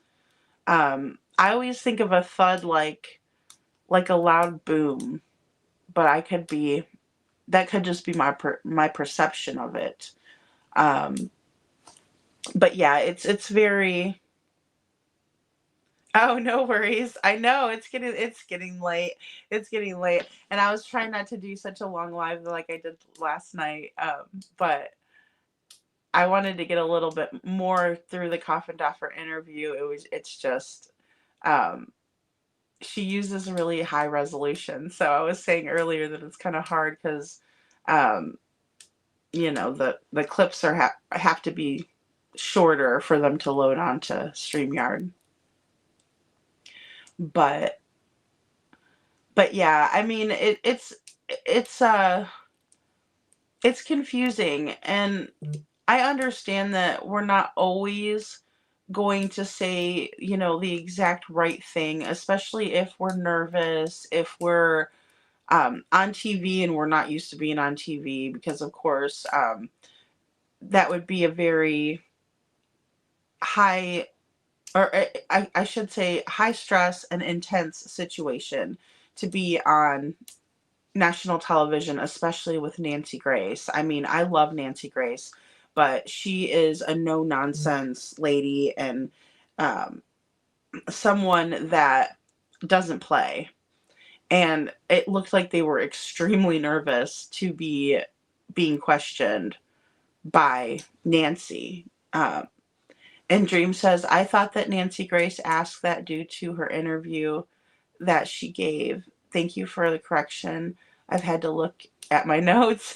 Yeah, it's okay. I know, and that's the like, craziest thing is I've had to have notes for this case, and I usually have a pretty darn good memory, but this case has been like so many ins and outs. It's very confusing. Um, very, very confusing. Aw, how cute. But yeah, so it's just it's just one of those things that that's why it's been so convoluted. It just seems like, um, and it's made it hard to follow along with. Um, and then Dream says, my phone's dying, so I'm going to listen to my tablet. I adore you all so much, lady. You are such a beautiful soul. Aw, thank you, Dream. So are you. All of you have a very Merry Christmas. You too, Dreams. I hope you have a wonderful Christmas. And like I said, I wanted to try to come on tomorrow. I don't know. I want to kind of have like an upbeat podcast tomorrow. I don't know, though. We do true crime, and there's not a whole lot to be upbeat, except for when the kids get found. Um, Star says, I guess I missed a lot, but I only just woke up. I'll watch the replay. Yeah, absolutely. Yeah, no, it's okay. And you probably needed to have a little bit of extra Z's there, so that's good. I'm glad you got some rest. Julie says, did you see the video of CP with Steven and Cletus searching today? No, I didn't see the video, but I showed the pictures. Of just some screenshots of them, and I read the statement from At Night. So um, that was pretty interesting, um, because what they're saying is this is all a distraction that they're doing, to kind of make it to where it's it's taking away more than it's helping, is what they were saying. And they're saying that they don't think that Sebastian what would have been hit by a car, and that they're kind of changing that narrative and fitting that narrative to what they want it to be. Well, I thought the same thing. I did too. I did too, Julie. I thought the very same thing. Star says Nancy Grace lost her fiance to crime, so she takes it very serious. Yeah, absolutely. I mean, and she talks about it, and she still is like, you can tell that it breaks her heart. Um, I can just feel it when I watch her speak on it. Um, Julie says, when I saw that, I was like, wow, why now? I thought the same thing, Julie, and I thought, well, I just thought, what are they doing out there? I don't see Seth making videos with other creators searching. They have to keep their searches private because they're being harassed and followed and threatened. But these other people are okay with putting it public, and they're not being bothered at all. It speaks volumes to me. And couponing says Freebird celebrated. I celebrated 27 years in September. That's so awesome, couponing. That's wonderful. I'm so glad. That is amazing. And Julie says, wow, congratulations. Hi, Alexandria. Nice to see you again. In my opinion, they're coming up with a new defense. I agree, Sandy. I really do. I think they're running defense. For a little while they were running offense. Now it's about defense, especially now that that new footage has come out, and they're having to really answer for what was going on in that video. And I mean, the only person that we can see in those videos is Katie, and if there's other people involved, I looked pretty closely. I didn't see anyone else that would have been in her immediate group. But yeah, it it's very obvious that they are doing something, or they're doing the most to make it look all of a sudden like they're the ones who care. Going out on the podcast all of a sudden, after those photos were released, and then also been saying that the neighbor's camera was not facing towards their home, which we've all known from the beginning that it was. Alexandria says, imagine hiding something and then pretending to go look for it. Well said. Well said. And Julie says, also, or AKA, those guys just wanted to take a walk in the woods. I mean, yeah, I don't know what they were doing out there. It looked like they were looking, but then again, I don't know. I don't know. According to At Night, it was something to the effect of they thought that Sebastian may have been hit by a vehicle, and that's why he was out there. But I don't know. I don't know. That's what I could gather from it. In my opinion, CP is starting his new resolution early to lose weight by hiking. In my opinion, could be. But where's Katie? How come she's not out there? Was she hanging out with Clue, or did they do a girls' day, maybe a spa day or something? But where's she at? How come she can't go and do like how Terry Lynn does and go and put the missing flyers on cars, or stand outside Walmart and plead with people? That's what someone who's desperate to find their answer, the answers they're looking for, their son, where their son is. I mean, yeah, it just all goes back to why look when you already know. Oh no, don't be sorry. Don't be sorry, Freebird. You're fine. You're totally fine. Star says, I stayed respectful for the brief time I was there. It was a bit odd to run a video from the previous day with the live chat. I know. I think that's really weird. I mean, again, I can't really say too much about what other creators are going to do, but I don't know. I hope it's worth it in the end to go with the unpopular opinion, and in my opinion, the less logical opinion. It seems like it's just kind of a game for clicks and views, and that's just my opinion. I'm not hating. It's, I guess, however you would like to conduct your channel is how you're going to do it. But I personally wouldn't do that. And there's things that I do that other people wouldn't do. So, I mean, that's just how it is. Couponing says, I got sick to my stomach, so I didn't watch very much of it. Yeah, yeah, it was very bad. Sandy. Couponing. Julie says, me too. I'm sorry I missed saying hello. Merry Christmas. Aw. You're totally fine. Or get pooped in the woods, no orange vest. Jeez. Star. Get popped. I said pooped. Oh Lord. What time is it? No, I'm just kidding. That is really funny though. Yeah, if you got to go out and wear your orange. I don't know what those guys are thinking. I see that big beard on Cletus and I think he like hunts for, I figured he was a hunter, and so but maybe just don't judge a book by its cover. This just occurred to them. And Freebird says, I have a skit request. CP New Year's resolution weight loss journey by hiking. Ginger girl, hey, Merry Christmas. Ho ho ho. Aw, so cute. Oh Lord, Sandy, she says, relocating a body. I know it sounds crazy, but desperate times call for desperate measures.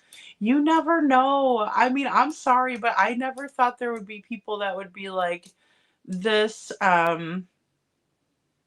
dedicated. So I don't know. I sure hope not.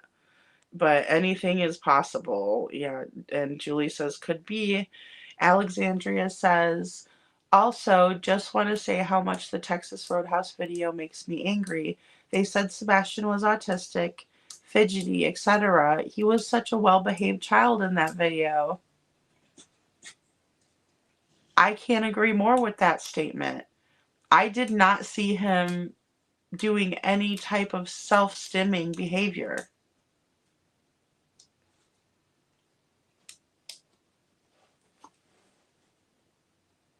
I don't know what to say. I mean, well said.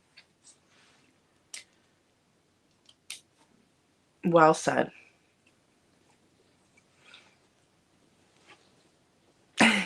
Alexandria. Is it called a skit? I can't remember what you call them. Freebird.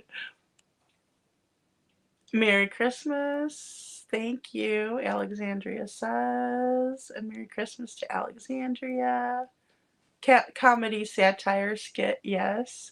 Ginger says, look out, Tennessee. There is a mullet loose in the woods. Oh, no. With that hair, he might be careful. I don't know. They might think he's a bear or something. I don't know. Oh, no. You guys are so funny. Freebird says, oh, my bad. Freebird says, I have to outwait my son. He is staying up until 11 p.m. I still have to do stockings. It's 10:30 p.m. Aw, that's awesome. That's awesome. I bet you he's gonna have the best day. That's so sweet. I think stockings are the most fun. I didn't really like I'm not particularly good at wrapping presents, I should say, but the stockings were always like my favorite part because you just stuff the stockings and it's just kind of fun and that sort of thing. That's funny though. Ginger Girl says, or Star says, Ginger Girl laughing my butt off. Suddenly a wild mullet step foot appeared. Oh my goodness. I would be afraid if I saw those guys in the woods. And that beard is that's a quite the beard. It's an impressive mullet and beard you got going on out there, guys. And what Julie says, what do you think the release of the Texas Roadhouse video from Dog?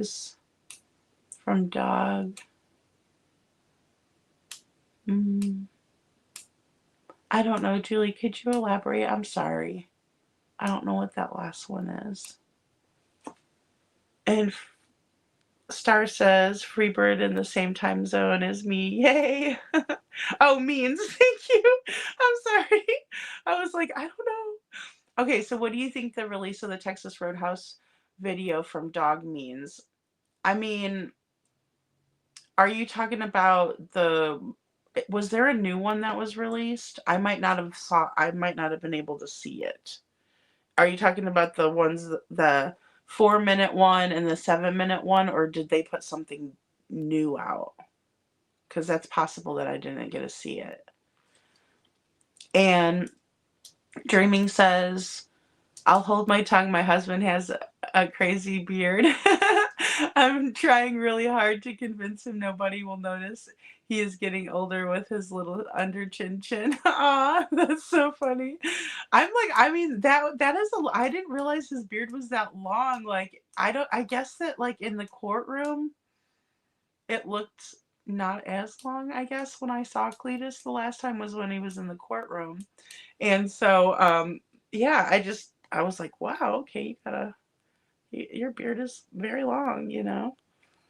And Alexandria says they have been making him out to be so much worse than he is. My kids are more poorly behaved and not autistic. Something is so wrong. I agree, Alexandria. Like, I felt like that as well when they were trying to say that he needed all of that behavioral, like the behavioral school and stuff. I was kind of taken back by that because I really felt like it just didn't match up with the videos that we've even seen that Seth put out. And I understand that some of those videos he was younger in those videos, but still, they say I've done a little bit of research on it, just because it interested me, but They say that we develop our personalities by the time we're 5 years old. So who we are going to be is typically established by then.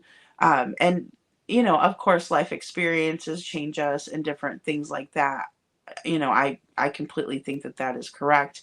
But I do believe that it's so hard to believe that he was a behavioral issue like they portrayed him to be, especially watching this most recent video. Like you said, he was super polite, acknowledged the waitress, just a very nice boy, just a very nice young man. And Sandy says, Alexandria, I agree, unless they have abused him into submission. And that is very possible. I feel like he was definitely walking on eggshells all the time. Oh, it is new, Julie. Okay, okay. Let me see. Let me see what I got here. From Dog. I'm assuming he was on X. Dog. Dog, the bounty hunter.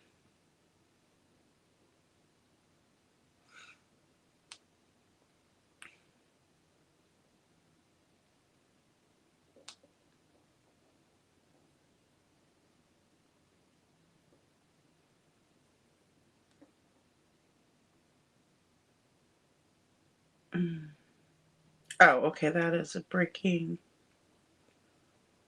Oh, I see it. Okay. Oh, no, that's from the 6th. My bad. My bad.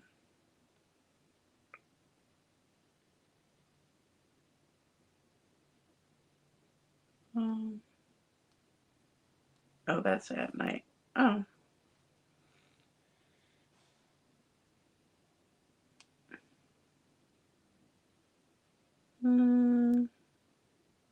It brought me right to at night page. Mm-hmm.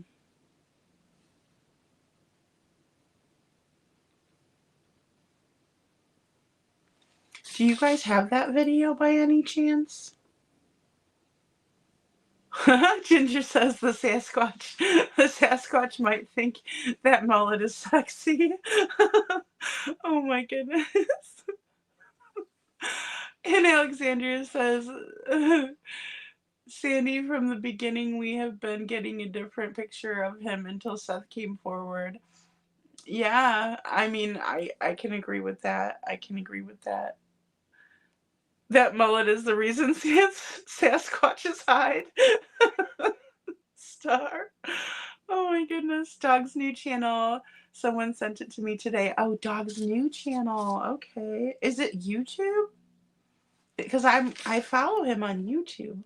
I try to follow them all over the place, and then I'm like, before I know it. Yes, Julie has a new YouTube. Oh, a dog has a new YouTube. I was on X. See how I am? Okay. Let's look.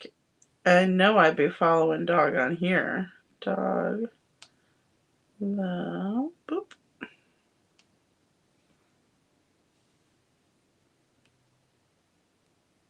Bounty Hunter. No, not Brian Laundry. All right.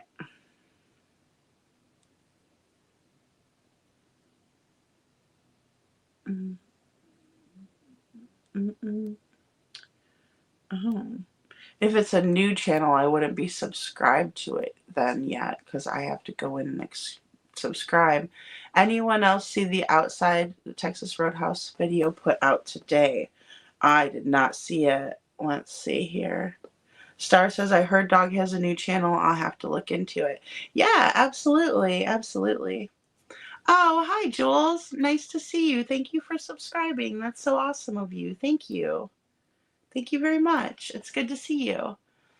Julie says, I don't know what the new video means. Tell us a little bit about it, Julie. You can share like what you think in here. That's fine. Because I'm subbed up to Dog Nation on YouTube. Oh, this is Hindsight. Hindsight, that's 3 days ago. I wonder if Hindsight has it out. Here, you know who else does it? Maybe let me look.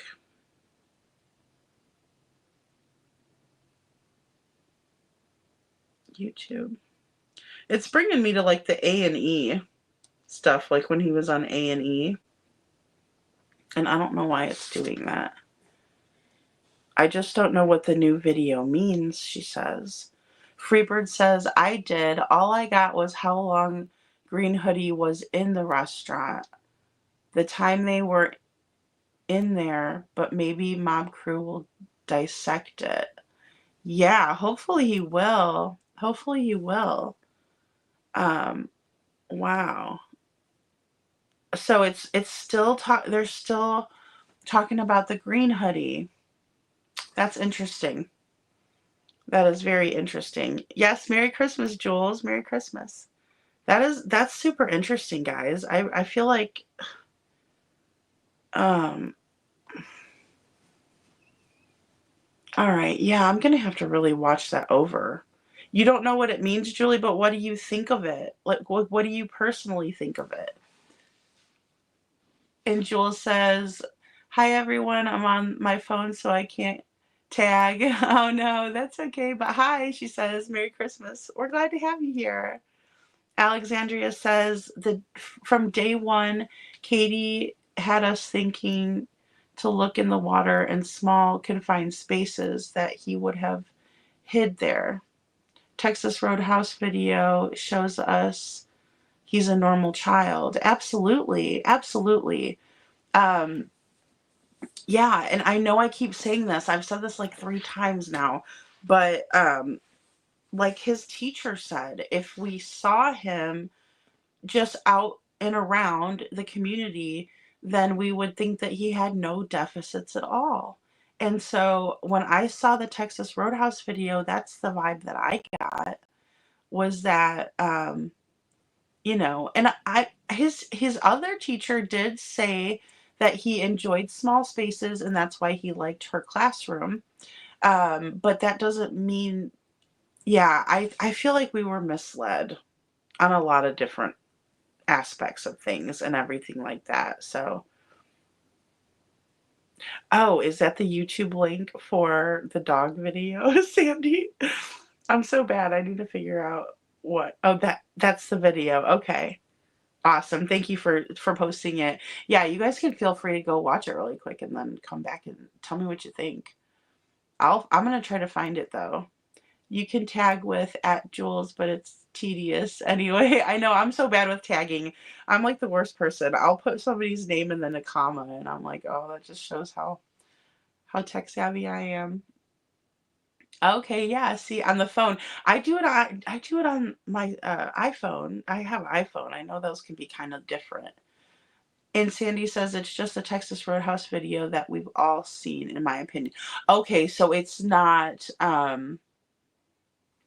anything that has any kind of clues. I wonder if they want us to look like into the background of what's going on, possibly. Now I'm intrigued. And Julie says Jennifer C said that there is more video from inside the Texas Roadhouse that she saw. Yes, she did. But she is not releasing it. Indicates there may have been people in there looking at Katie. Well, see, that's what she said, Julie. She said that in the footage, the additional footage that she saw, that it seems to her that someone was looking at Katie and Sebastian, or maybe just Katie, possibly. But she did state that in the footage, the more of the footage that she saw. And Alexandria says channel is no original Dog the Bounty Hunter. Oh, okay, no. Oh, original. I'm sorry. Probably original. I put Dog the Bounty Hunter on YouTube, but I already was following him, so original.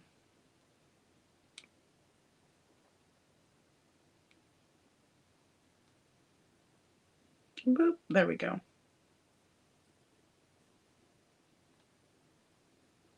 It brought me to Dr. Oz. What in the world? No. Oh, original Dog the Bounty Hunter. Oh, good grief. Surely Nick's going to put it on his channel, right? Surely he would. Nick. And Nick here. And videos. Okay, that was 3 days. Steve Fisher blackmailing sorting. Okay, that was a little bit longer. 3 days. And it was just the clip from Seth's live, so no. Just like that, I had to learn the hard way, Star says. Okay, official Dog the Bounty Hunter at official. Okay, at ooh. Official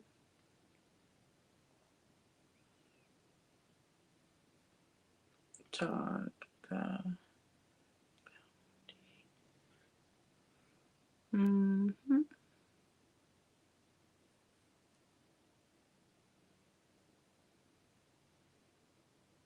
Okay.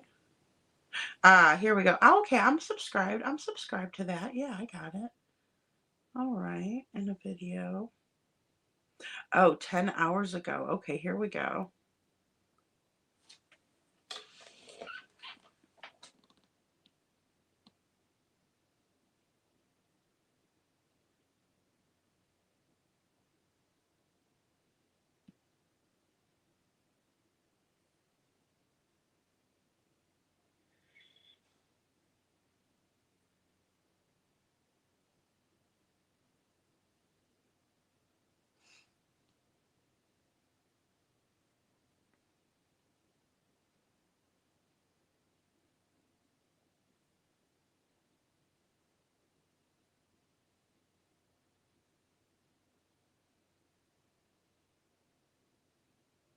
It looks like it's a little bit of an extended version of it, though.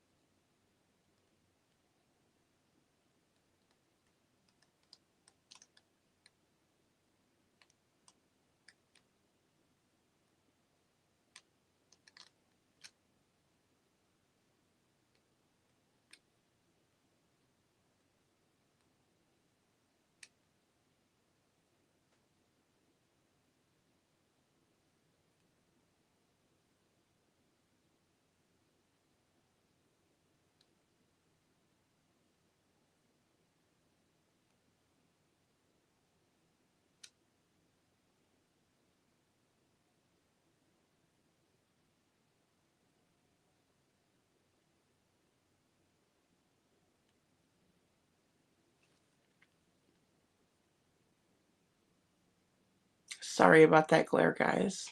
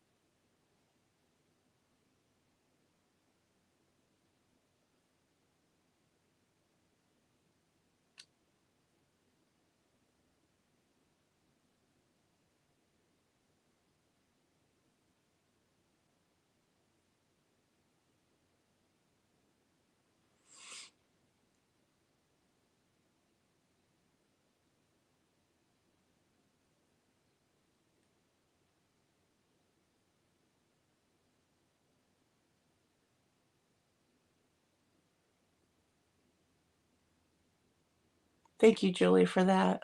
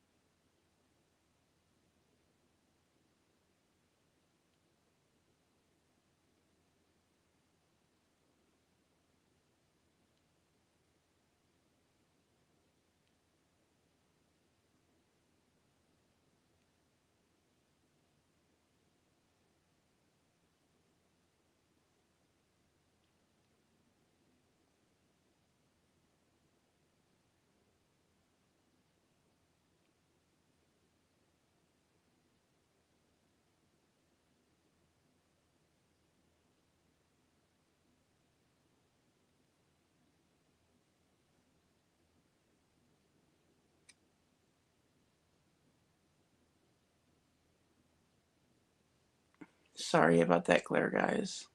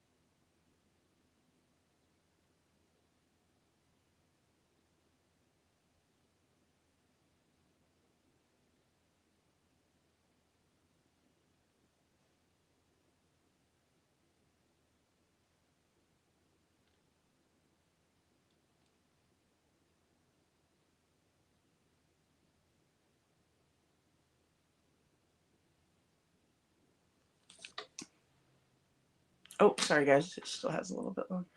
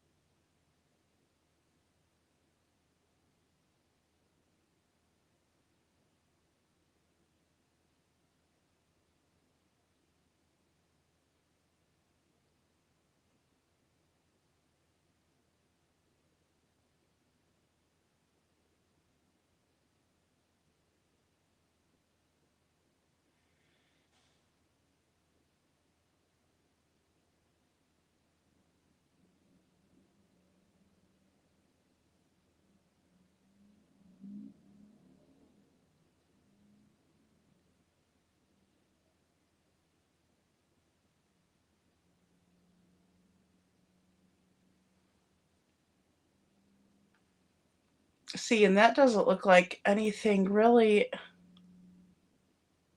different towards the end there. Hmm.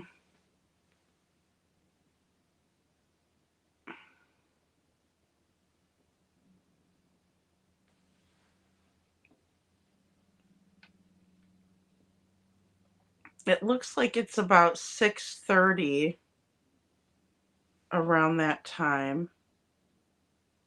And it just shows the activity on the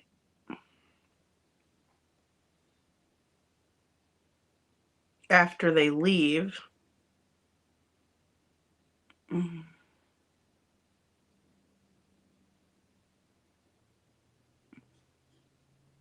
It looks about the same, but I don't know. I don't know. I don't know what to make of it either, honestly. Um, because it looks like about the same footage that we saw the last time. Um, Ginger says it's just the beginning of Dogs Coming post. There is more video according to Gen C. Oh, good. Maybe we'll be able to see what she's talking about when it comes to who was watching. Somebody was watching them, apparently. I have reason to feel in my heart all will come to light soon. I believe that too, Jules. I've had a weird feeling for a while now. Um, just that things are going to come together, but they haven't yet, but I'm just still hopeful. And Alexandria says, why would she do that? Super suspicious. I don't know. She really looked super suspicious. You're welcome, of course. Thank you guys for letting me know. Thank you, Julie, for letting us know that there was a new video. I mean, I'm down to see any of this stuff because I mean, it's just there might be some little clue in there that we didn't see the first time. It doesn't seem like much new in Dog's video today. No, I didn't think so. Maybe just like what happened after they left, a little bit more about what happened after. Ginger Girl says, I believe Dog is about to ramp up the search. Ooh, I hope so. I hope so. And Dreaming says, Canine Captain, did you ever bring the dogs over for a search, or this is a different canine channel? Sounds familiar. Sorry if mistaking you for the lady who was going to search with dogs there with Terry and never did, I think is what the D. And Ginger says, At Night released more damaging stuff than Dog. I think so too. I think so too, Ginger. That's a good point. I think so too. I agree. And Jules says, I was in Tennessee. I had my reasons for not searching with anyone at the time, but I really don't want to chat past events anymore. I'm sorry. I hope you understand. Oh, okay. Yes. Yes, yes, yes.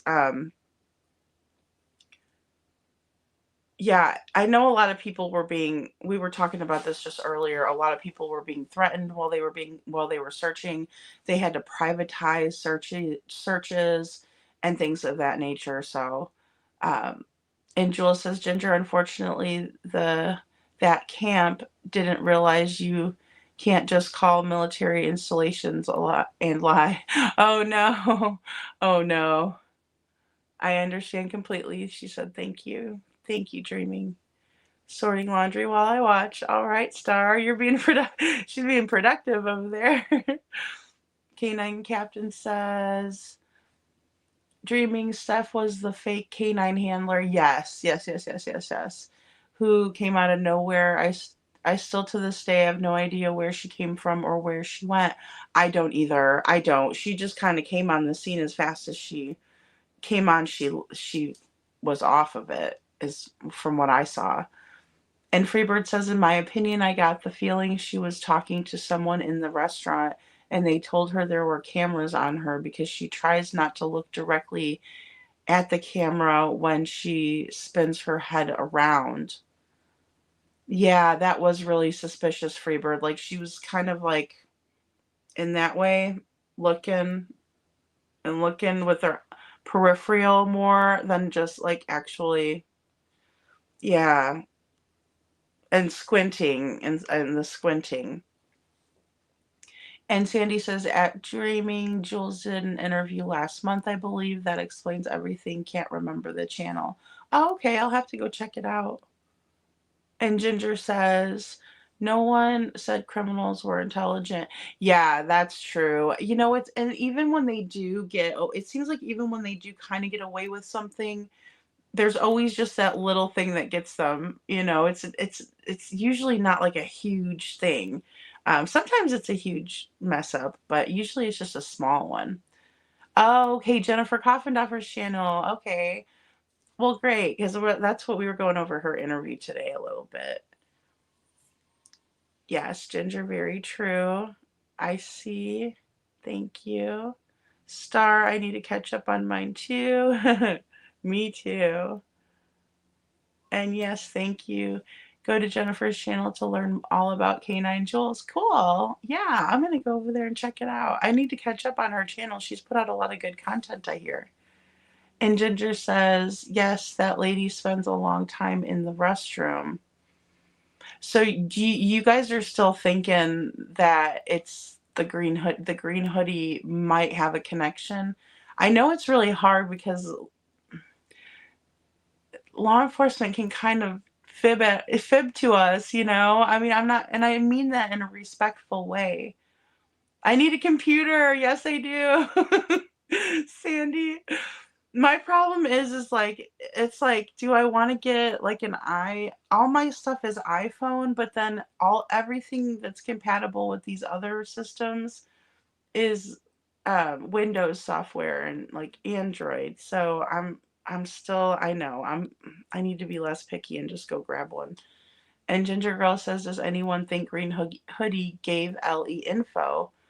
I think anything is possible, and especially if they did give them some info, I'm sure that might be a reason why they would fib and say, you know, we've already spoke with them. Um, they don't have anything to do with it because they might have gotten some good information, which we can only hope for the best on that. Yes, and Dreaming says, Sandy, thank you. I got it. Everything seems more complicated by the day. I couldn't agree more. I couldn't agree more. Sylvester says, I'd like to know more, or excuse me, Sylvester says, I'd like to know name of green hoodie head. I know, me too. I want to know if it's a boy or a girl. I still have some questions about green hoodie, but um, I kind of cooled my jets after they put the release out. And Ginger Girl says, for her own safety, releasing her name may not be a good idea. Absolutely. Yeah. Or just letting, yeah, anybody that finds out, because they might be, I don't want to be over dramatic and say like they might be in danger, but there's been a lot of weird stuff that's happened, and it makes you wonder if they could be. And so that's why they're trying to, protect that person's identity. Dreaming says, my son said tonight he can't believe it's been 10 months and Sebastian should be found safe. It's Christmas. Oh, how sweet. That is so sweet, Dreaming. Oh my goodness. Give him a big hug for me, because what a sweet kid to really think about. It puts it into perspective when another kid says those things. Um, just like whenever the neighbors were being interviewed, some of the community members, I should say, not neighbors, direct neighbors, but the little kids were saying, he's probably hungry out there and things like that. And it's just heartbreaking because even they understand the gravity of the situation. And Star says, okay, phew, I can relax now again. Freebird says, God bless. Oh, well, thank you. Thank you so much, Freebird. God bless you too for a great live. Christmas is calling. Have finish up. Yeah, stuff here. Okay, good. Have fun stuffing the stockings. And yes, I am so glad. I think you guys are going to have a great Christmas, and I'm glad that your son was able to get off to bed now, because I know it's so exciting. Like Christmas night is like the most exciting. Excuse me, I should say Christmas Eve is so exciting because the next day you get to wake up and open up all those presents. And And Merry Christmas, Free. Everybody's saying Merry Christmas, Free Bird. Ginger said, I would like to know who the PFs have separated themselves from. At Night seems to have a lot of info on them. Yeah, that's a really good question. That's a really good question. And it makes me wonder too, with Elevated Truth coming out the way he did kind of in the beginning of the live. I would have liked to have saw that momentum throughout, but I understand why he kind of maybe simmered down a little bit, and maybe some of the questions that were asked, maybe that sufficed him a little bit. I don't know, because I'm not him, but I think it's very, very curious. Hey, Carrie, nice to see you. Good to see you. Oh boy, we finished up the Chris Proudfoot interview with Elevated Truth, and then I played 4 clips from Jennifer Coffindaffer's newest um, live that she put out, like her red flag video. And it was really, really good. And we're going to finish it up. If I'm not on tomorrow, which I'm going to try to be on tomorrow, probably around the same time, because I don't have too much planned. But yeah, I want to go over that. It's just going to take a little while to get all those clips loaded in. And then I was kind of debating. I'm like, do we want to talk about the red flags on Christmas? And I'm kind of torn. It would be nice if we got some really good news. And Sandy says, Lady Freedom, it's really hard to see on your phone. Yeah, I know. Exactly. It's hard to see. Well, and then also, like, there's a glare because I have the one light. I dimmed the light above me, and then I changed it over because it just it's a better lighting situation for my face and stuff. I think anyway. I don't know. Maybe I'm wrong, but um, yeah, it is. I know. I need to. What I can do though, I can upload that clip and we can watch it on the next live too, and I can try to analyze it and see if I can't find anything like noteworthy in it. I don't know. What did you guys think when you saw it the first time? What was your first judgment on it, or did you see anyone that looked curious? What do you think? Star says, dreaming, we can only hope and pray he's found safe. The longer he's gone, the harder it can be. But there have been other instances. I agree with that, Star. I totally agree with that. That's what makes it so hard. And then also we just heard from At Night, and they're running off of the, I hate to say assumption, because it seems to me like they have some supporting evidence to back up why they've come to this conclusion. But it's really curious to me. Um, they must have some intelligence that says that points to him being alive still, which I hate speculating. That is the worst. And maybe that's part of that defense mechanism in a way. I don't like to. I just don't like to speculate about him not being with us. I think I'd rather speculate about him being with us. Star says, if he's found safe and it's determined that the PFs had no role, I will gratefully eat my words. Amen, sister. I will do the same thing. I will make us a huge dinner of crow, and for dessert, some humble pie. And Kate Jill says, I have hope and faith. Yes, I do too. We have to. I think that's the best way to look at things, is to have that hope, at the very least, in that faith. Because otherwise we'd be, yeah, it would just be really, really, really hard if we didn't have that to hold on to. And Star says, if they're exonerated in any way, I will have to definitely eat humble pie. And I hope that I'm wrong on these things. Like, I don't want to be right about this. I really don't. I would love it if I could be like, hey, no involvement. It was just a freak out accident. Something happened. He was upset and he left. But the fact that we don't have any proof, and he wasn't seen on any surveillance or anything around the neighborhood, that is very worrisome to me in the regard of him walking out or running away. I can't see it. And Canine Jules says, Lady Freedom, I know Messenger is a bit behind. But sorry for the delayed in comments. I did a video earlier. I have an audio clip of me and CP in it. He he even says I'm legit. Oh, okay, cool. Did you send me something in a messenger in Facebook? Hang on one second.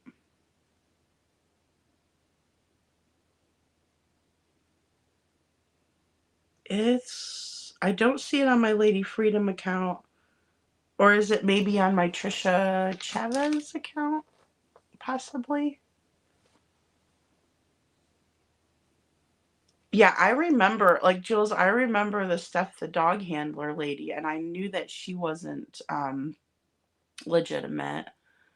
Star says, same here, can all eat at the same table. Yeah, and I agree. I really appreciate you guys saying that you would want to apologize and make things right. Like that's how I would feel if I got it wrong.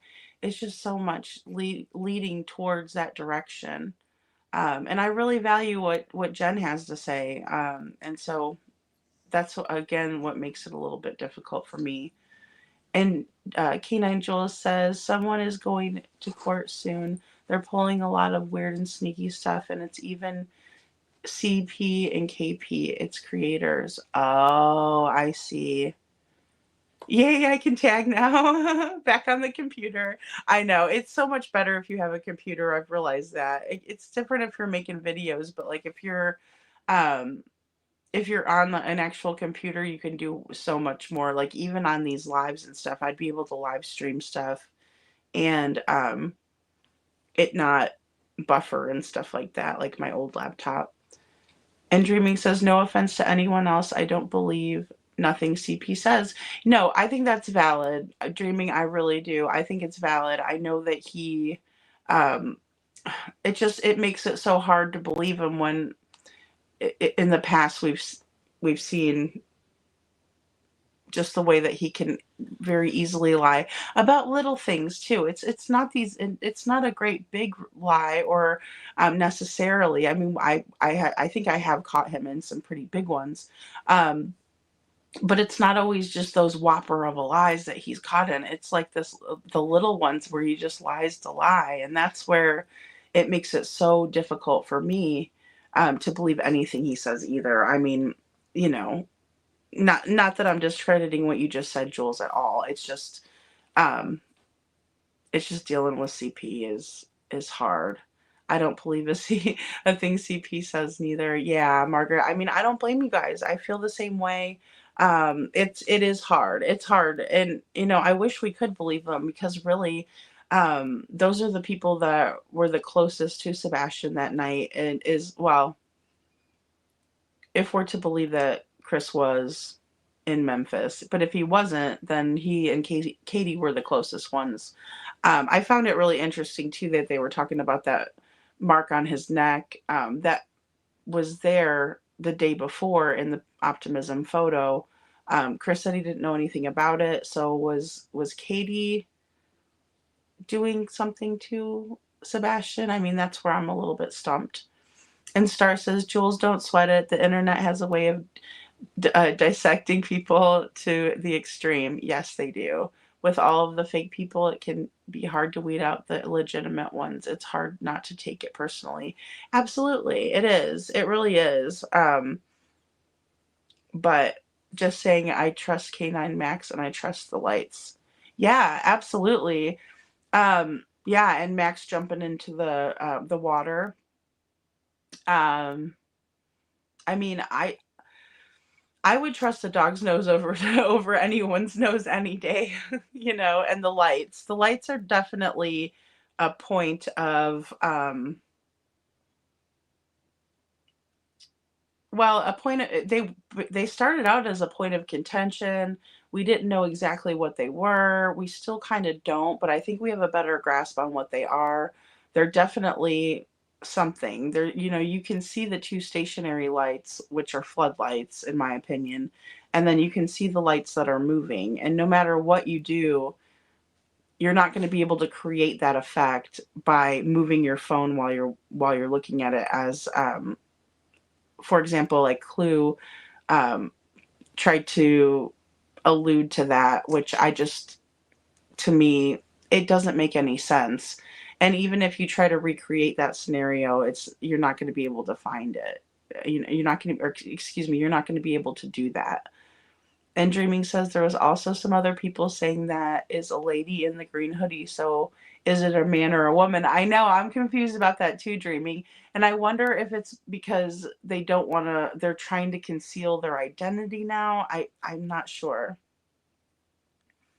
Yeah, that's so true. True, Stars. That's so true. Dreaming, I gave up trying to figure that out. Well, and then not to be rude or anything towards other people, but nowadays it's kind of hard to tell because you'll have people that like you'll have women that really enjoy having their hair really really short, or we all come in different shapes and sizes, so our builds are always different. It's hard to tell, especially when people are wearing baggy clothes, and the person in the green hoodie was wearing baggier clothes, so it was very difficult to tell, in my opinion. Um, but an Adam's apple is going to be on a man no matter what. So I always kind of look for that little detail, and then it can, that's a quick visible way to kind of decipher it, and that's the only way. But the pictures are kind of hard to tell, I think. Sandy says, wait, how did you pull up the Jennifer Coffindaffer video on screen instead of holding up my phone? I have to load them. I have to preload them on. And that's why I only had like a certain amount of videos, because I was having trouble downloading the video, and then I finally get it downloaded, and then I realized the file size was so large that it was only allowing me to put in like 5-minute clips, and it would, because if I did like a 6-minute clip, it would be like the file size is too big. um yeah, so if I preload them on there, Sandy, then we can watch them, like that way I could press play and we watch them, and then I can comment afterwards. But yeah, that's the only problem with that, is that that's the reason. And Star says, I thought I saw breasts on the green hoodie, but that's not saying much. Right. Yeah, that's true. That is true. I mean, because sometimes, men will have that too. And I was looking for that as well, like just to see if like her hoodie was coming out just a little bit more. Um, because I know that you can kind of see that, or even from like a side view, you could actually see more. But I don't know. It's very difficult to tell. And nobody knows, it seems. Dreaming says, yeah, to K9's captain, yeah.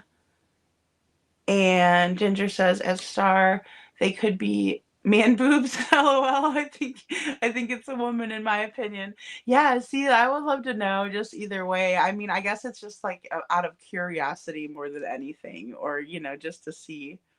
Wait, what? Nice to see you. I'm so glad you're here. Merry Christmas to you. And Dreaming says, Star, more I look, more confused I get. I know. I wanted to kind of lighten those pictures up a little bit. I might be able to do that too. I'm kind of saving Christmas for the 26th when my mom comes down. Oh, how nice. My granddaughter is 5, so she won't really know the difference.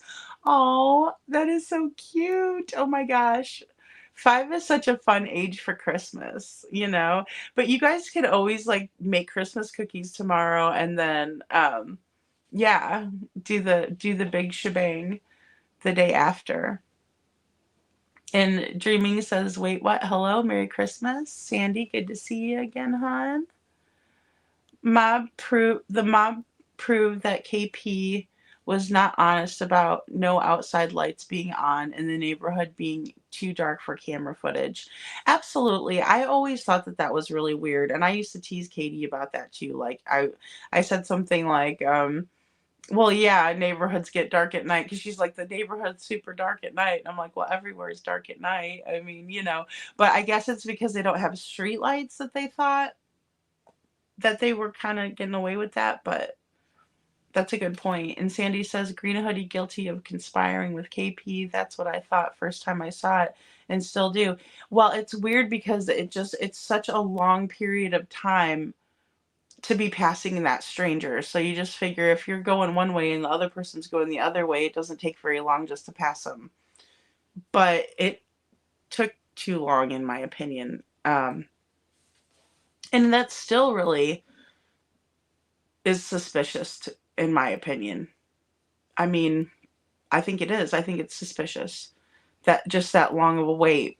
And then also how quickly law enforcement was quick to come out and be like, nope, not anything to do with the investigation, which they did that as well with the flashlight video. So it's just very difficult. And I'm not trying to disparage law enforcement when I say that, guys. I hope that doesn't come off to be like being disrespectful or anything like that. I want them to hold things close to the vest that they deem necessary to do so, because they're the professionals, not me. Wait, what? I know, right? We do get around. Sandy. And wait, what says Star exactly? And Merry Christmas to Star says to wait, what? And couponing says at K9's Captain Jules and Max, thank you for your service. Jules, you were on a live about 3 or 4 months ago, and it was late night live, and dog handlers came on from California. Do you remember what?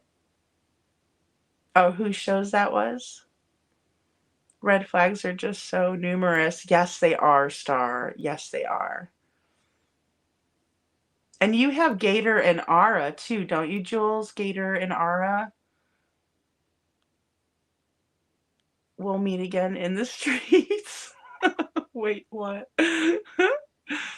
Couponing, you asked me this a few weeks ago. I don't want to mention other creators in chat really right now. I hope you understand. Yeah, that is understandable. Oh, you didn't send a Facebook, but it's on my channel under videos whenever you get a second. It's like 5 minutes long. Yeah, I'll look at it. I'll look at it. I'm sorry, I was looking in my messages because I was like, oh, okay, because I bounce around from like my personal one to, let me see. Where's my YouTube? There's my YouTube. And Jules.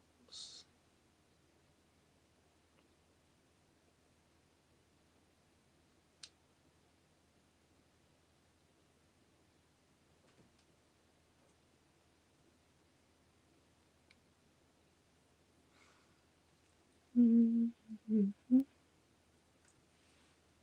Videos. This going real life in Sebastian Rogers case is unacceptable. Is that the one? Is it the first one that was just for 3 hours ago? And it's, yeah, 5 minute. Yeah, that's probably what it is. Jules' video is awesome and has great tunes. Oh, cool. My apologies, Jules. I was like Trans-Siberian Orchestra, yes. They are so good. Why do you ask, sweetie? I love the TSO. I do too. In my opinion, I just think about who has come out as being more defensive of late and what they are being defensive over. Okay. All right, awesome. Let's look and see. Oh, that's your son's favorite Ginger. That's so sweet. I love that. They've always tried to discredit Jennifer Coffindaffer, Benny Politan, me, Mob Crew, and Chris McDonough. It's odd. It is odd. I don't. I don't know. They were trying to do that as well on that live, saying that like nobody really, well, CP said like nobody really watches court TV and things like that. They're not a national news source. And I'm like, I beg to differ. And I've been watching court TV for years. So they cover all of the true crime cases. I mean, they're the place to be for true crime, in my opinion. Vinny's my favorite guy over there. And Star says CP's ego is such that he can't stand being seen as less than perfect, in my opinion. Plus, he knows he is the main suspect in the public eye, perhaps ahead of or at least next to CP or KP, excuse me. Yeah, that's a really good point. Margaret says, yuck, BC is nasty. Wait, what? In my humble opinion, the BTS group has been ripped off by CPKP. They are getting exposed, but they were warned. Dominoes are falling all over. Yeah, in the karma. Yeah, yeah, yeah, yeah, absolutely. And that's the thing. The truth is going to come out sooner or later. Well, couponing, and thank you for your support. K9 Max isn't my K9. He's a Sumner County Sheriff's Office K9, and the K9s I had with me are Gator and Ara. Okay, I thought Gator and Ara. And Ginger Girl says there is no denying that there's has been coordinated attack and disinformation campaign by the PFs and their associates, in my opinion. I can't agree more with that. It's very obvious, and it's just, if it just takes a little bit of digging back and you'll see that that's what's been going on. Yes. Yeah, exactly. Star. Mhm. And let's see here. Oh, I lost my place in here. The queen of the board is another player, someone who recently came out with a flying rage. If you're picking up what I'm putting down, yeah, absolutely. I mean, I have a peach for a booty, but a B, LOL, backwards. Oh, well, you're in really good shape though, Jules. You're in really, really good shape. Jules, I have been trolling and clipping for months. Yeah, some of us like to call her Cruella. Cruella de Sax is what I call her.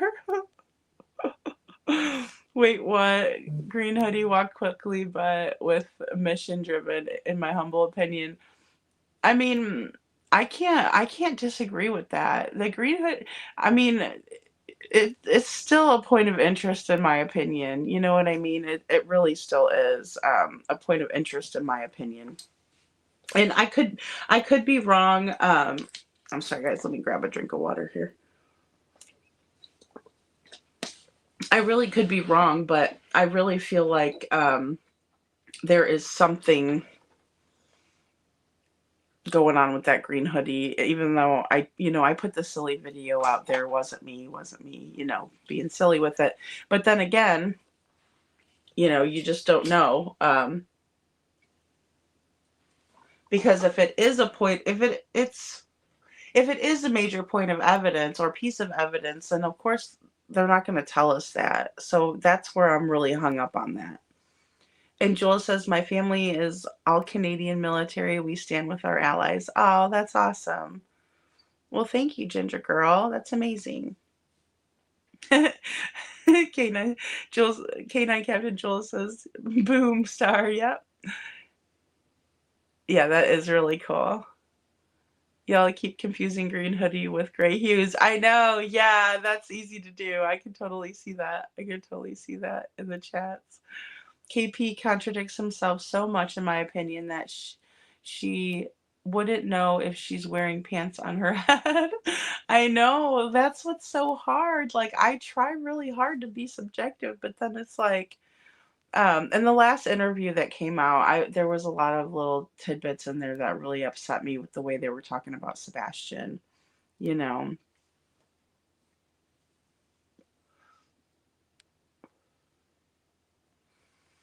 yeah, some of her quirks from being a combat vet, but she does a lot of weird stuff too. Yeah, I don't know. I know. I did consider that too, Jules. That's actually a really interesting thing, that or it's that's a really good point, and it's really interesting because we do have to consider that. We kind of have to consider everything at this point. And Star says, Jules, fair. I was wearing my pants inside out yesterday. Yes, Canine Gator and Ara, Canine Marley, Loki, Duke, Sut, and Bellatrix. Oh, that is a pretty name. We also recently rescued Darth, making him Explosives Canine. Oh, wow.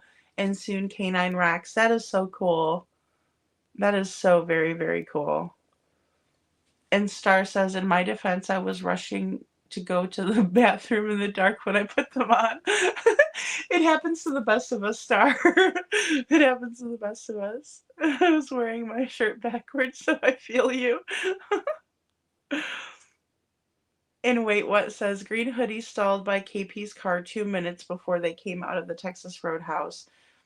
Dog, you put a longer video today. Yes, we watched it. Wait, what? But it's kind of hard to see it when I have my phone. I don't know how JLR does it. He does a good job.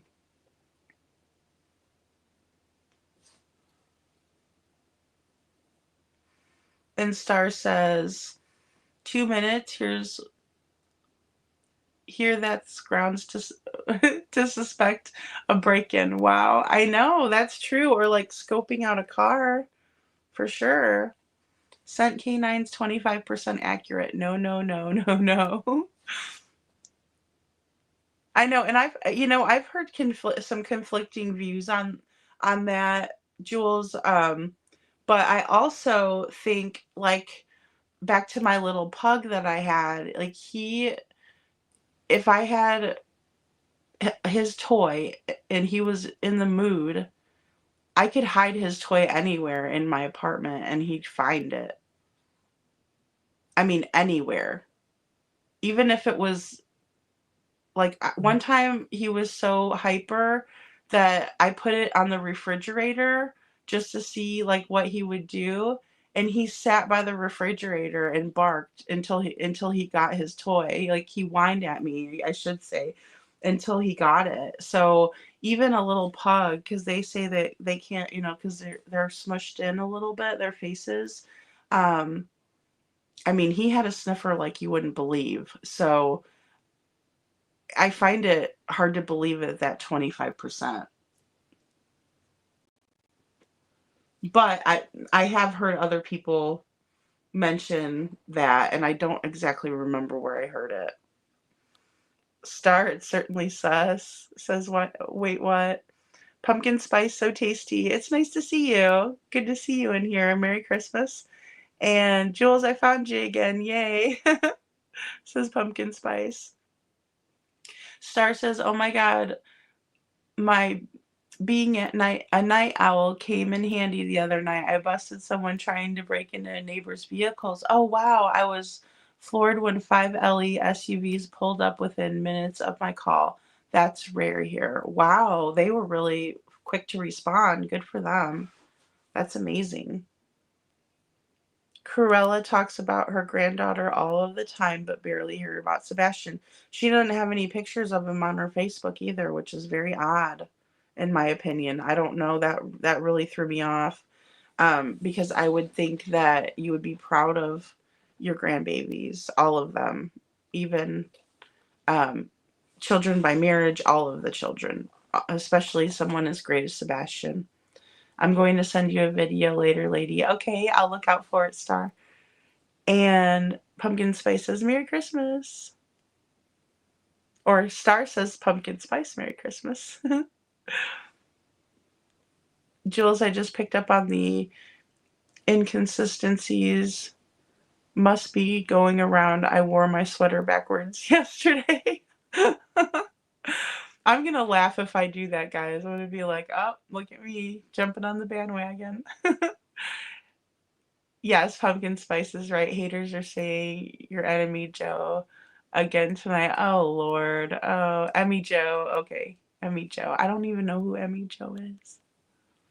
I've been like 50 different people on YouTube apparently. Oh no. Oh my goodness. It does happen. It's crazy, and that just takes away from what we're really focusing on, what we should be focusing on. I think SF is mad you don't want to cuddle with him. Oh no. A star. She says, I cussed in the video I took of the would-be thief. Fair warning. It's okay. I don't care.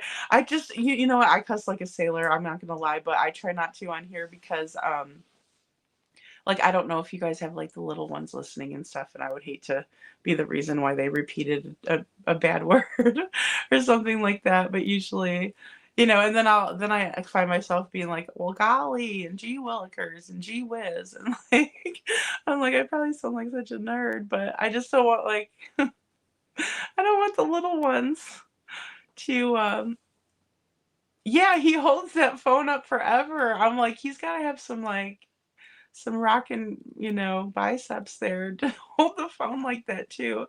My arm gets tired and sore.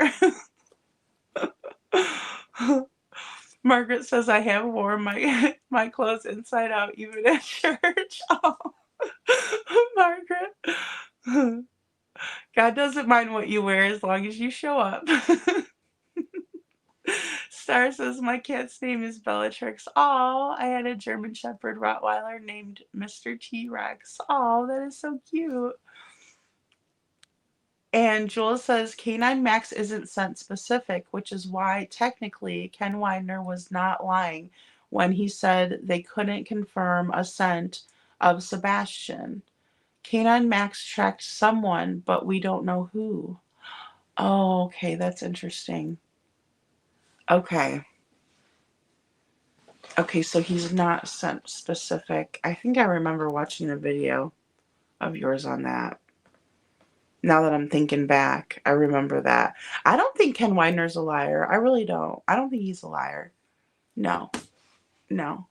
Jules, I like the video you did with JC. Learned a lot.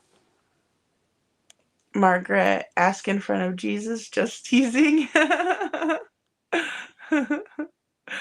Wait, what says Jules a month ago? A big question came out: scent dogs versus tracking dogs. Yeah, I mean, see, that is extremely interesting to me, how that works. Wait, what? Yes, I did an interview with JC on it. Cool. I'm gonna have to go check him out. He said, she said, Jules says, I never swore before I joined the military. Well, see, I've never been in the military, but I do swear. And I say that I just, poor sailors, it's not their fault. And Pumpkin Spice says, my husband is active military. Well, thank you. And I only swear a lot when I'm around him and his friends. It just happens. That's funny. I don't know what my deal is. Maybe because my grandpa was in the Navy. I have family in the Navy, so I just always say cuss like a sailor. I saw JLR during Danilo Cavalcante, and he was walking around the woods with a headlamp talking obnoxiously loud. Oh my goodness, that's funny. I could see that. I could see that. Kitty Bellatrix. Oh my goodness, wait, what it says? I can't believe I didn't figure it out. Thank you so much. I remember that live. I'll go watch it again. I must be tired. Star says, I had 12 years of Catholic school. My excuse for swearing is that God made me this way. Hey, if it doesn't have a sense of humor, the platypus wouldn't exist. That is very true. I agree. Jules says, I never. Oh, okay, I got that one. Jules says, there are actually 3 scenting dogs when it comes to tracking and man trailing. 1, tracking canines. They look for human disturbance among the ground. Okay. 2, trailing canines. Article search scent specific. Right. So, like taking an article of clothing or something like that, right? And then IGP/PSA tracking canines, sport tracking. A platypus is so cute. All right, guys, I will show. Let's go ahead and show this one. I'm going to get kind of close and see if I can't. Ooh, he's a big doggy. Okay.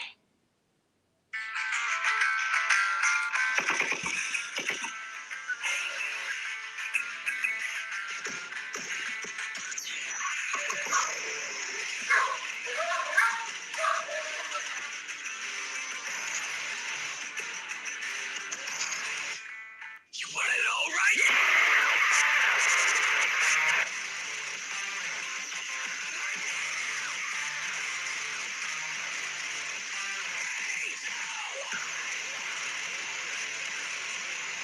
all right? Aww. That's the Gator and Cayman Aura.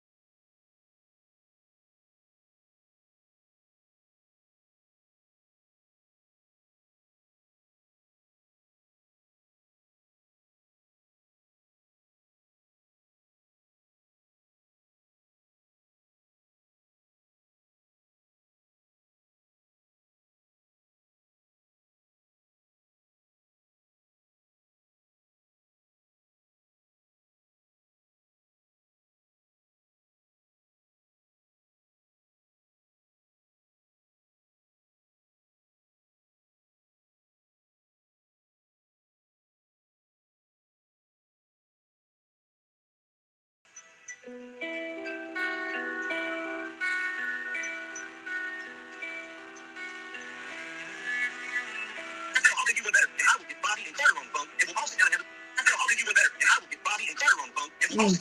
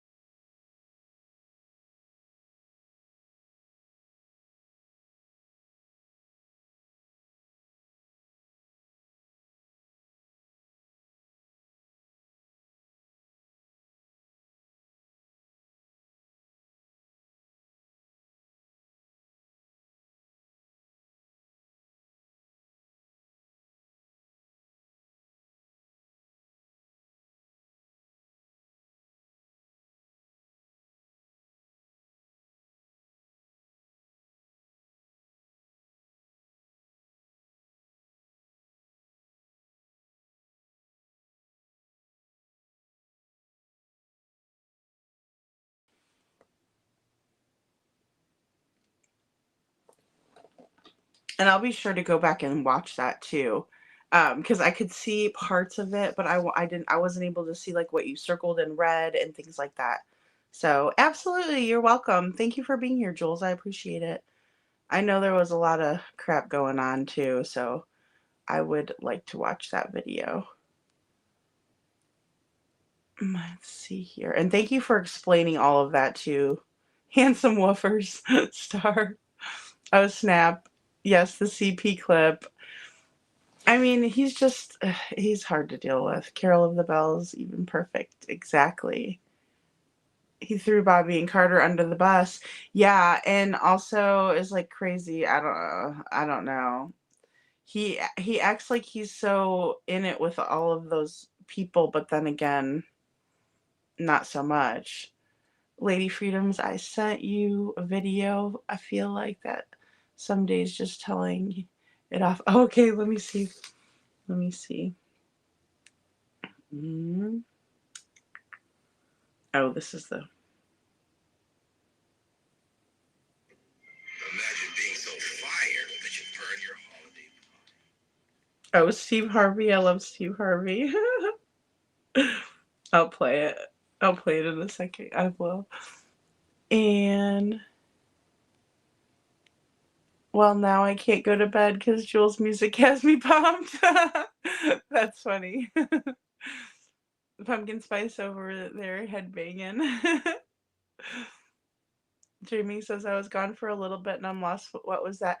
Okay, so that was a video from Jules, from Jules's channel.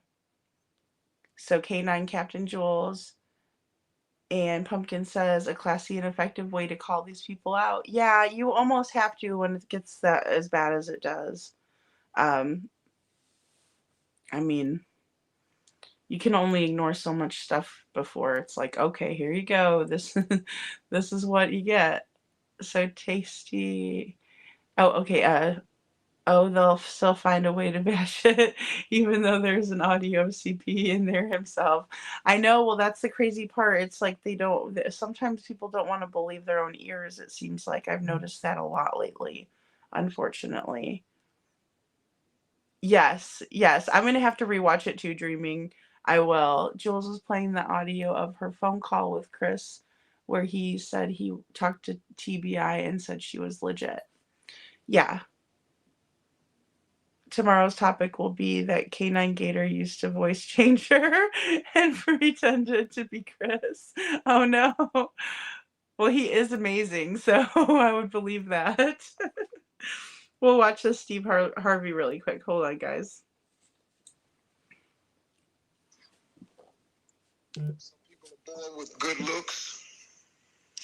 In the case of this 3-year-old girl that I'm about to show you in this video, some people are born with attitude. She has it. At 3.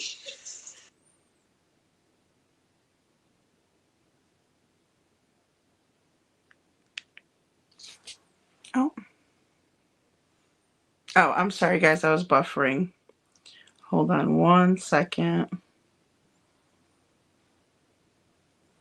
Oh, it just kicks me off. It kicks me straight off. Okay. Give me 1 second. Let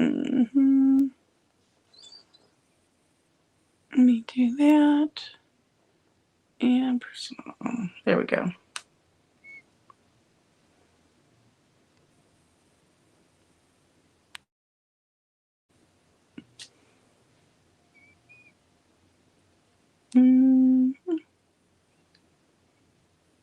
She has Okay, there we go. Now, Sorry. I want you to watch the video. Don't get mad at the little girl. Just watch the video from the comedic standpoint. Because I had to remove myself as the parent and watch this video. So here is a little girl that's at a preschool. She been put in a timeout. The teacher putting her in the timeout. Problem is, she ain't having it. Roll the tape. You in timeout. No excuse. You supposed to be back in timeout. I didn't say get out. You in jail and timeout. Well, let me tell you this, Linda. My name ain't Linda. So you sit right there in timeout, little baby. girl. No, let me say something. No. Oh. If I wasn't here, I would surely take a day off from you and then a day off from these kids. I'm in the classroom. I'm as good with you. Oh my gosh, she's a doll. Oh, let me tell you something. I need She's so this cute. You're gonna be in timeout? Oh. That's why you in timeout right now. I think so. I think so. Well, when I get up out of town and go to bed, I will be glad to go home and enjoy the rest of my week.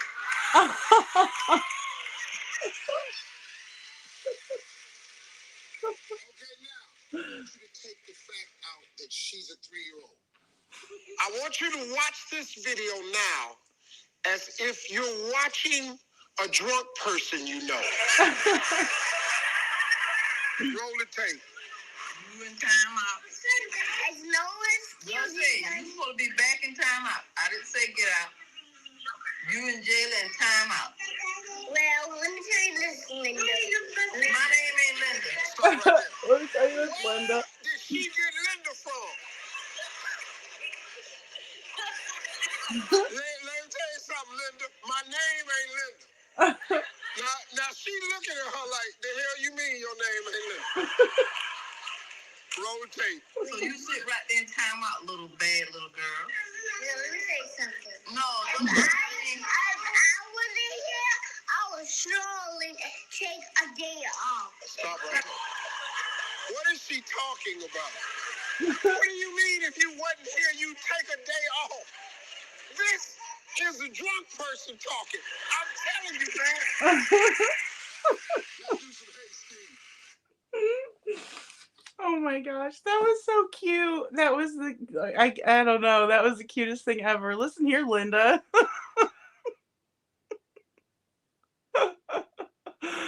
Oh my gosh, dreaming, that made my night. Seriously. Oh, I love that. That was amazing. Oh goodness.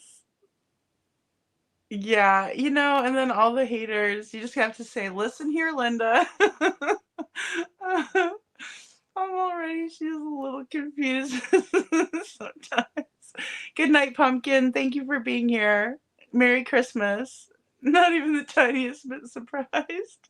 She's only 3. Oh my goodness. Oh, Star Woman in a dog suit pretends to find Fenton. Oh my goodness.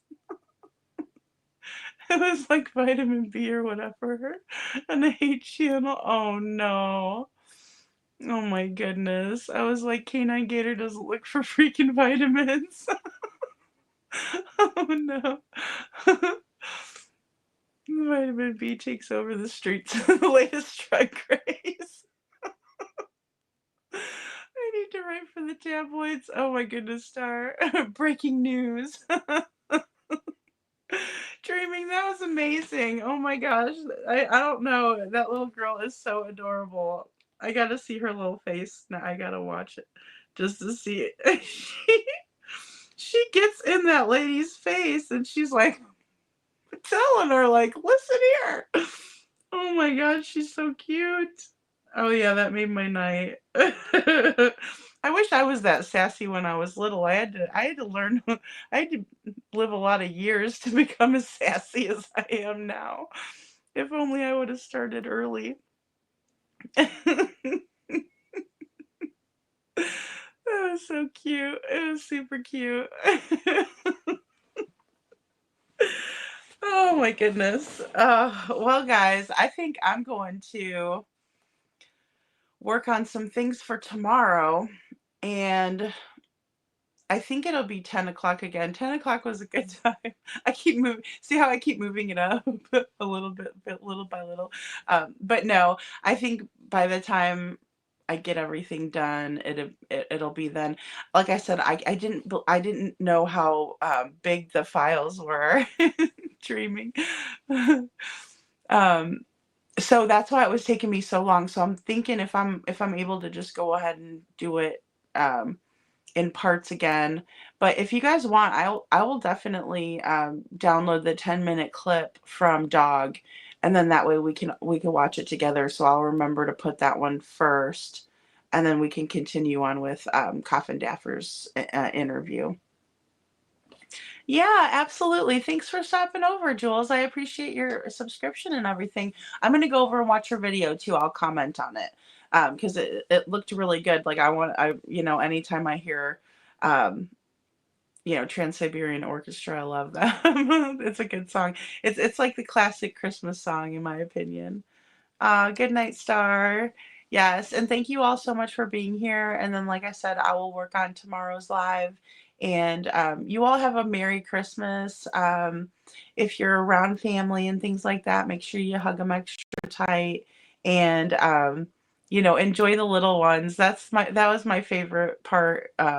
Was when my daughter was growing up, and I miss that terribly. And now she's all grown up, and she's got to work for Christmas and everything. So, you know, it's a different situation. Yes, wait, what? Thank you so much. Good night and Merry Christmas.